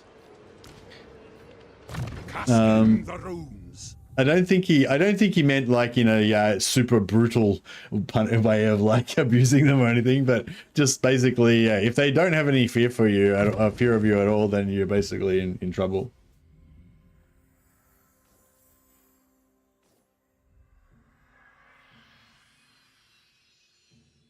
Like, you don't have to be mean all the time, but they have to know that if they, you know what I mean? They have to know that there's, yeah, they have to know that they can't get away with anything, you know, or whatever.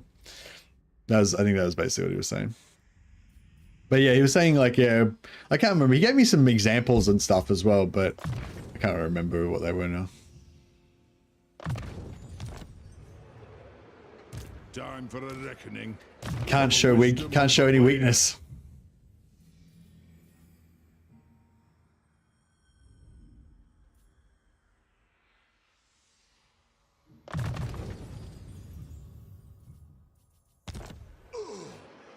Let us begin. This guy's more of a hero, actually.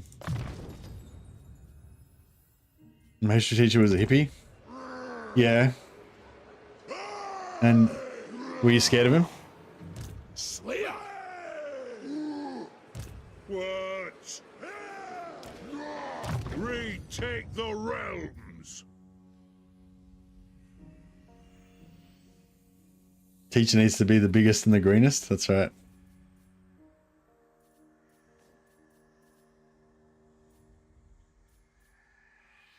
Yous will all learn, right? Or I'll crump ya.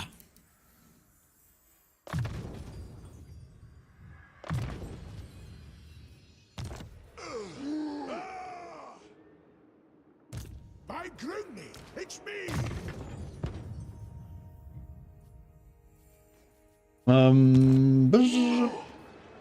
Maybe some artillery. New stuff, new ideas. All right, I think we're nearly doing all right here. He's going to take that next turn. This is not rebelling as yet, which is good. That's going to hit tier 2. We get a discount on that. Can we do a deal?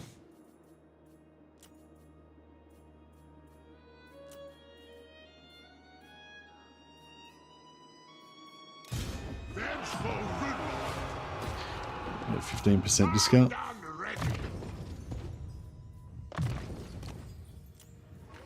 The Grungy Lord gave us a little discount. Yeah, so this is unfortunately getting +6 public order from military crackdown. We can hire another lord there to give us more rating. What? Good. Grimnir's axe thirsts.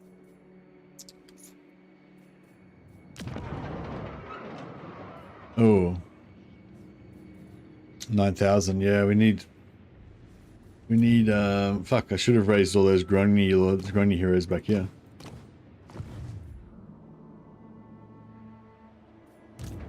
Alright. Let's see what we can do here. So we got One rag for the wisdom of Valea. Anthron Kaputzen the Spelljammer. Alright.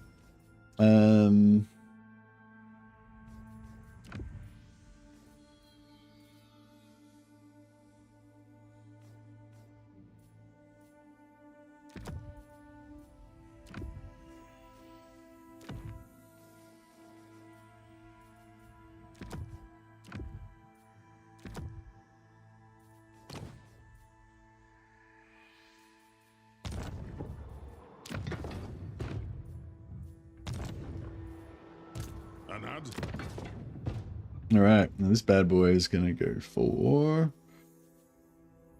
a basically one of each.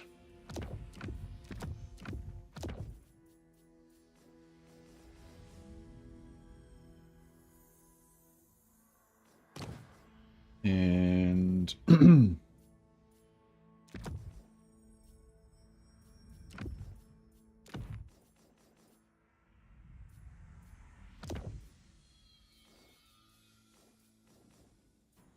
Master Rune of Spite, Rune of Luck, Rune of Iron, and then this bad boy, gonna go for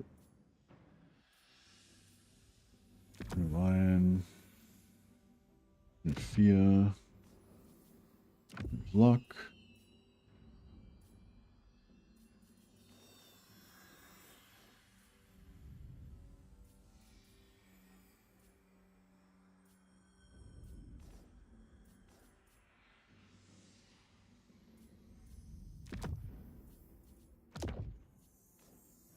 Something like that. And this guy will go for Armor Silvered Steel.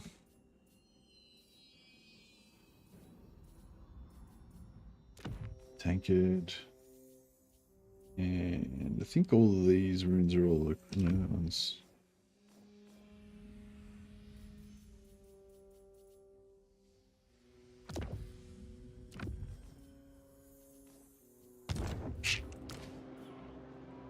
Let us begin.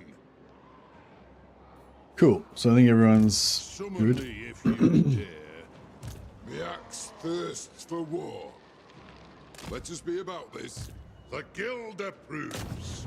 An artillery train to speed us up. Summon me if you dare. Got the glaive gun.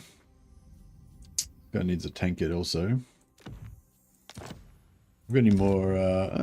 We've got a bit of. We could get some more. One more set of 3 runes.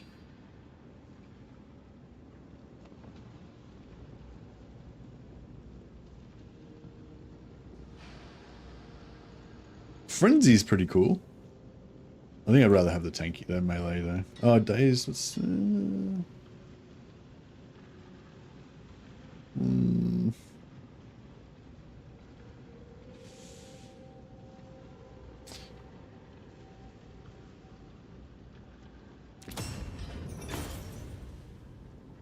I made a pact with these ogres and the camp's still ready me.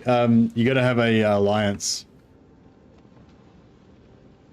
Oh, so no, the old rules. So old rules were if you had an alliance, then they would automatically stop raiding you. New rules, they manually decide whether to raid you or not. So, but I'm not sure if the AI actually is set up to actually do it. When you choose between Oath Gold building or other money building, how would you choose? Oh, I just always choose Oath Gold. The only time I have money buildings is if the AI build a money building, and I get it with it's already built. I might leave it there for a while, but I'll ideally want to eventually change it out for Oath Gold instead.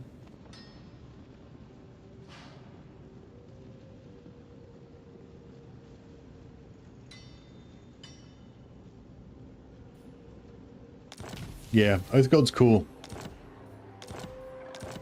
Somebody did put up a opposite, opinion though on that. Not for the money, but for the construction cost reduction. So if you build the money building, you get at tier 3, you can get -10 construction cost. So if you're in the early part of the game, if you're focusing on construction, you could build 3 of these in all 3 different regions in your settlement or whatever, and then you have -30% base construction cost. And then when you go to tier 4, you could recruit a Grungy Lord for another -15%, is it? So you have -45%. Maybe if you've got a hero there or another Lord that's nearby, you could get another 15%. So you could get -60% construction cost, which would save you huge amounts of cash or whatever.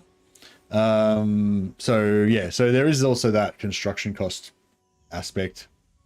Yeah. But I don't worry about it. I just go all Oath Gold all the time, pretty much. Don't even think about it. I'm here now.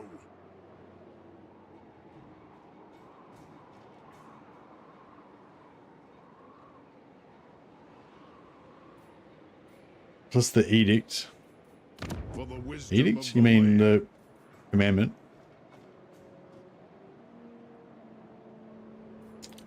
Commandments. Oh yeah, 10% extra construction cost from the commandment, yeah.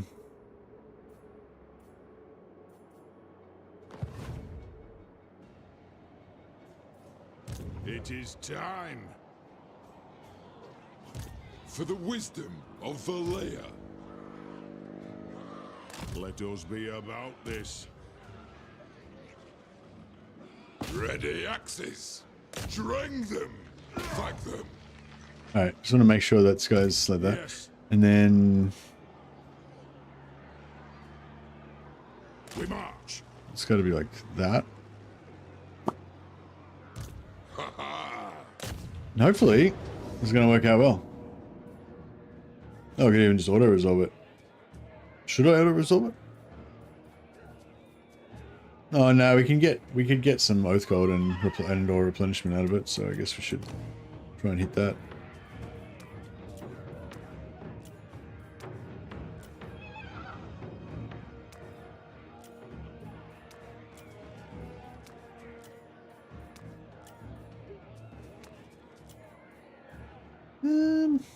I mean, yeah, no, we'll fight it manually, yeah. If we can auto-resolve the siege battle, we'll do that.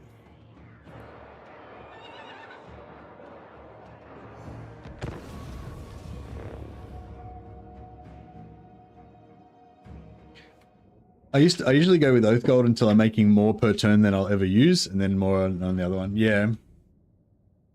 Yeah, at the start of the game, I make way more Oath Gold from battles than I do from the buildings. But yeah, once you start getting up to, you know, maybe turn 30, 40, you start making shitloads of Oath Gold from all your settlements.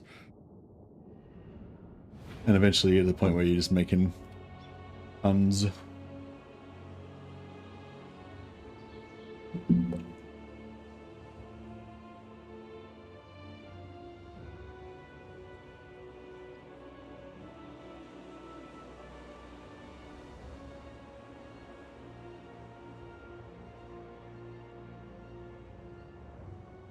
I think they might have started building the deeps, or was I too poor? I was going to say, how much can you, how much I wonder if it's ever worth making items that cost like 200 Oath Gold just so you can sell them for like 100 gold or whatever. Or how much gold you get from them, 500 gold maybe or whatever. Move now!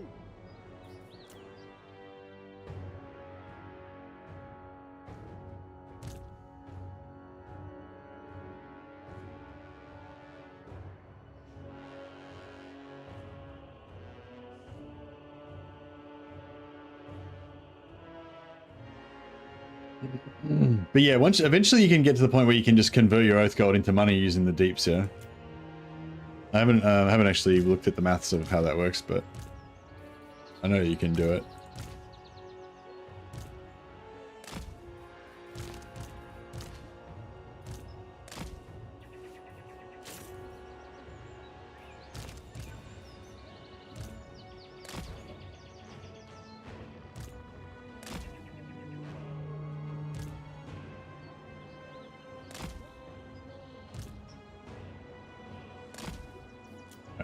Yeah, we'll try and get set up so we can flame this area here.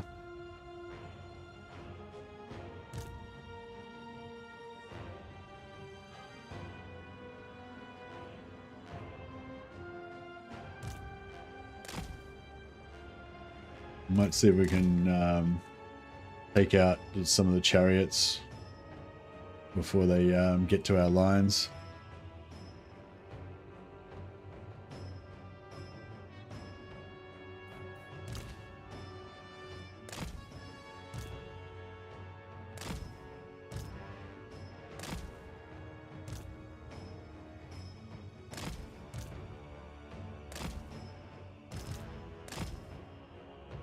All right. Gynocopter! Let the vengeance begin! Gynocopter!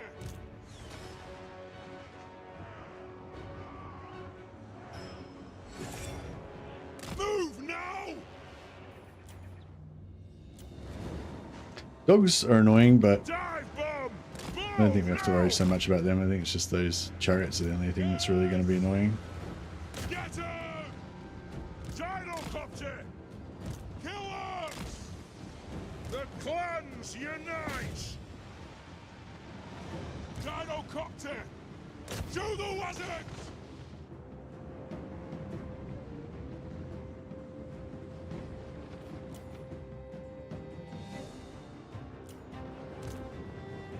Go! Killers! Pick your targets well! Gynocopter! War of vengeance! Fire on the ball! Go! Gynocopter! Blow through! Hail Baron! All! Honored! Charge! Strike out! Flame cannon! Get moving! Stop! Anu! Fire on the foe! Move! Gynocopter! Dodge! Kill works! Range far! Range fast! Nothing can stop us! We demand blood!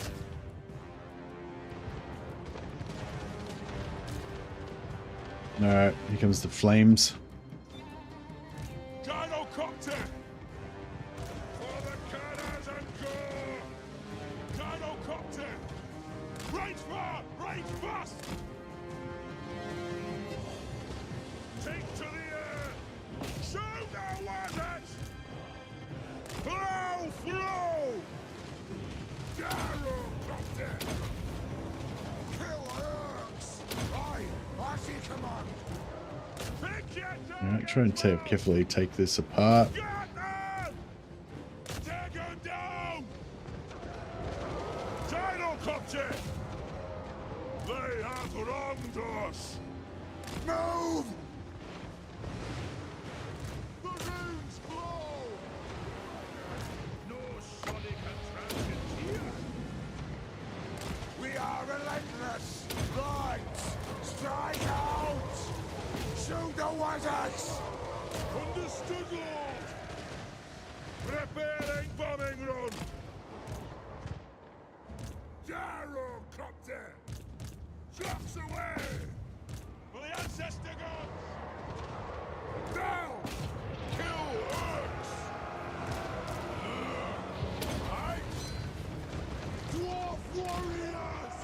All right, looking all pretty, looking pretty handled, pretty much.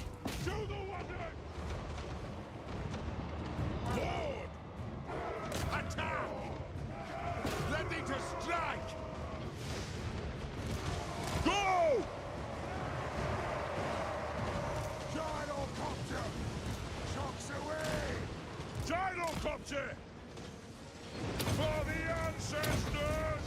Kill Hurks! Take him down!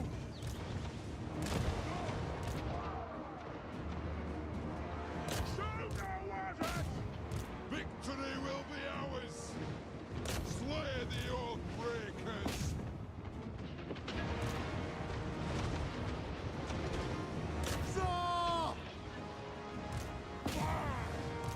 Pick your targets well! Go! Obey me! For the Cannon's Anchor! Fight! Slay! We will have vengeance! Nothing can stop us! Gyrocopter! Move now!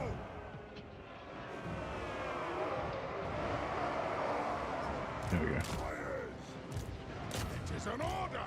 Get him!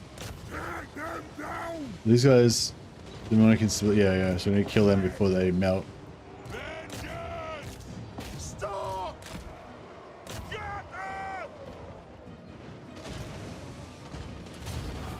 There we go. Pick your target well! Gyrocopter! All right. We have scores to settle! Yeah, we'll probably get 100 rose gold out of that or something. Not a huge amount, but.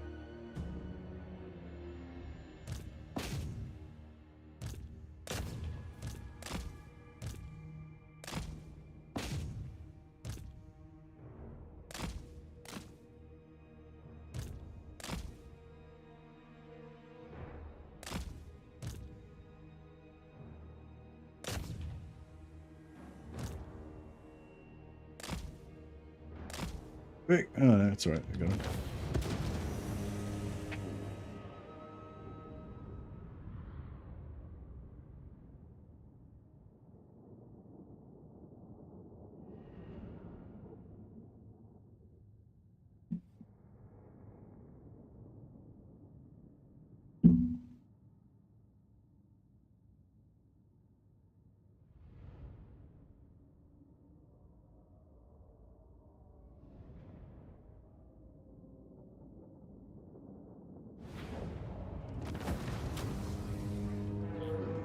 $103.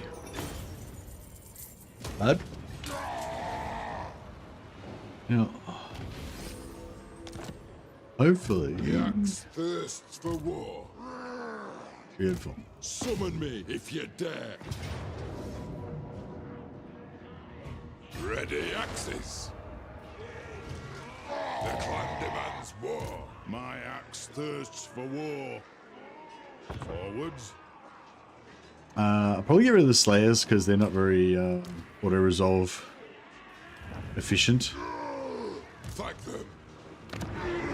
Karak Angor tier 3, so we'll take it at tier 2. Drang them.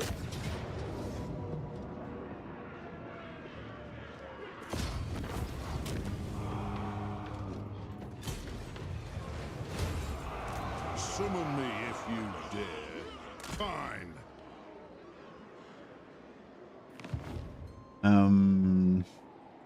Yeah, it's still going to take us a little bit of time to get around there, but that's all right. Greetings. You no doubt have a request. I'll hear it now.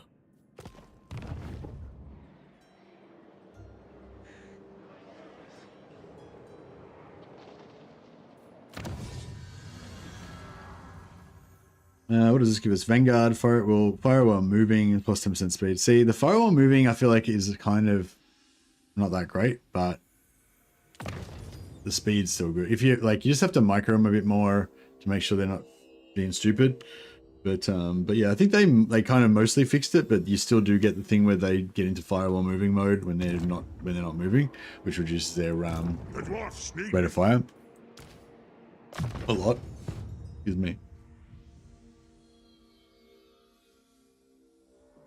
Does it feel harder with but setting check? Does it feel harder with both settings checked? Is that what you mean, Jesse? So no, it should be easier. Should be easier with, well, there's two settings, two new AI settings. There's the like improved AI aggressiveness and stuff that should make the AI a little bit more aggressive and make them form bigger empires, especially in the later game. And then there's that's on by default. And then there's the minor faction boost, which is off by default. So I've got the minor faction boost turned on, but the minor faction boost will make it harder for the major factions to wipe out the minor factions quickly. So if you have both of them checked, it should actually weaken the major factions slightly because the minor factions won't be as easy for the major factions to roll over. So in that sense, it should make it easier in the end game probably because the big factions won't have steamrolled as fast.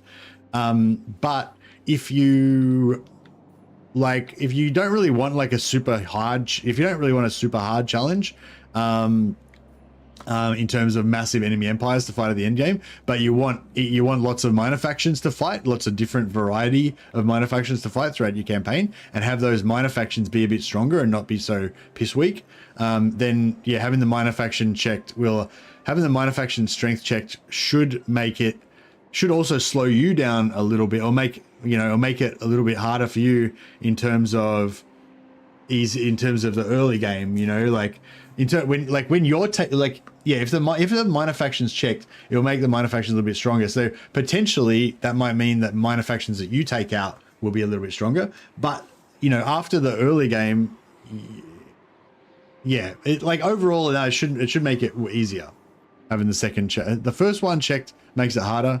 The minor faction boost should overall make your campaign easier, but it might be better, depending on what you want your campaign to be like. So in this one, I want my allies to be strong, and most of my allies are minor factions, so that works for me. It works with this campaign idea.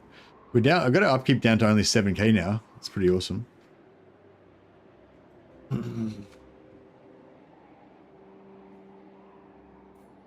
It is time. One rug. Yeah, I'll keep him there again so he can occupy that. What's the... fuck. Aye. The axe thirsts for war. Yeah, I just keep... If you want it to be more difficult, I just leave it on default with AI and enabled and minor factions off.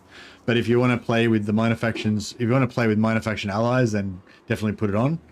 But I would say, yeah, if you want the minor factions to be stronger, then obviously turn on the minor factions boost. Yeah. Yes. Time for a reckoning.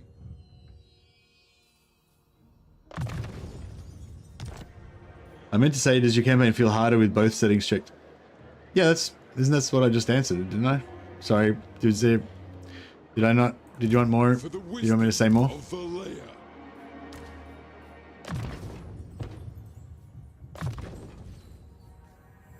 Oh, you mean, do I personally feel like this campaign feels harder? No, I don't know. Maybe, I don't know. I don't know. I don't really notice. You know who I am. Feels about the same as usual. Yeah, I don't know. maybe a bit harder, maybe a bit easier. I don't know. It feels about the same as normal. It's The forge fires glowing. yeah, I don't know. It's been quite a fun. It feels good. I don't know. I'm not really sure what's good about it, but it feels good. I'm liking it. Wouldn't mind getting another rune bearer if I can. So I might send these runesmiths out to do some stuff. Genotaur's not really capable of leveling up much. Is that?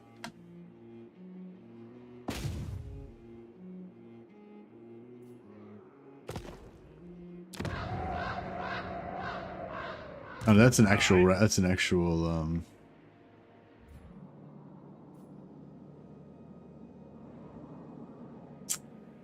kind of feel like we need to keep this guy around here in case The runes. some shit goes down. Oh, here we go. We've got deeps. Gold vein. 500 gold. Cool.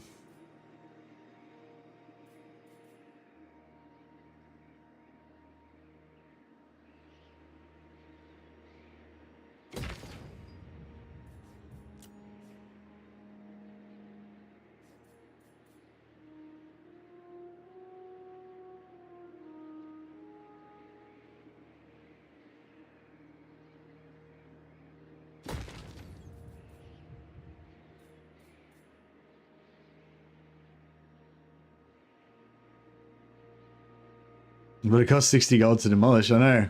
So it's almost not worth it.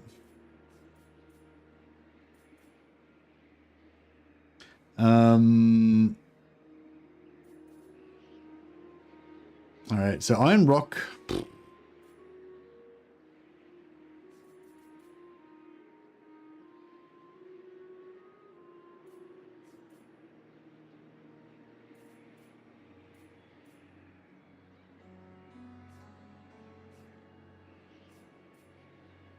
I don't know if I should upgrade Iron Rock or not. I kind of feel like I should. What's the landmark there, actually? Do I need to get that?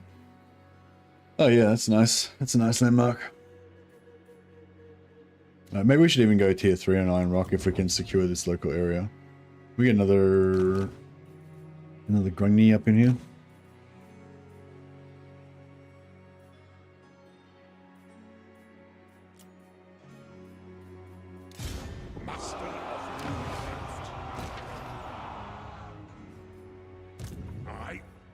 Vengeful Rune Lord.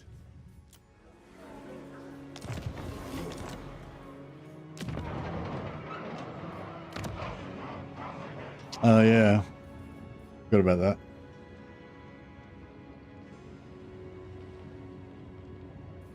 Should I go tier 4 on Karez? I don't know if I should even go tier 4 on Karez Crack. I mean, maybe not yet anyway.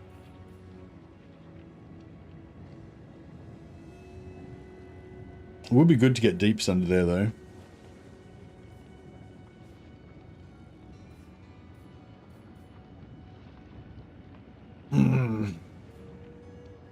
Our economy's starting to slowly get there.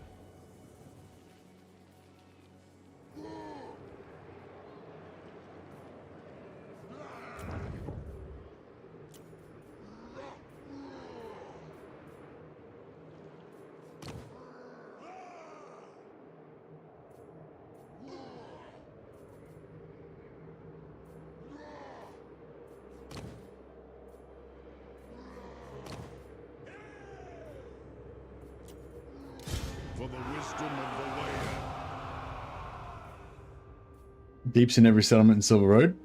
Just for the role plays, or because it's actually good?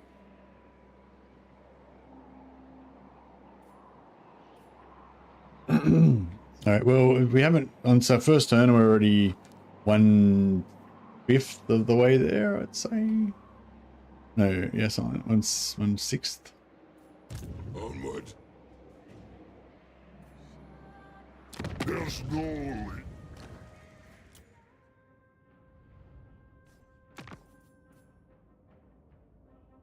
Whichever woeful deity protects you. Peace out with the Varg.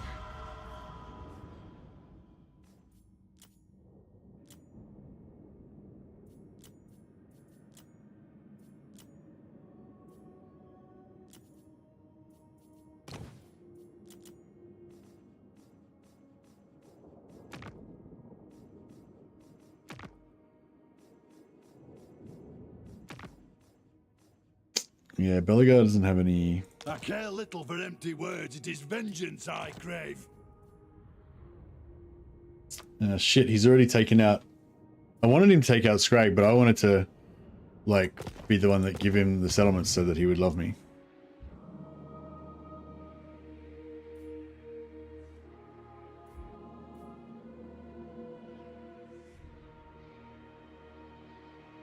The iron hammer weighs heavy in my grip.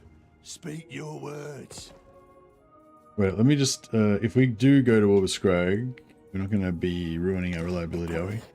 The Nope. meat seeks to stop good with your it. children, Great Moor. It must die.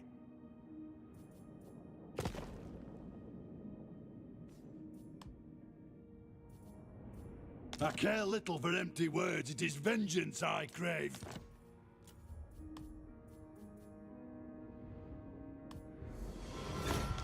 Alright, go with Scrag.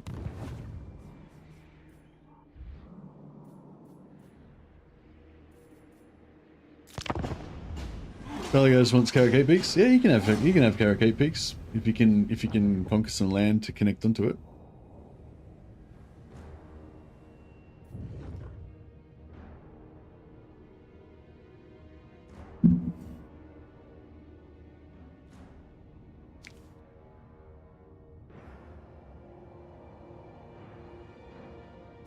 Talk then, but I make no oath for the...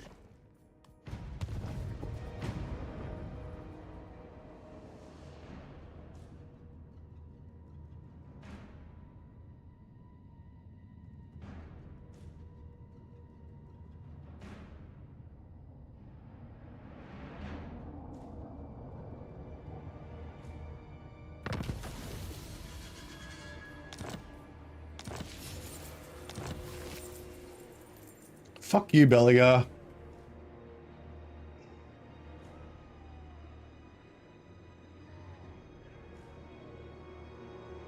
God damn it. I wish you could like disable diplomacy or something. See, Belagar's now destroyed Karakern.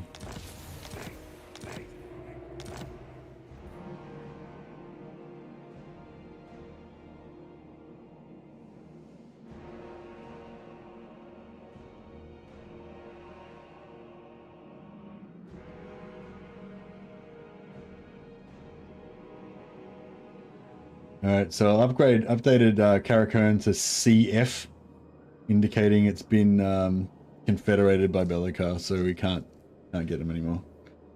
But I feel like, I don't know, maybe that doesn't count as, you know, since, well, see, we got a choice. Either we kill all the other major factions, or we let them confederate. So yeah, I don't know.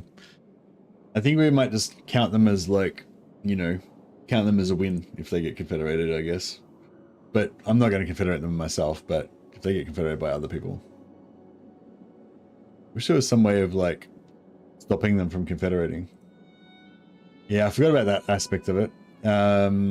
I did think of it earlier, but then I just kind of forgot about it again. Could you confederate major factions? Yeah, I can confederate everybody if I want. But the point of it was to keep the minor factions alive as allies. But I suppose we can still keep them alive as allies, and then if other people confederate them, then that's not my fault. Kind of thing. But yeah, it's like we were talking about with confederations before, like it's actually better if Belagar confederates Karakern, because Belagar is like a major faction, he's going to be stronger. So the more territory he has, kind of the better. But I mean, it would have been good to have Karakern in there just as a little extra little buddy. They're not vulnerable. Like it's like Zufbar. Somebody's probably gonna confederate Zufbar, and it's like we could have just left him there as a little ally. Oh well, it is what it is. All right. It is time. It's no bother. I'll do it.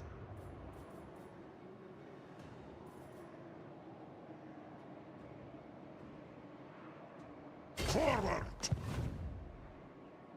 Ready. It is time. Aye.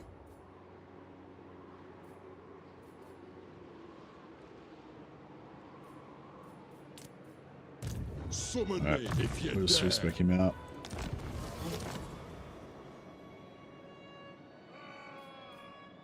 What?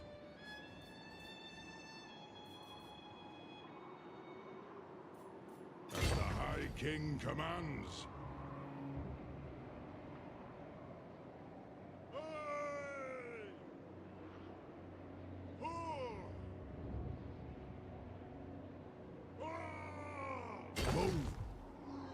I'm in range to reinforce, so if he wants to, if he can reach it, then he can take it. For war.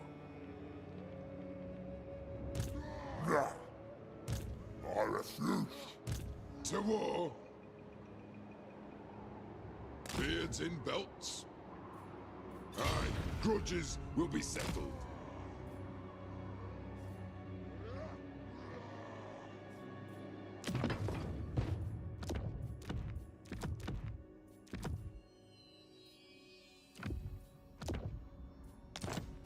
And we're gonna need more global guild masters or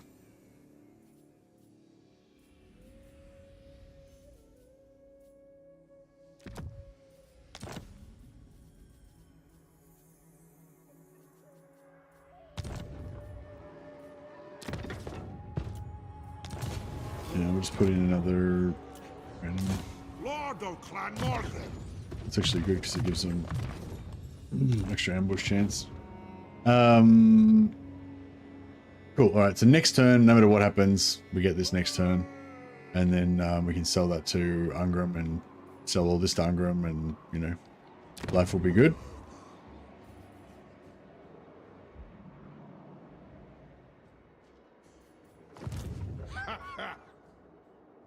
Oh shit! The sand. God damn you, Karakazul! You filthy bastards! The axe thirsts for war. One rag. Aye, grudges will be settled. On to glory for the ancestors.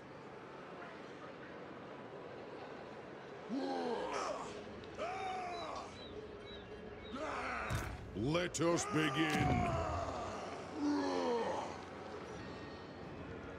Malachi McKayson. To war. Hurry. Armed and ready. Is as understood.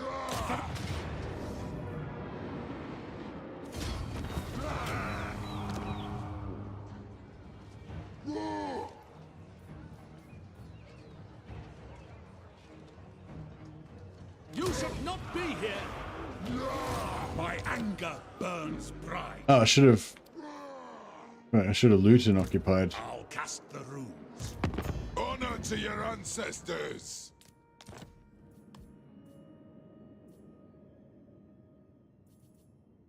Agreed. Yeah, so they were going to take out Bone Gulch. So I just took it myself and then sold it to them. But I just realized now they're going to turn around and Wisdom of Valea. kill my rebels, probably. Slayer. I'll figure it out. Let's give them something to remember us by, eh? Right. Bring those cannons to bear. All right, these guys can keep going and take out. Good thrashing. Good. Grimnir's axe thirsts. Very well. But we'll make it right for the ancestors. Move the throng. Cool. And My axe thirsts for war. Lord of Clan Morgrim. Demon Slayer. Let's be... Chasm. Ah! we'll just occupy that. Everything was drawn once. Keep it at tier 2. Some grudge throwers going on there. Some oath gold. How's our corruption? Oh, corruption's gone. All right, cool. Well, I guess we'll get rid of the corruption building then.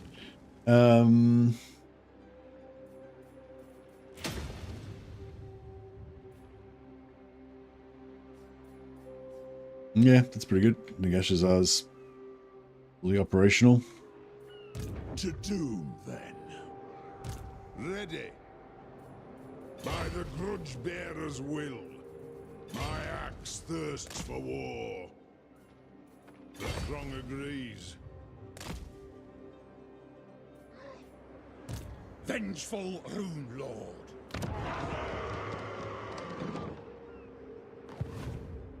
I need We're going to battle. Oh, mate, does this guy have Away from a? another hold. If we could borrow his army and stop him from, you know.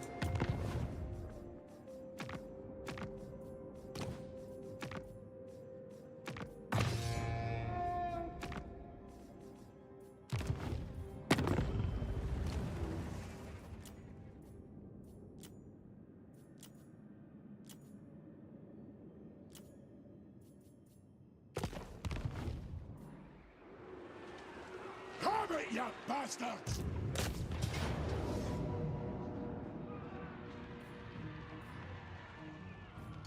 Let's show 'em. Beyond even Quraysh. It's tier 3, so we're gonna get it to tier 2. Oh no, fuck it. We'll just sack the shit out of it, it's fine. Bring those cannons to bear! Get the gold! Inventing's not a cheap business!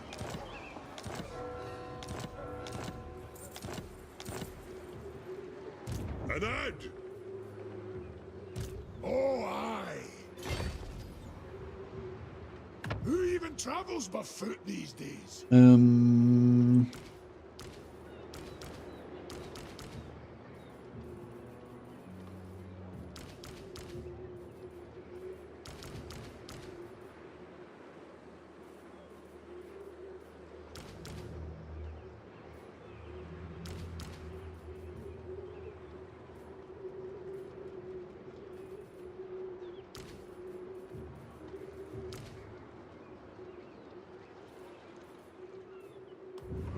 Alright, we'll switch them around a little bit.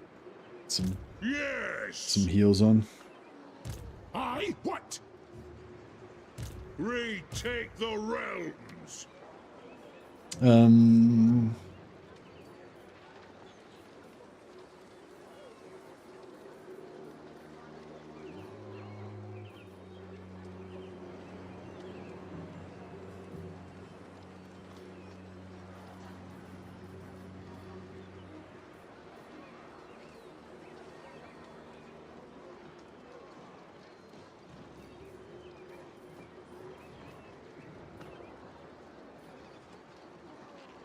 Cool. Alright, this little theater of war is looking pretty good.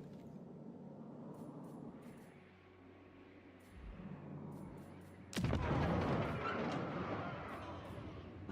would like to go tier 4 here, if we could. I feel like we can almost afford it.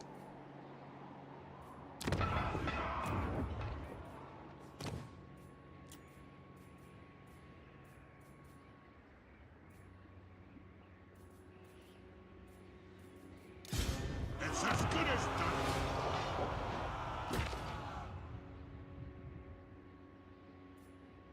Master of Runecraft!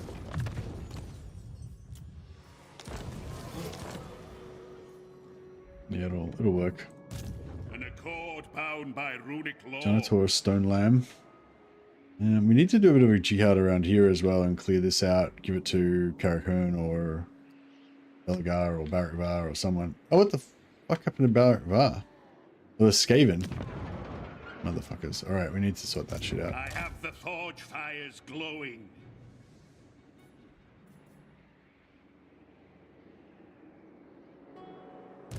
Yes.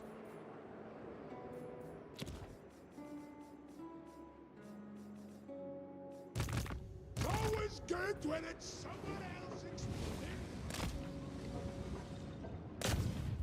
I'll surround the enemy in dark rooms. Alright. Looking good. Did you see that?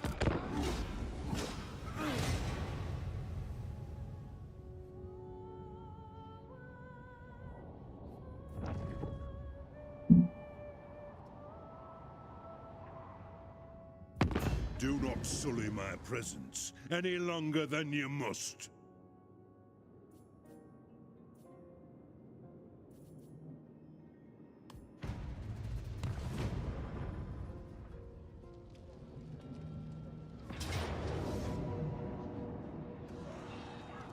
Awesome.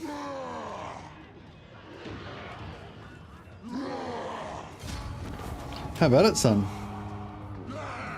Good work.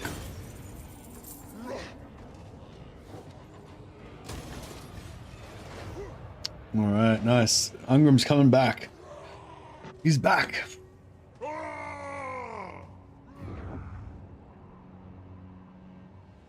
And so is Festus.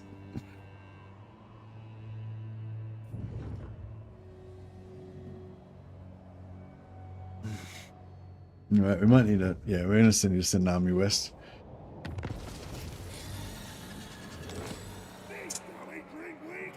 These do we drink we go. Alrighty, Welcome to my throng. Go on then.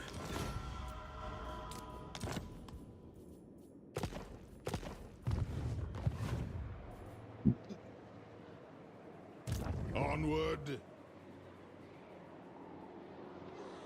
so close. Yet so far.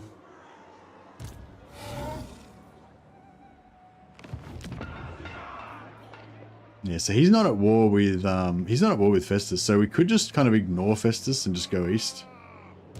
Anad. As the High King commands. Vengeful Rudlord. If you say so, Beardling. Time for a reckoning.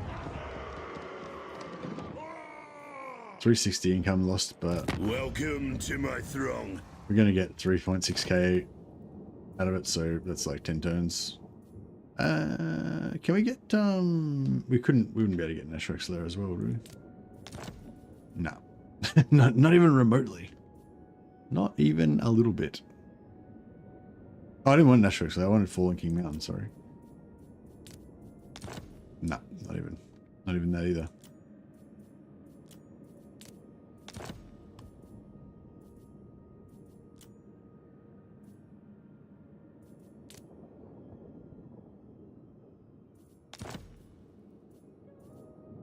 All right, done. Very well.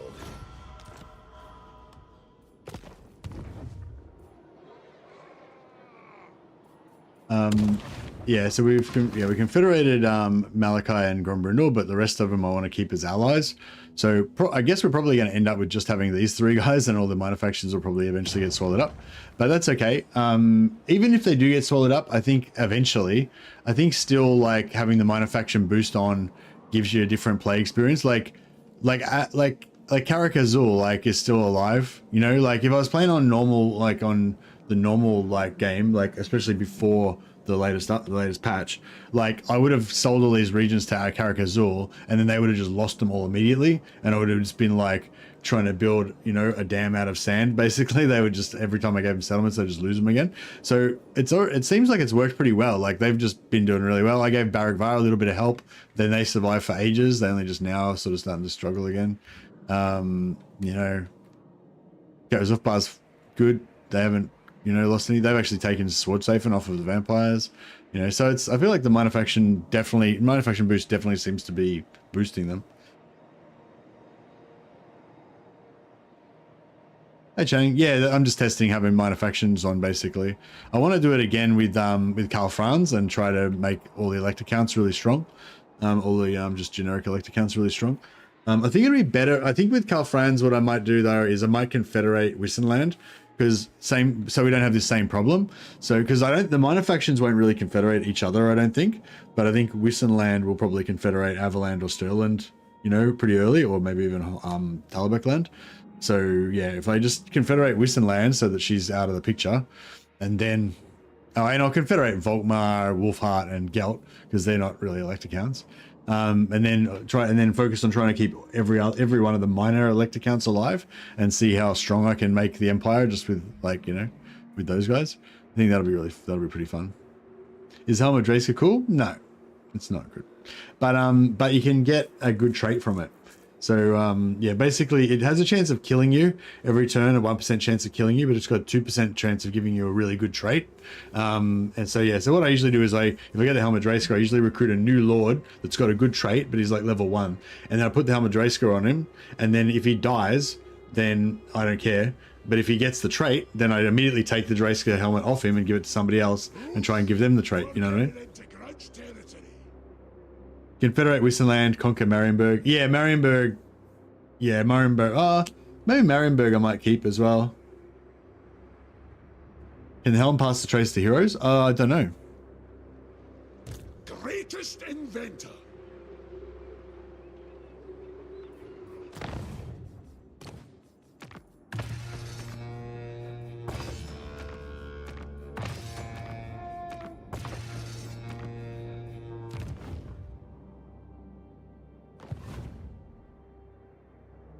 Marienburg belongs to Nordland. Oh.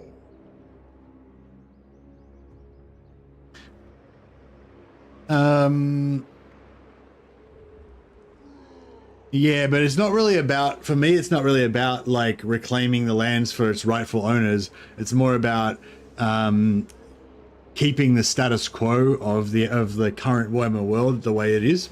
You know, like I want all the elector counts to exist. You know, I don't want I don't want like to just form the empire into one big red blob of Reichland, you know. Yeah, so like I like the variety and the colorfulness of the different factions and stuff like that, you know what I mean? Worth killing off my dwarf lords for? Yeah, just get a new dwarf lord with a good trait. So like just recruit a new lord, have a look at your traits. Bibulus, ancient. Oh yeah, ancient, maybe you like that trait. No, that's a shit trait. Maybe cunning. That's not very good. Hardy. There you go. This guy's got 15% physical resistance. So you just get this guy. He's only level 1. Give him the Helmet Draesca. Leave him sit there for a while. And then if he dies, he dies. But if he lives, he's got 15% physical resistance and the Draesca trait. So it's like, yeah, actually, yeah, Grimnir Hardy is good too. Grimnir and Hardy, these are my two favorite traits for Slayers, actually. But I don't really like Slayer Lords that much.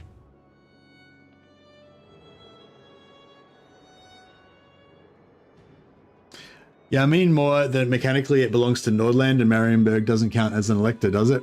Yeah, I get what you're saying, but that's not what I'm trying to do.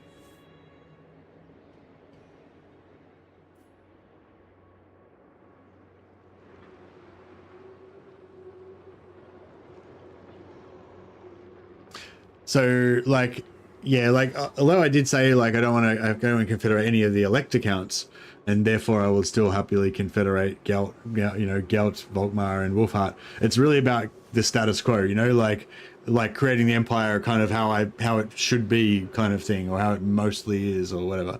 And like, yeah, so Gelt's thing's just made up, and get rid of that. Volkmar's thing's just made up, get rid of that. Wolfheart, get rid of that. You know, but Marienburg is a real thing in the Warhammer world, and Marienburg is supposed to be there, you know what I mean?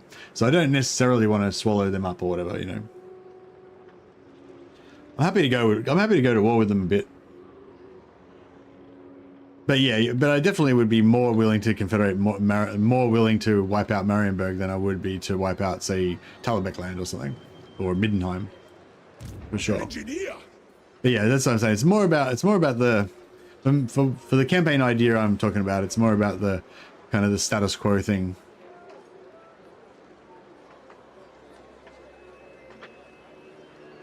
Oh, I don't know. Depends on the day, I guess. Yeah, on a different day, I might be on the same wavelength as you, for sure. And I probably have been in the past. I want that, but I don't know how much I want it. There'll be some grudging soon enough. To war. All right, I'm gonna put these guys down here. Shoulder axes, lads. We move. Move. Armed and ready. I'm not sure if they're gonna get it the first time. That's the only thing I'm worried about. Like there's no garrison there, so you'd think like surely they'll take it, you know, but who knows, they may. 32, 35. Yeah. Onward. Casting the runes. Rune Ricky. Oh, I should have just put him into this actually, shouldn't I? Would have been the way to go. The past is the past. Give them a good thrashing. Sure, these good folk are happy to donate. The High King acts. By By Grunny, it's me! All right. Well.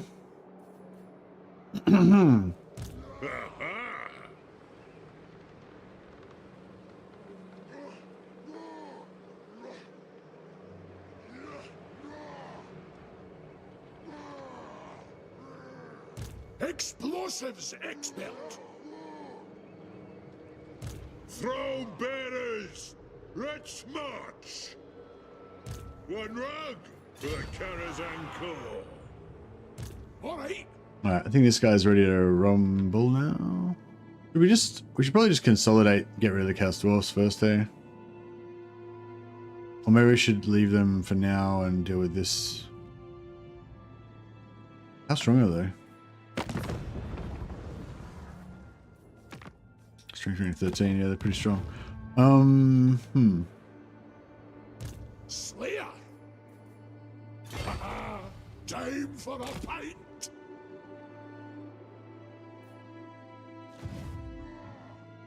Aye, what? Engineer! Let's make sure none of these guys have like plus public order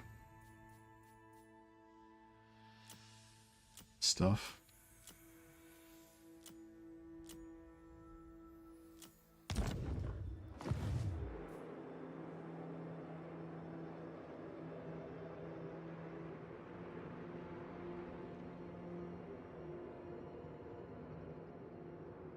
That should work.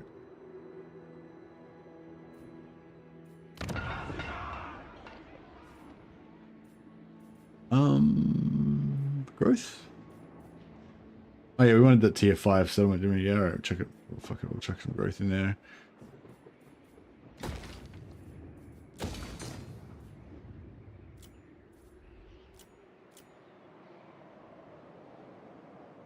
Yeah, we need that tier 4 Gumbad. We can't afford it. How much is it? 9,000, yeah.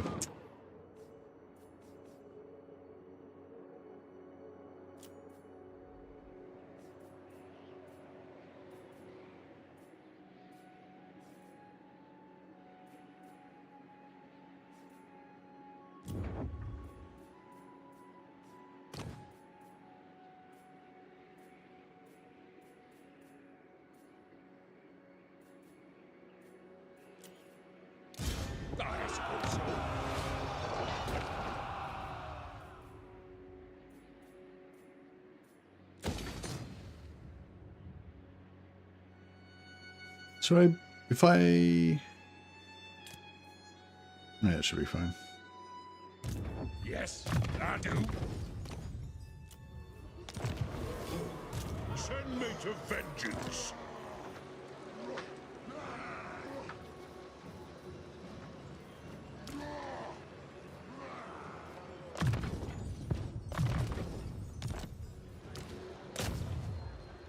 A rune of burning will do it. The Rune Bearer. The runes are ready. Good. Grimnir's axe thirsts.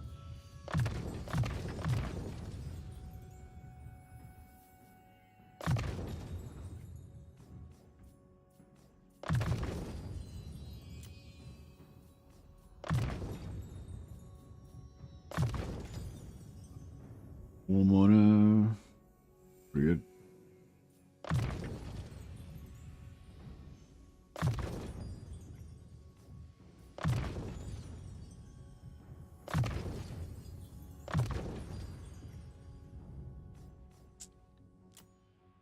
Tom Phillipson.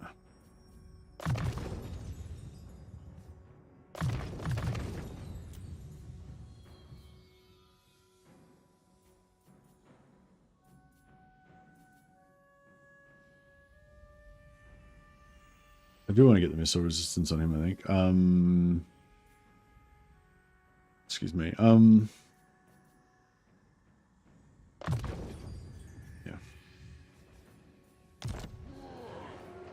Onward! Who? What? Ready? Oh, Lord not moved. Yeah, okay. I guess we'll put him up here. Bid Goods in belts. He can storm the Chaos Dwarfs. For the wisdom of the layer. One rag got then. Yeah. Hopefully they don't go after me instead of the settlement. It's always good when it's someone else exploding. It is time. Aye, it is time. For the wisdom of honor to your ancestors.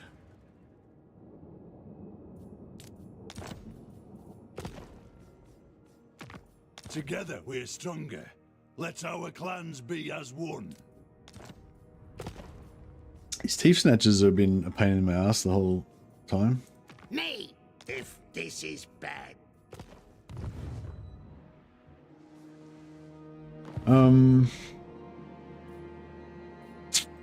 Slayer. The Damas Kron drives you on. Bane of demons. Something over there. What? Bring it down. No Rune Bearer. Shall be done.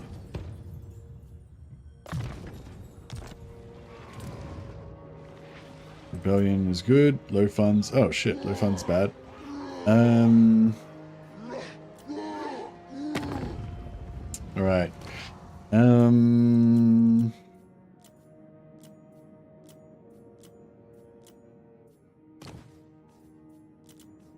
We could probably just tax. We could probably just do Let's hear wolf what you have to tax. say. We'll hear it before Oathgold. Nice.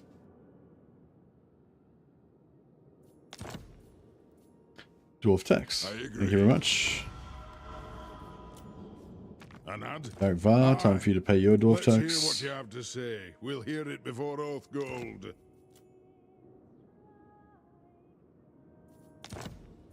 All right.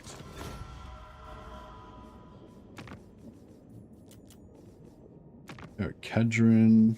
Greetings. You no doubt have a request. I'll hear it now.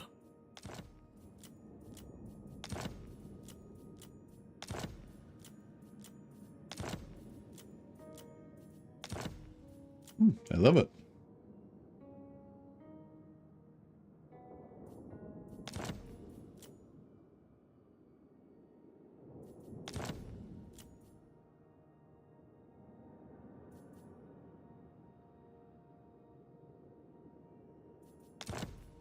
Agreed.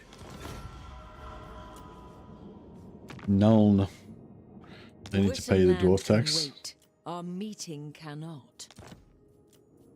These guys are rich. They're filthy rich. I love giving me gold.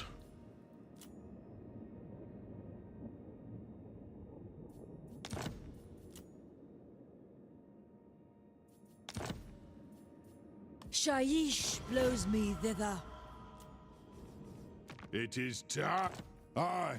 Let's hear what you have to say. We'll hear it before Oathgold. Very well. And not sure if Ironbeard's. Casting the runes is thirsty work. Let's drink and talk.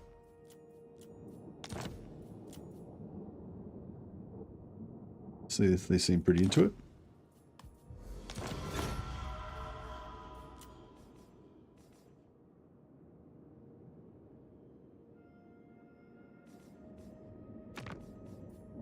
No, that'll do.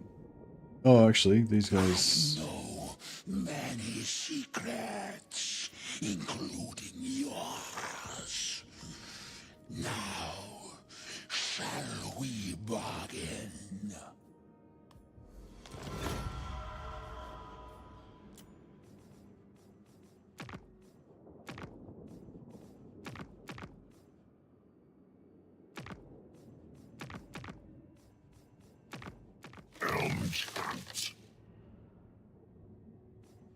Accidental cargo. With two abyss. Start making friends with the wood elves.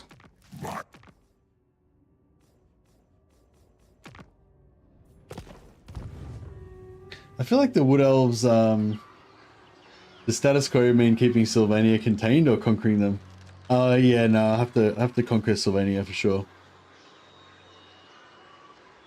But yeah, that's a good call actually, Jamie. Yeah, maybe I hadn't thought it through properly.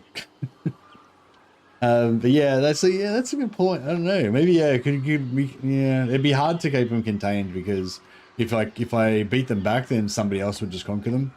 So I don't think it'd be possible to really keep them. You know, I could possibly peace out with Marienburg and have and arrange it so all my other elector counts also are friends with Marienburg, but I wouldn't really be able to. I don't know. I guess we could. I guess we could maybe.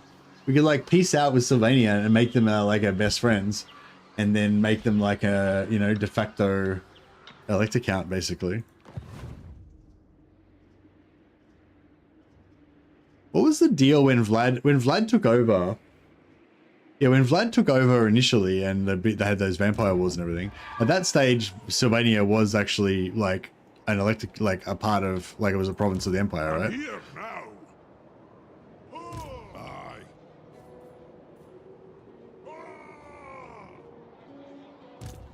Ricky.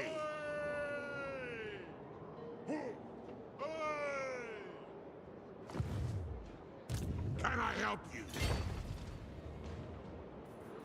Casting the runes. I reckon we can jump over here somewhere. I'll cast the runes. Aye, I suppose so. Getting out. Yeah, I was thinking maybe we could jump over here and cause some havoc in there, perhaps. I am the White Dwarf.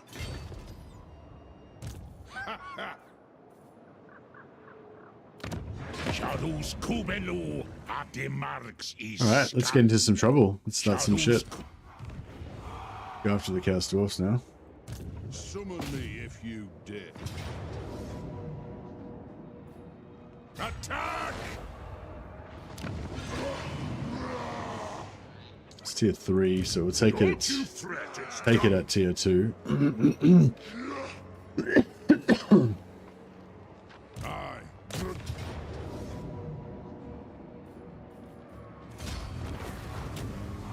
Easy.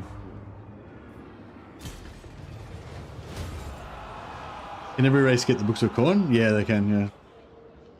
How can I help? Yeah, that'd be interesting. Yeah, good point, Jamie. I don't know. That'd be interesting actually trying to keep Sylvania as an elector count.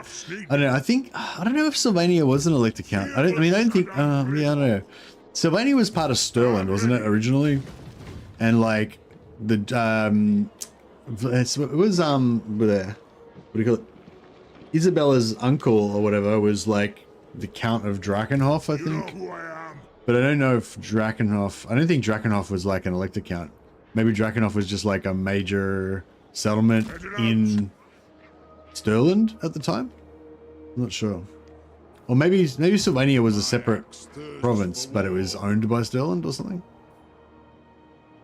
I know, I just remember that Vlad thinks of himself as the rightful elector count of Stirland, so I'm guessing he must have had some sort of claim to... must have had some sort of claim to it. Aye. Yes. Our enemies shall tremble. One back. You have my axe. Been having a blast with Malachi today. Your video helped me so much. The Mad.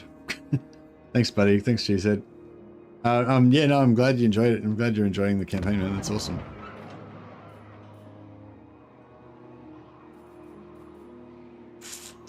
We could maybe almost afford it.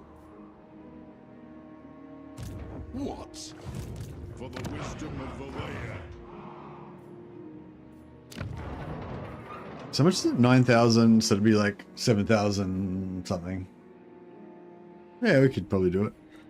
Alright. Let's, oh, have we got one more Grungy? No, we don't have any other Grungies. Oh, here we go. One more Grungy. Demon Slayer. If it speeds me doom, I'm for it.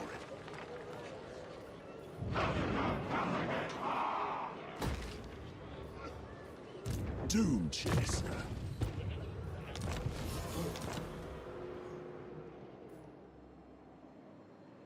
Mercy, we've got a weird situation. I destroyed Corn's books, but got volumes 1 and 2, but have the event on what?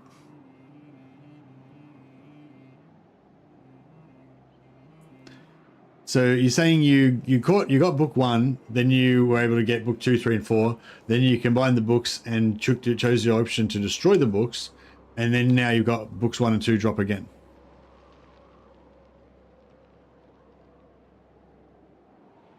No, I haven't seen that, but it makes sense because they're unique, so they can't drop if they exist. But so I guess as soon as you destroy them, then that makes them exist again. That makes them cease to exist, so then they can drop again. Yeah, that's a weird side effect of the way the system had worked. I hadn't thought about that, but yeah, makes sense, I guess. I don't think they probably didn't intend that to be how it works, but they probably just didn't think about the fact that that's how it would work.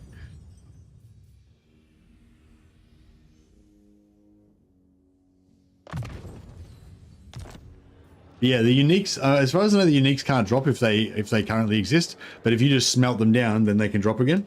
So you can just keep like getting them and smelting them again. It'd be cool if you could get the make the books again, and then get the ability to like get the faction wide abilities to stack. Oh yeah, actually, oh no, that doesn't work. Yeah, you wouldn't be able to get them to stack, I wouldn't think, but it'd be funny if you could.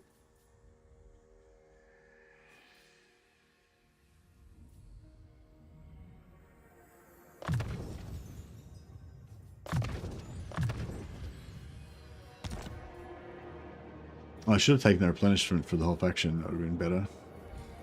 Anyway. Come on. Okay, so the rebels have spawned. No one's in range to kill them. That's Strigoth Ironhand. It looks like he just moved into range of me to get killed. Like a noob. Come on, Hellhind. Retake your holds. I'll kill Imric and give you his settlement.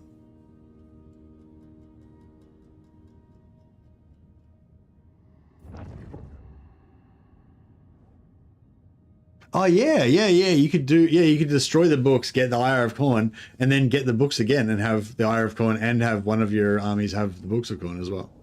Does the Ire of Khorne give you like minus Khorne corruption? So could you like use it to counteract the negative effects of the book?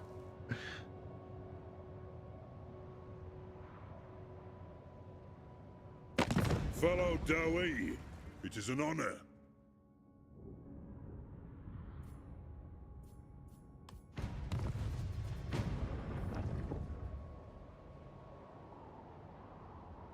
Oh yeah, I forgot about that. I need to sort this out. Yeah, we need to... Oh, god damn it. I knew that would happen.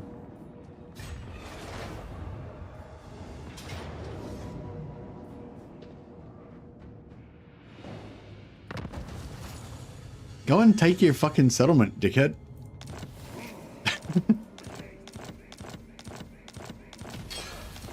I wonder if it's like... because this settlement wasn't... because it was busted and had no garrison, so he can't, like... maybe the AI can't, like, figure out how to take it because it's got no garrison or something. I'm pretty sure I have had him before. I have had that happen before. If all elves can unite under one banner in the end times, do you see a scenario the same happens to the dwarfs? What? Hey, Arya, what are you talking about?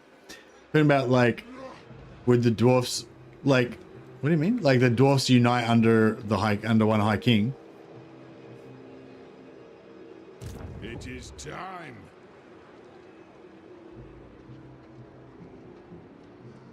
Could do with a drink. Oh, that's right. I didn't forget. I was bringing this guy over, but he's going to be too slow. Oh, like the Chaos Dwarfs and the Dwarfs unite? No. They're not fucking elves. I don't believe in that anyway, Arya. Like, so your basic premise was, if it makes sense for the elves and the dark elves to unite in the end times to fight against evil, and for fucking Malekith to be the true Phoenix King and all that shit, then that's like evidence that the dwarves should be able to do it. Like, I don't believe that Malekith and the High Elves should have ever become friends in the first place. But I haven't read the books myself, but I've just heard about it, and it just sounds like total bullshit. And yeah, I fucking hate that shit. So I reject your premise. Malekith and the High Elves never became friends in the first place. That's just made up. You're just making up nonsense. That never happened. Heresy, exactly. Now I exist perpetually in the pre-end times version of Warhammer. So there's no end times and there's no Age of Sigmar in my universe. Which is exactly what we're playing right here. So this is pre-end times Warhammer Fantasy Battles. It's not Old World, which is a different setting, and it's not Age of Sigmar, and it's not end times. It's pre-end times. But I'm not sure what will happen if they do an end times DLC, which it seems like they are going to do. Anad, time for a reckoning. You can't argue with that. That's it. I have rejected the premise. All right. Where's Ostrogoth? Here we go. Ostrogoth is there. Do you reckon we'll be able to get him? How can I help? You know who I am. I'll see it done. Oh, he's there. There's no bother. I'll do it. No, that works for me.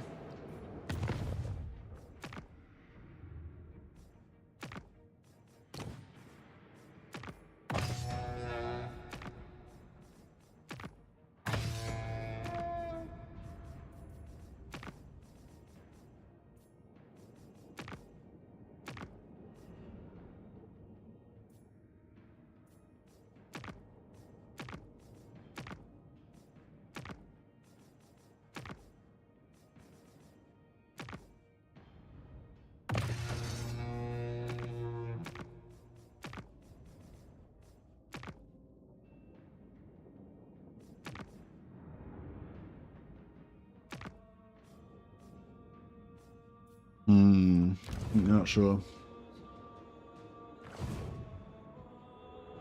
Atlas! Who calls me? My axe thirsts for war. Our enemies shall trip. What's Ostrogoth's? Ostrogoth's got a trait that's no good for me, isn't? Oh, it doesn't matter. I'm not going to switch him out anyway. So whatever trait he's got, we're going to get. It's fine. To battle!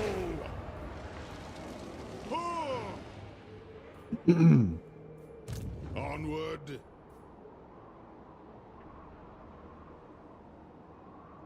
I'm done ready. It's as good as done.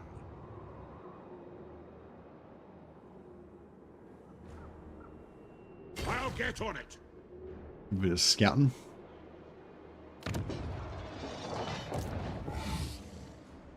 The Slayer in me seeks death.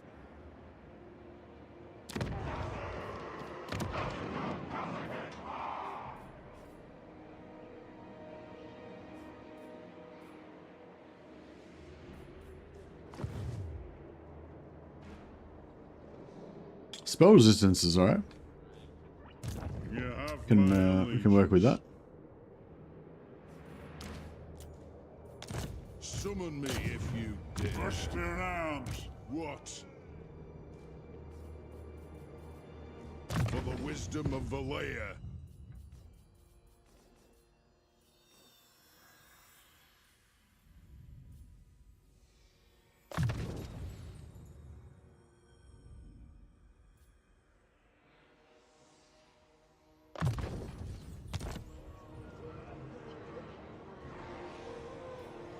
Let us begin.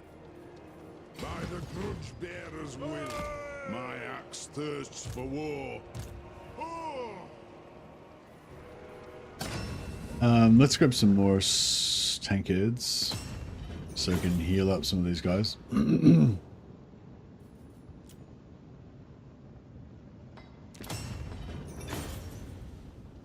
we need some more runes as well.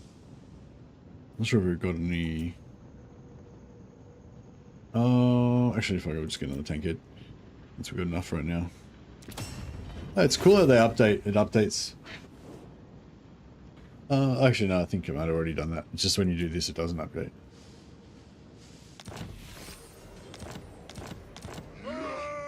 Attack!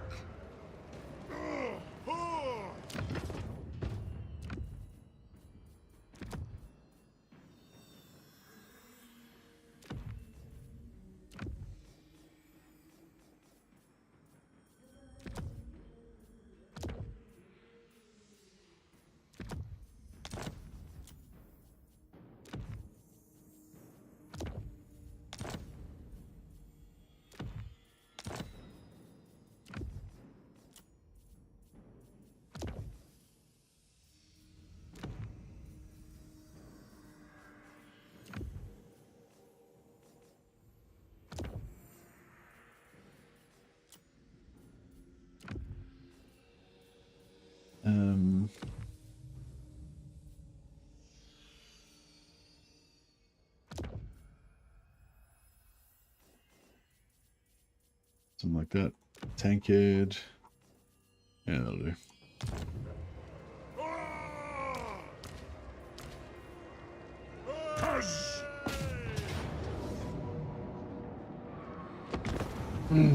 Oh, I didn't see what level the settlement was. Yeah, that's right. We'll just occupy it anyway.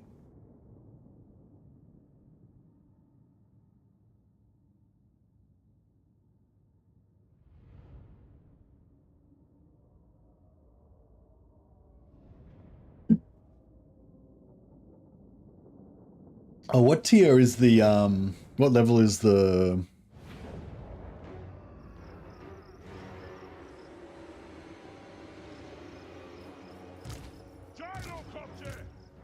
as an avid Khorne player, the only group I hate fighting more than dwarfs are the Cathay with all the flying units.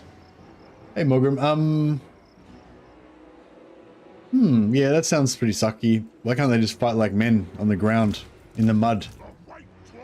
You can get Furies and Greater Demons of Khorne. But yeah, I know what you mean. Yeah, can you kind of like use Furies to like lure them, like use your Furies to just kill the balloons because they're just piss weak anyway. And use your Furies to like lure the cavalry into your halberds and then just land. You land your Furies to pull their flying cavalry into your halberds. Or their crows or whatever.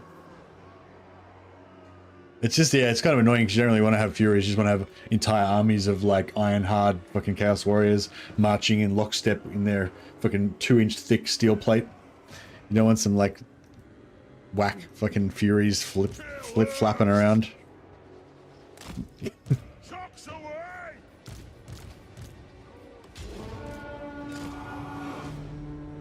I feel you. That's what I signed up for, yeah, that's right. Ah, well. You just have to like, you know, just look up at the sky and shake your axes at the sky in rage. That's pretty Khorne.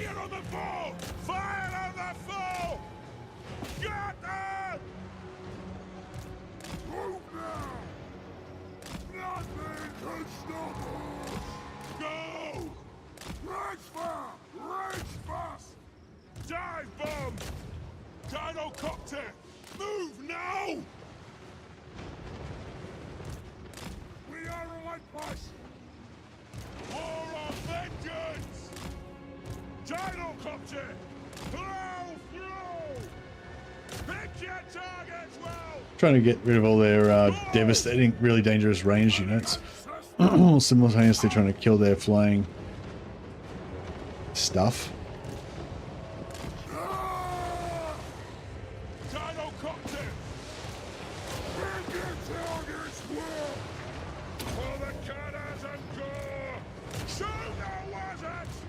Yeah, this is the problem with flying melee when you're using all gyros.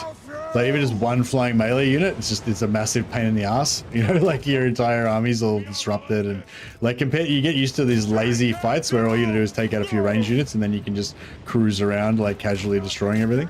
Whereas yeah, as soon as they have like one fucking flying melee unit, like all of a sudden it's a mad scramble trying to get all your gyros away from it so it doesn't die and shit. Like, you can still kind of handle it as long as there's not more than like 3 or 4 of them. Then it starts being really pretty hectic.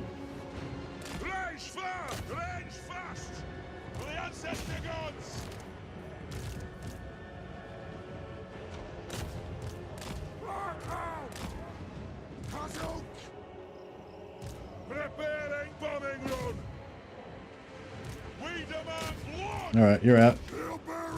You're having a rest.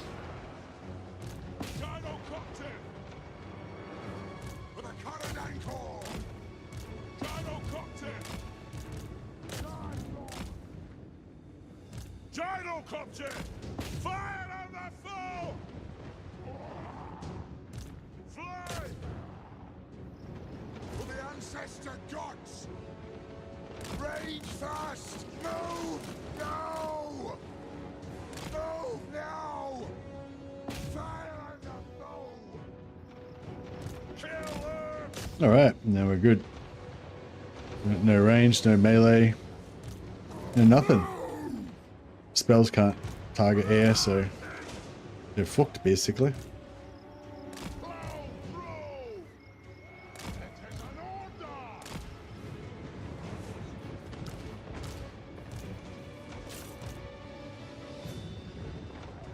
We don't care about captives on this run because it's a settlement battle, so just, yeah, just kill everything basically.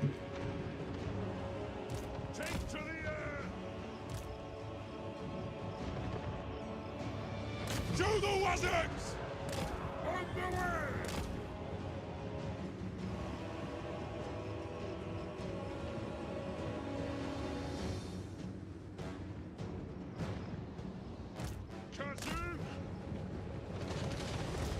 Yeah, when we eventually start fighting, well, we're already fighting Khorne, but yeah, if Khorne gets a flying army, then we'll be in trouble. I don't know if they're much of a priority to.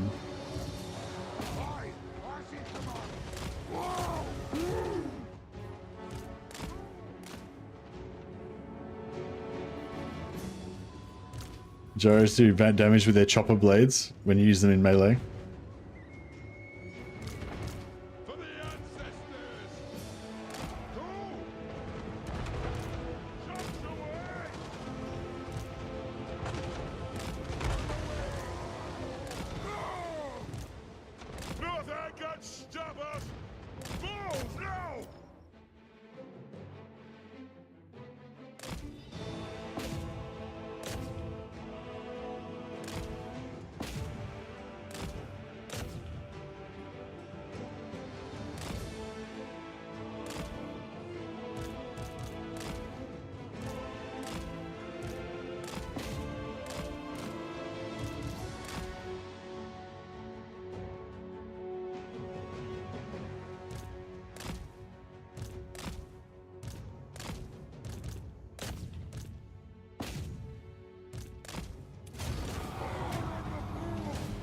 Alright.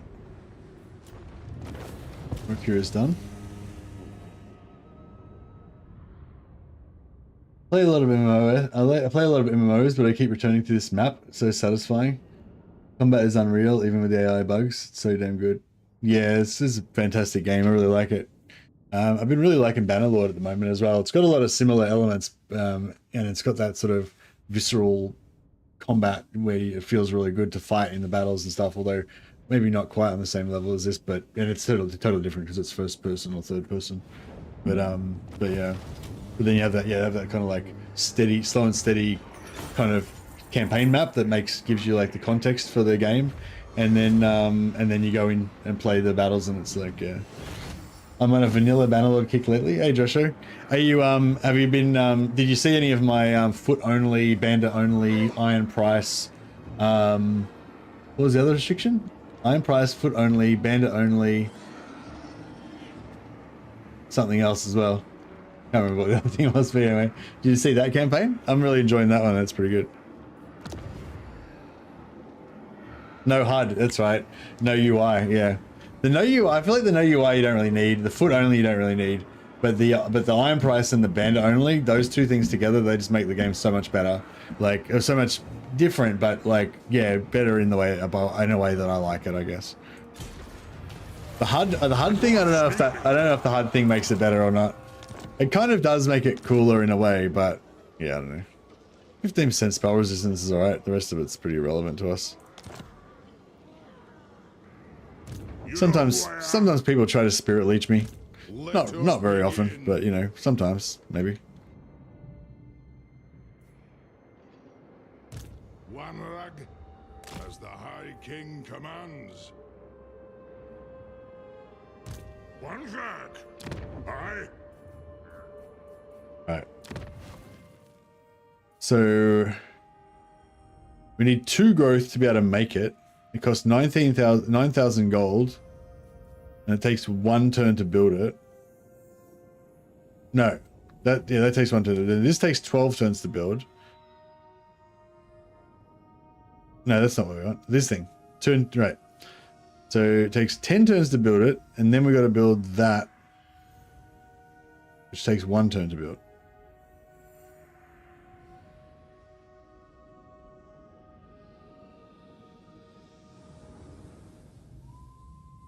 We probably need more gyro bombers for this quest, for this battle. We'll be able to just use gyrocopters for it, won't we? Excuse me. Yeah, vanilla's awesome, man. I love vanilla. I really like Old Realms as well, but I really like vanilla. How you can like, I don't know, just I love like getting married and explaining your family, and like I like the tactical combat aspect of vanilla. Whereas I feel like in Old Realms it doesn't feel as tactical. It feels a bit like more bullshit, and like, yeah, I feel like, yeah, I don't know. I feel like Old Realms is really good for like role play, and like basically if you want to fight like a bunch of heroes against like a horde of faceless kind of enemies and whatever, like you don't really care about the tactical aspect. It's more about like your characters, kind of like an MMO or something. Whereas vanilla is a bit more. Still got that RPG element, but it's a bit more tactical and stuff. So if I build this, it takes 10 turns. Will the undead will keep attacking me every turn for 10 turns while I'm building that? Is that how it works? Whereas, and then once I build this, then it stops, right?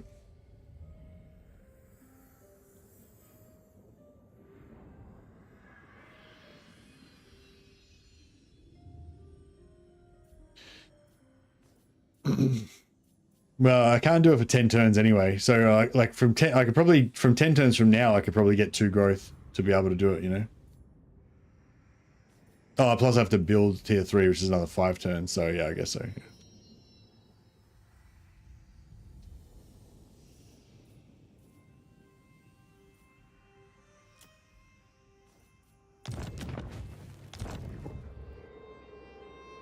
Yeah. Aye, am Iron Fist.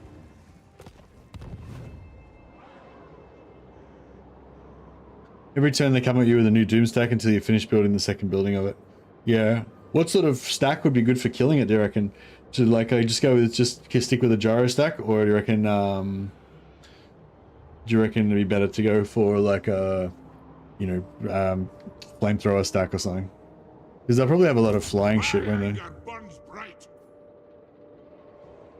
I know we need to do we need to either do that, or we need to conquer this here to get this minor combat, to get this minor short campaign victory.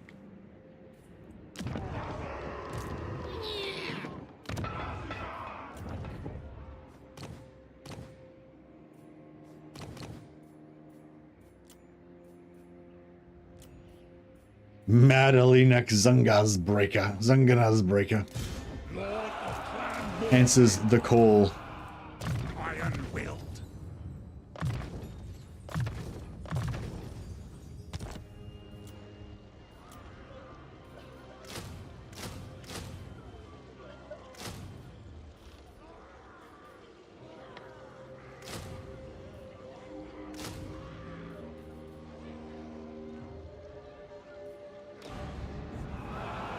My anger burns bright. I feel like that would be able to beat this, almost, with at least with the garrison. Hey, Felix. Demon Slayer. If you say so, beardling. Alright, we're fucking broke as fuck.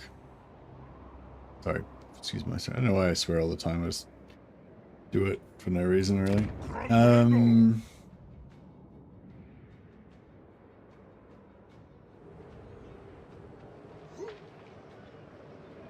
For the wisdom of Valea, summon me if you dare. It is time. Aye, it is time. Retake the realms. Ready? You summon me. The rune's duty is never done.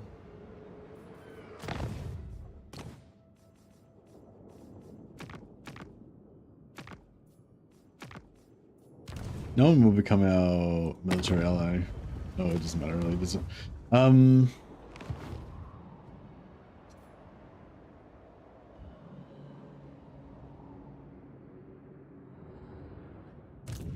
have the forge fires. A rune of burning will do it. No, we're no rune bearer this turn. Throne bearers, let's march.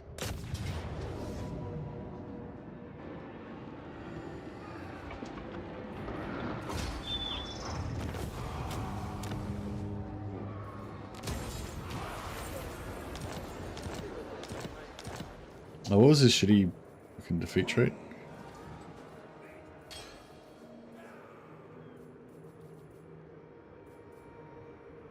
The High King acts. Oh, no, that's pretty good. It's not bad. Remember when Chaos Dwarfs first dropped, I was able to vassalize them and had 2 barges in Scarbrand's army? It was just silly. 2 barges? You mean... Oh, you mean the normal dwarfs? The thunder barges? Good. Grimnir's axe thirsts. Malachi McKayson. I'll figure it out. Time for a wander. Looks like they're just asking for it, these dwarfs over here. Ah, sand gets everywhere.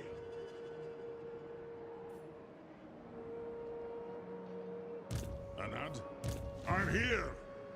I shall kill you. Then.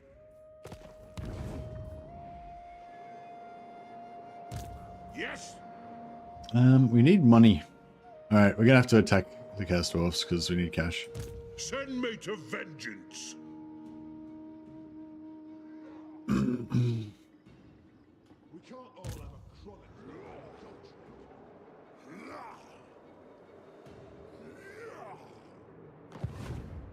onward for the Karazhan Corps. Aye, grudges will be settled. What? By the grudge bearer's will.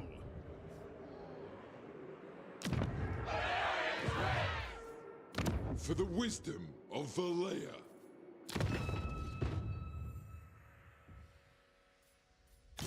Alright. Do we need... Innovator! Yeah. Kind of, but... Maybe we can just get away with it. What, how much... What? The past is the past. Alright. Not a stupid question, but yeah, no, I do like a bit of deficit. That is true. Okay, I thought I was gonna have to fight it because I thought the Dreadquake and stuff would make it auto resolve, but I might just take the auto resolve so I don't have to deal with the Dreadquake because it's like, yeah, I don't know. Normally what I do with the Dreadquake is like, actually I don't know if the Dreadquake would even fire because we haven't got any foot units. If you just put heroes, the Dreadquake, they won't target you. You have to have infantry. And yeah, when you put the infantry in, they'll just target that. So you can kind of have all your infantry just constantly moving back and forth until the Dreadquake drops. But yeah, these cannons to me. Ooh, that was brutal. I think our needs some greater, don't you?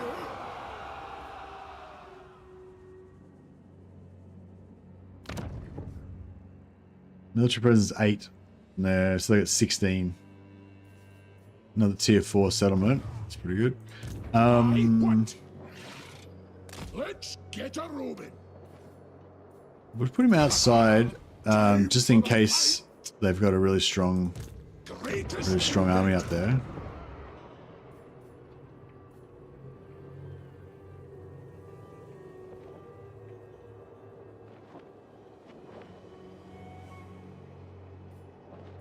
Do like battle money. This is true.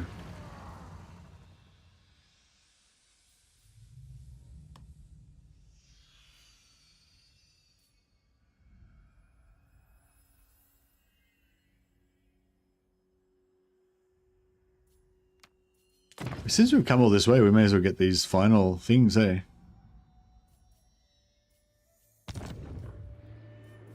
It shall be done. An accord bound by runic law. Rune, Ricky. What do you want?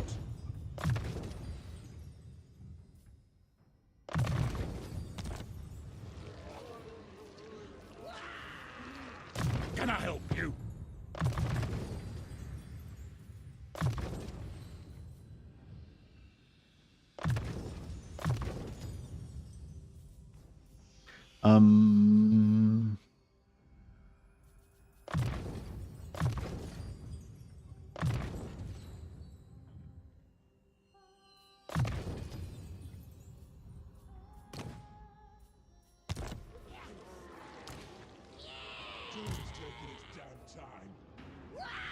I think we'll be alright, but I might just gear this guy up in case we need to,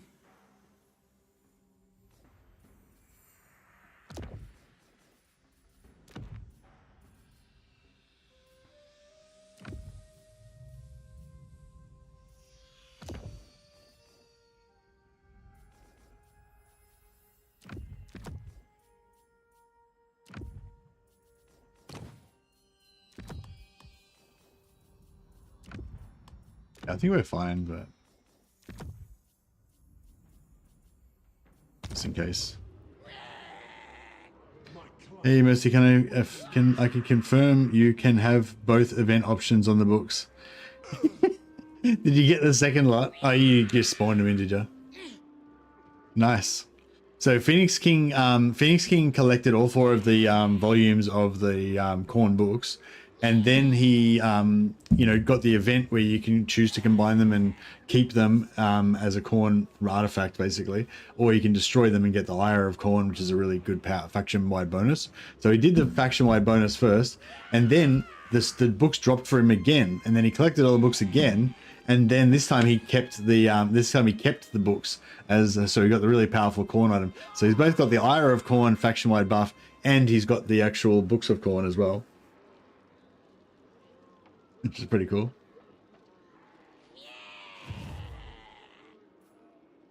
I Tankard and Death Singer. Oh, I just don't have any other good enchanted items. Armed and ready. Also, it gives them faster regen. The Tankard gives 0.1 and Death Singer gives them 0.1. Like, they're only just basic regeneration. It's not like super fast regen or anything. So yeah, whatever. But yeah, just the Tankard gives them vigor loss reduction. I mean, psychology as well. So it's still like a decent item even without it. I could give him a toughness potion, plus 10 armor, or give him that. So yeah, just don't know. Just don't really have any other good options, you know.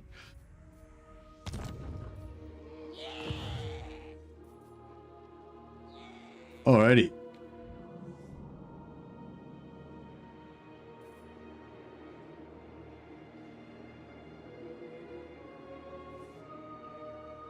I'm just gonna go to the bathroom. One sec.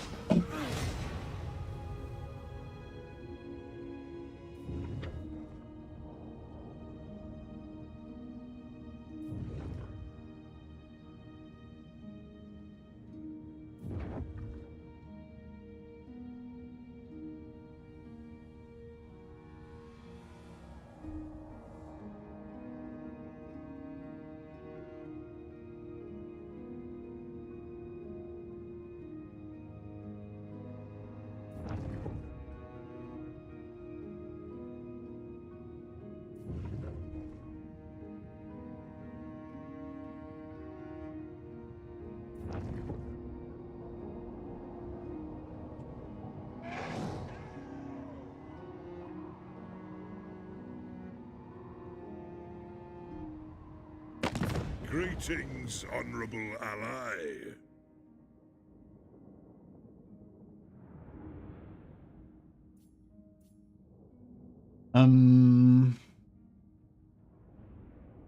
Oh, Zuppa went to war with vampires.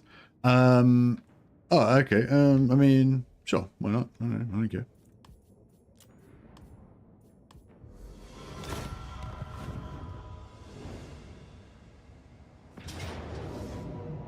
Huzzah!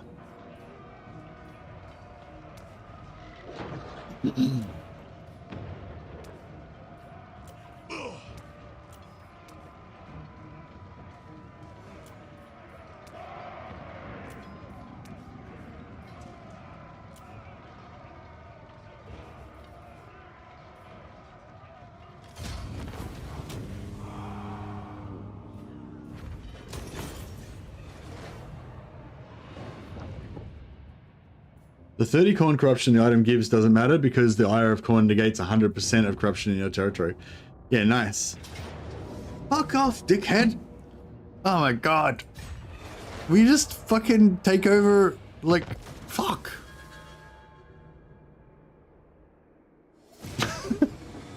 I'm trying to bring Clan Helheim back to life, but they just won't come back to life. They just refuse. They're like, no, we're just gonna chase your units around the fucking map.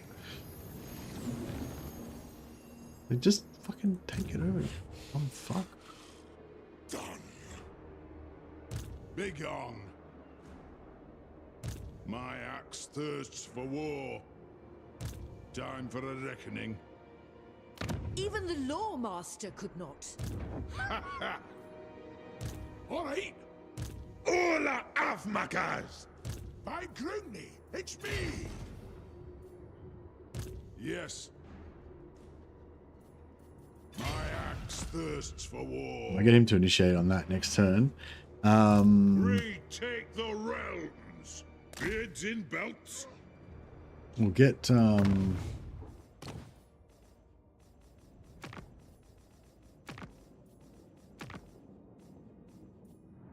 where's Druz?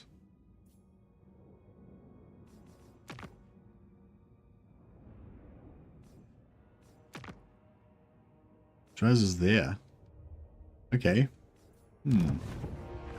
Intriguing. These fucks are gonna take him out, aren't they? For the wisdom of the layer. Bring them!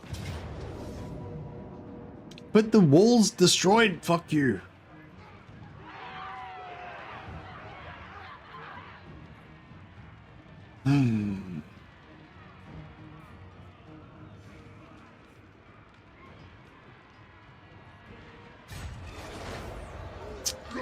Okay. That's alright. It's alright. Let's see what the rune of fire will do. Let us.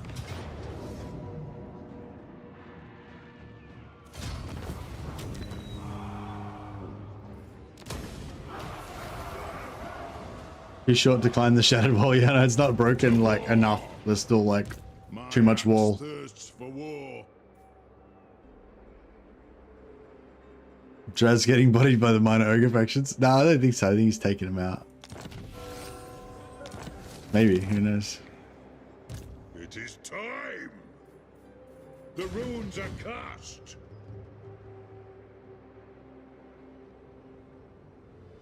Move the throng. March.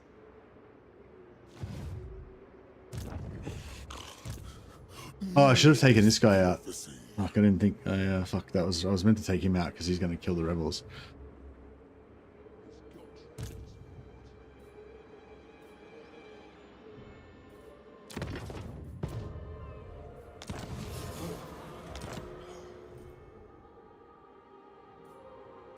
Engineer.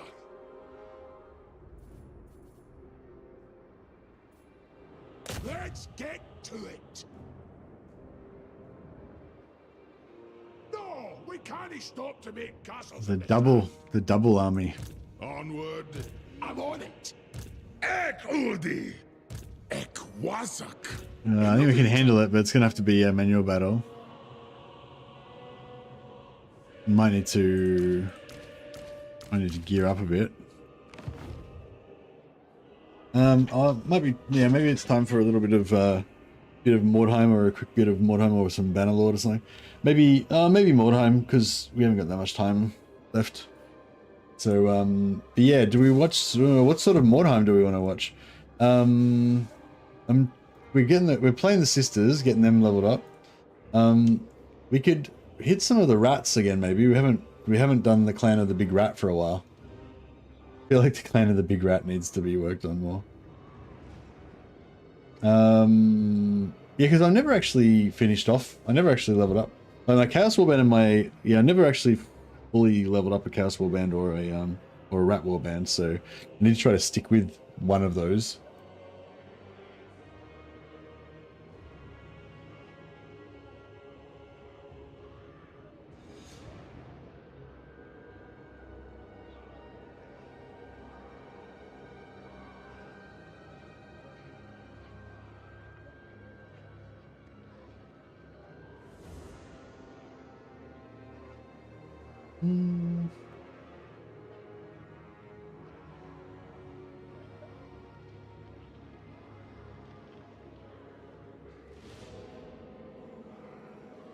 Give me a second. I'm just gonna have a look at the old one.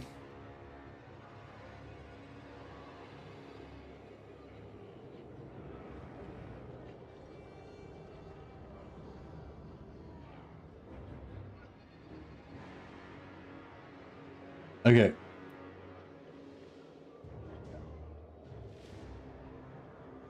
This will be episode Clan Cult of the Big Rat Skavens, episode 7.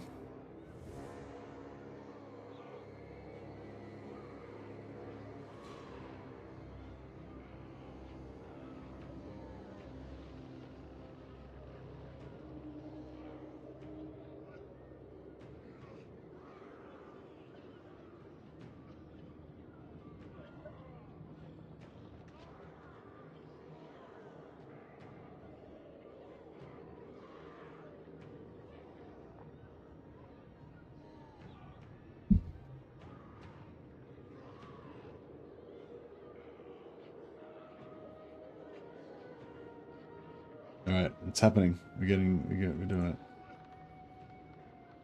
Sorry, I'm just starting up a new stream. And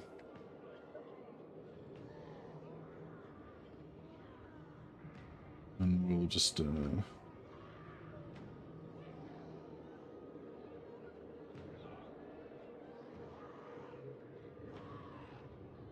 that set up. Yeah, it should hopefully just redirect you from the stream over to the new one, but yeah, just in case it doesn't, I'll put up a link.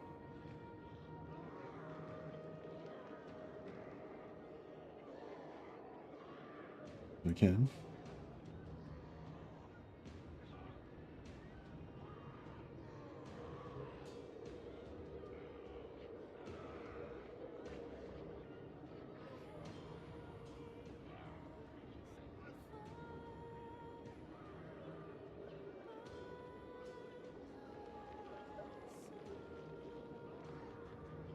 All right, there you go.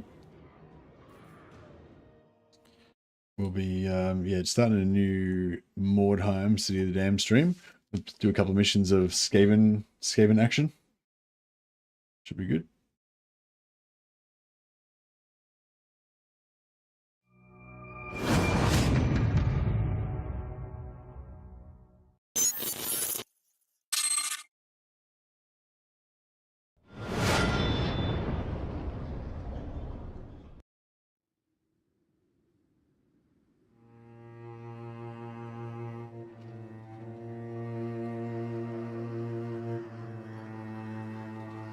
Love that music. Not since the horrors of the Black Plague has our land seen such despair. Almost 2 millennia after Sigmar founded the Empire, the realm is fractured and broken. 3 rival factions claim the Imperial crown: Marienburg, Middenheim, and Reichland. Lure of power brings the armies of men against one another in a seemingly endless tide